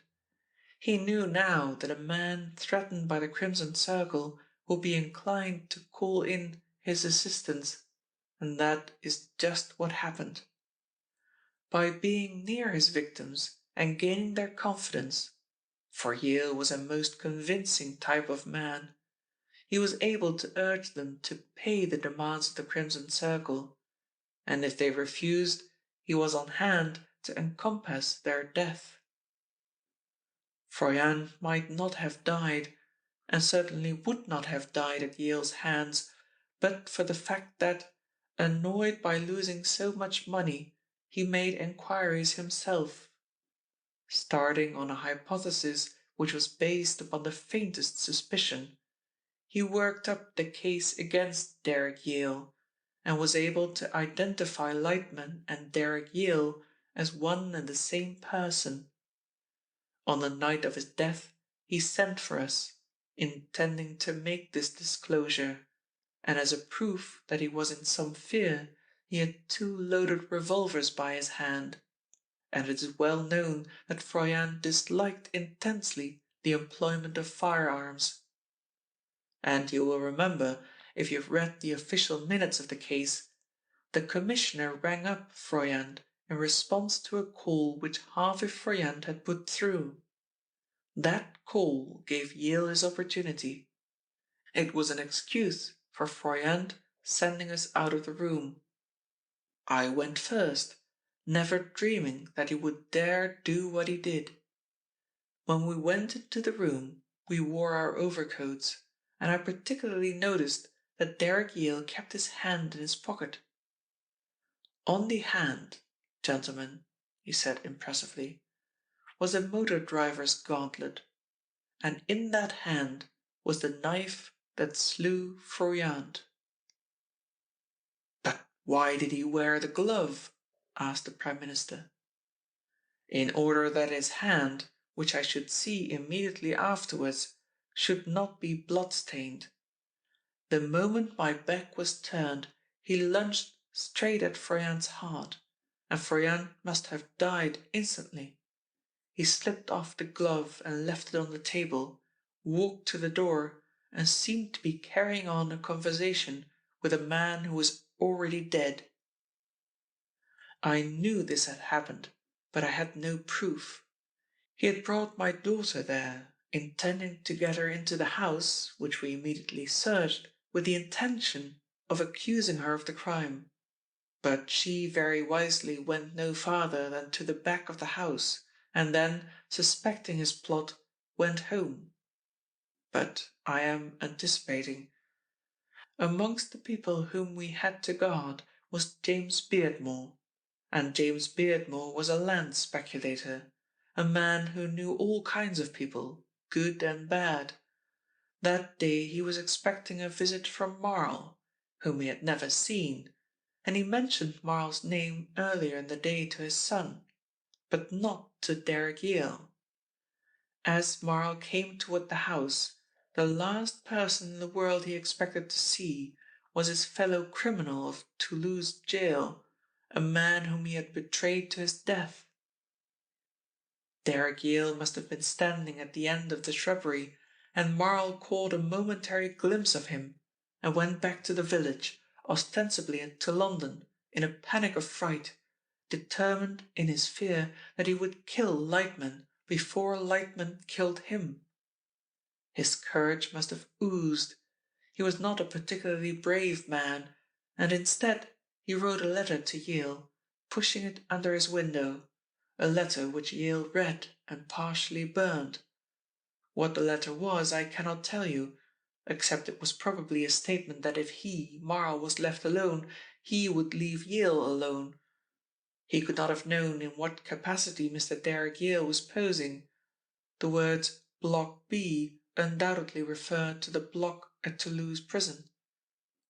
From that moment, Marl was a doomed man. He was conducting a little blackmail of his own with Brabazon, an agent of the Crimson Circle, and Brabazon must have intimated the danger to Yale, who, in his capacity as detective, visited the shop to which all the Crimson Circle letters were addressed, and on the pretext of aiding justice, opened them, of course, and saw their contents without having the responsibility of being the person to whom they were addressed. It was Brabazon's intention to bolt on the day of Marl's murder, and with that object he had cleared out the whole of Marl's balance and had made preparations for flight. On Marl's death, suspicion naturally fell upon him, and, intimated by the Crimson Circle that he was in danger, he hurried off to the riverside house which we searched. Detective Inspector Parr chuckled. When I say we searched it, I mean Yale searched it. In other words, he went into the room where he knew Brabazon was and came down reporting that all was clear. There's one point I'd like you to clear up. The chloroforming of Yale in his office, said the Prime Minister. That was clever, and deceived me for a moment. Yale handcuffed, strapped, and chloroformed himself after he had put the money in an envelope and dropped it down the letter chute. It was addressed to his private residence. Do you remember, sir, that the postman left the building, having cleared the box, a few minutes after the outrage? Unfortunately for Yale, I had let Thalia into the room and put her into the cupboard, where she witnessed the whole comedy, and retrieved the chloroform bottle which he had put into a drawer of his desk.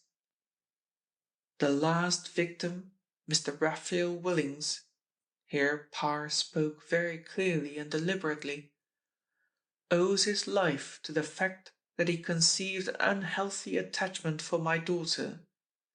She was struggling with him when, looking over her shoulder, she saw a hand come from behind the curtain holding the very knife that had been stolen earlier in the day by Yale, again in his capacity as detective. It was aimed at Mr. Willings's heart, but by a superhuman effort she thrust him aside, but not so far as to save him completely. Yale, of course, was on hand to discover the outrage. I should imagine he was very annoyed when he found it was not a murder, and of course he had no difficulty in fixing it upon Mother, upon Thalia Drummond Parr. Consider the cleverness of his operations, said Parr admiringly. He had thrust himself into the front rank of private detectives, so that he was on hand to receive information which was invaluable to him as the Crimson Circle. He was eventually taken to police headquarters, at my suggestion, where the most important documents came under his notice. Some of them were not quite as important as he thought, but it saved Mr. Beardmore's life when Yale had the first handling of a photograph of himself taken a few moments before the abortive execution. Now, gentlemen, are there any other points that you wish cleared up? There is one I will clear up which is probably not obscure. 2 days ago I told Yale that great criminals are usually brought to their end through ridiculous mistakes. Yale had the effrontery to tell me that he had called at Mr. Willings's house after he had left, and that the servants had told him where Thalia and Willings had gone. That alone was sufficient to damn him, because he had not been near Willings's house since the morning, and had arrived at the country place at least an hour before the servants had come. The question that disturbed me for the moment, said the Prime Minister, is what reward we can give to your daughter, Mr. Parr. Your promotion is of course an easy matter to arrange, for there is an assistant commissionership vacant at this moment, but I don't exactly see what we can do for Miss Drummond, except of course to give her the monetary reward which is due for having brought about the capture of this dangerous criminal. Then a husky voice spoke. It sounded to Jack as though it were his, and the rest of the people about the table seemed to be under the same impression. There is no need to bother about Miss Parr, said this strange voice that was speaking Jack's thoughts. We're getting married very soon. When the buzz of congratulation had subsided, Inspector Parr leaned toward his daughter. You didn't tell me, Mother, he said reproachfully. I didn't even tell him, she said, looking at Jack wonderingly. Do you mean to say he hasn't asked you to marry him? Demanded her amazed father. She shook her head. No, she said, and I haven't told him I would marry him either, but I had a feeling that something like this would happen. Lightman, or Yale as he was best known, was an exemplary prisoner. His only complaint against the authorities was that they would not let him smoke on his way to his execution. "They order these things much better in France," he said to the governor. "Now, the last time I was executed—" To the chaplain he expressed the warmest interest in Thalia Drummond. "There's a girl in a million," he said. "I suppose she will marry young Beardmore. He's a very lucky fellow.